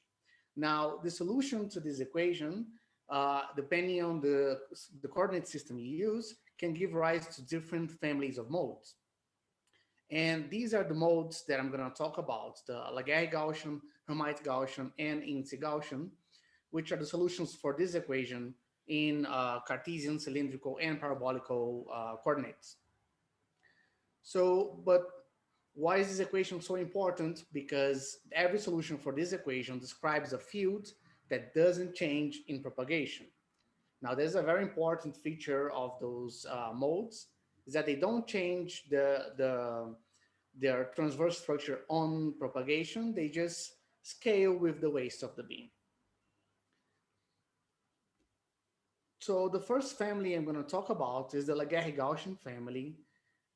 And this is a simplified mathematical description of it, which has the radial components to the power of L, and then the azimuthal coordinates multiplied by L constant. So this L is the azimuthal index, and it's related to OAM and topological charge. And P is the radial index, which is the order of the Laguerre polynomial. And you can see in the intensity structure that P is actually the number of rings in the intensity structure.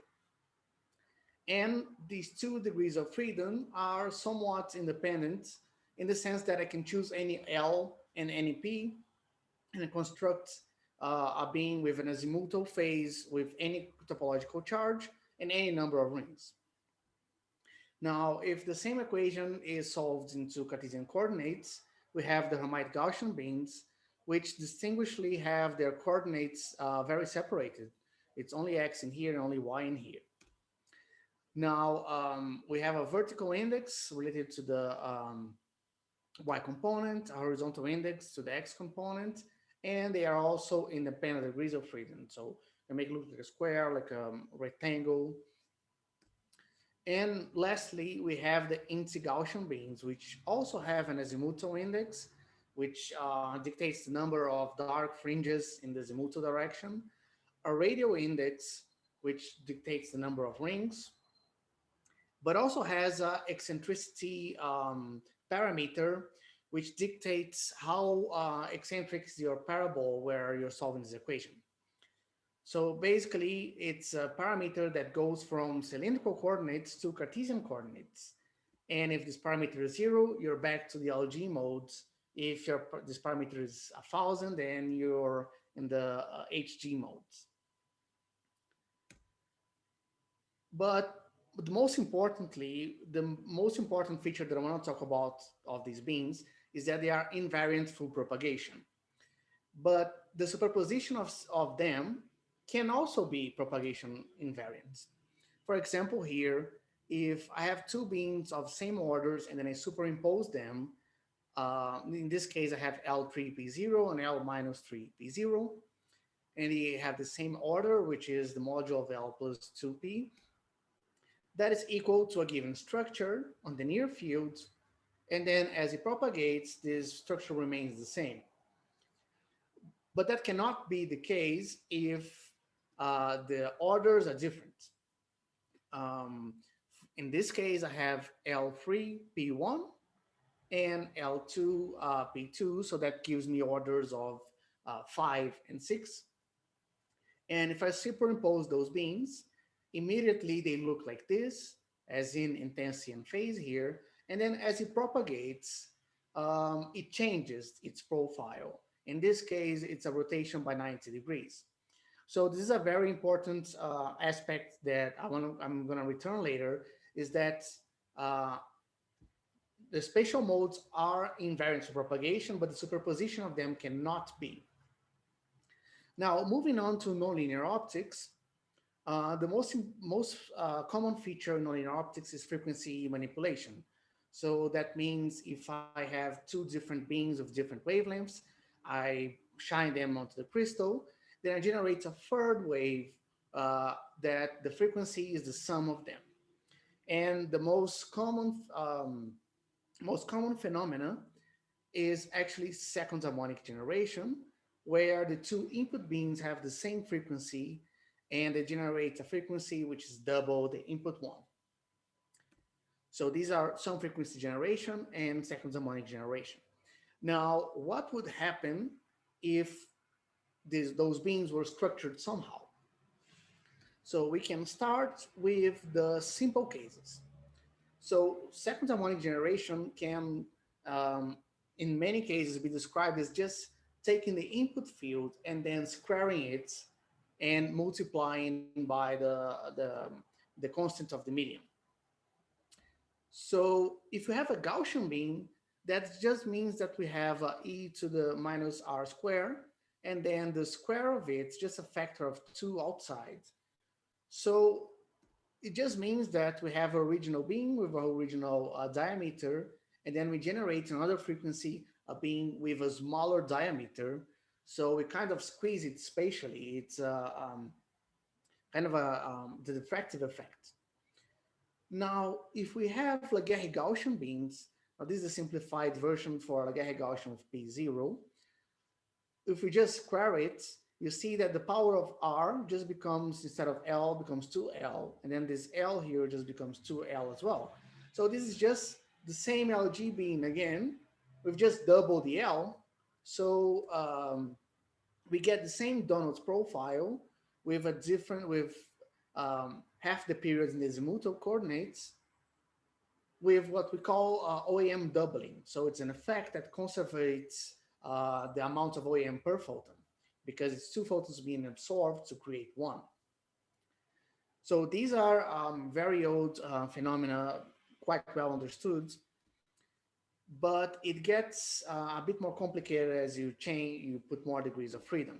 For example, in some frequency generation with spatial modes, the generated field is a product of the 2 input fields. And for LG modes, it can mean that you can have operations with these constants L inputs, the input L's. And the waste is no longer just a simple factor, it's a different relation. And that also means that if you look at this equation here, the field free, it can be interpreted as E dub omega 1 being a transmission function for E omega 2, being able to generate, to manipulate light using light as well. And of course, ultimately doing modal detection for these spatial modes. Now, if we have a little bit more freedom with LG modes, then we can generate beams which are made of LG modes. The inputs are LG modes, then the outputs, the products of them. But then something interesting happens if they have opposite signs on the OEM charge, which means L1 and L2, it's plus and minus. That means that the beam generates is R to the power of this constant here. And then the constant that multiplies the azimuthal coordinate here is not the same as the power of R. So that means this is not an LG mode anymore. And if it's not an LG mode, it might be that it is propagation variant. So now, so what I mean is we have an LG here with a Donald's profile and then an azimuthal phase. Then they multiply by the same thing except with an opposite azimuthal phase. And then what we see on the experiment is a Donald's profile with a flat phase. But just so happens that as it propagates, this Donald's profile becomes a bright spot in the center. And that is because the mode we generate is actually the superposition of radial modes. And it's a kind of effect of radial diffraction. We have a second harmonic beam that gets this radial diffraction, and the amount of rings you observe in the far field, it's directly related to the input OEMs.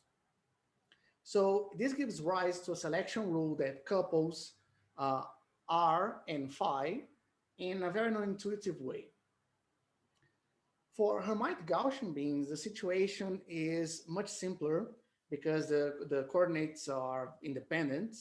So you can just square any coordinates. In this case, I'm taking X. So it's just going to be the square of the Hermite polynomial. But these polynomials are much easier to work with in the sense that I'm going to take an example here. So I have h0, which is just 1, h1 of x, which is x, and h2 of x, which is x squared minus 1. So if my input being is an h1, as in here, when it gets squared, it becomes x squared, but it's easy to see that this can be rewritten as h2 minus h1 of x. That means I have a being that looks like an hg, and then it gets compressed, squeezed when I generate it, and then as it propagates, its diffraction fringes just appear in the far field. And the same thing for Insi-Gaussian beings, but now in parabolical coordinates, and the relations are way more elaborate, but just the works in the literature that work with it, they have dealt with this problem by decomposing into LG beings and then using the rules for LG beings. And we can see that the modal spectrum generates can change a lot from the chirality as well. So I have talked about like only 3 families of beings, but what about maybe Matthieu beings, Airy beings, vector beings, Bessel beings, and Bottle beings? Well, there's many open questions, but we have compiled a list of those rules and many interesting behaviors in a review paper that we worked on that is entitled Nonlinear Optics with Structured Lights, and it has been accepted for publication at Optoelectronic Advances. It's going to come out in August. So if you are interested, check it out. And this is a list of our collaborators, a lovely picture of our group, and thanks everyone for watching. Thank you very much for sharing. Do we have questions for Dr. Wagner?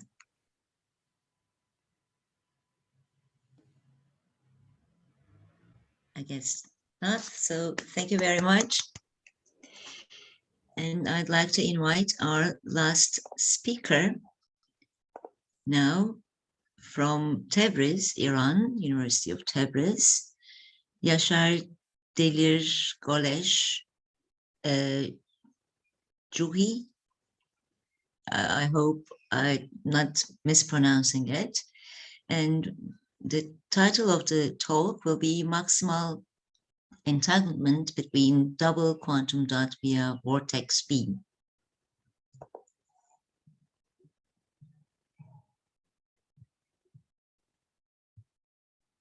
Do we have Mr. Yasser with us in the audience?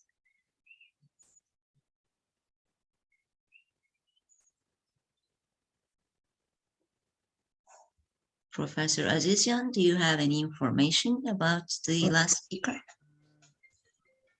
Mr. Yasser was here, but just now I cannot see in the list. He was approximately 10 minutes ago here. Just now I don't know. I don't have any information. So if he is not, we can close the program for today. And we can start tomorrow at the same time.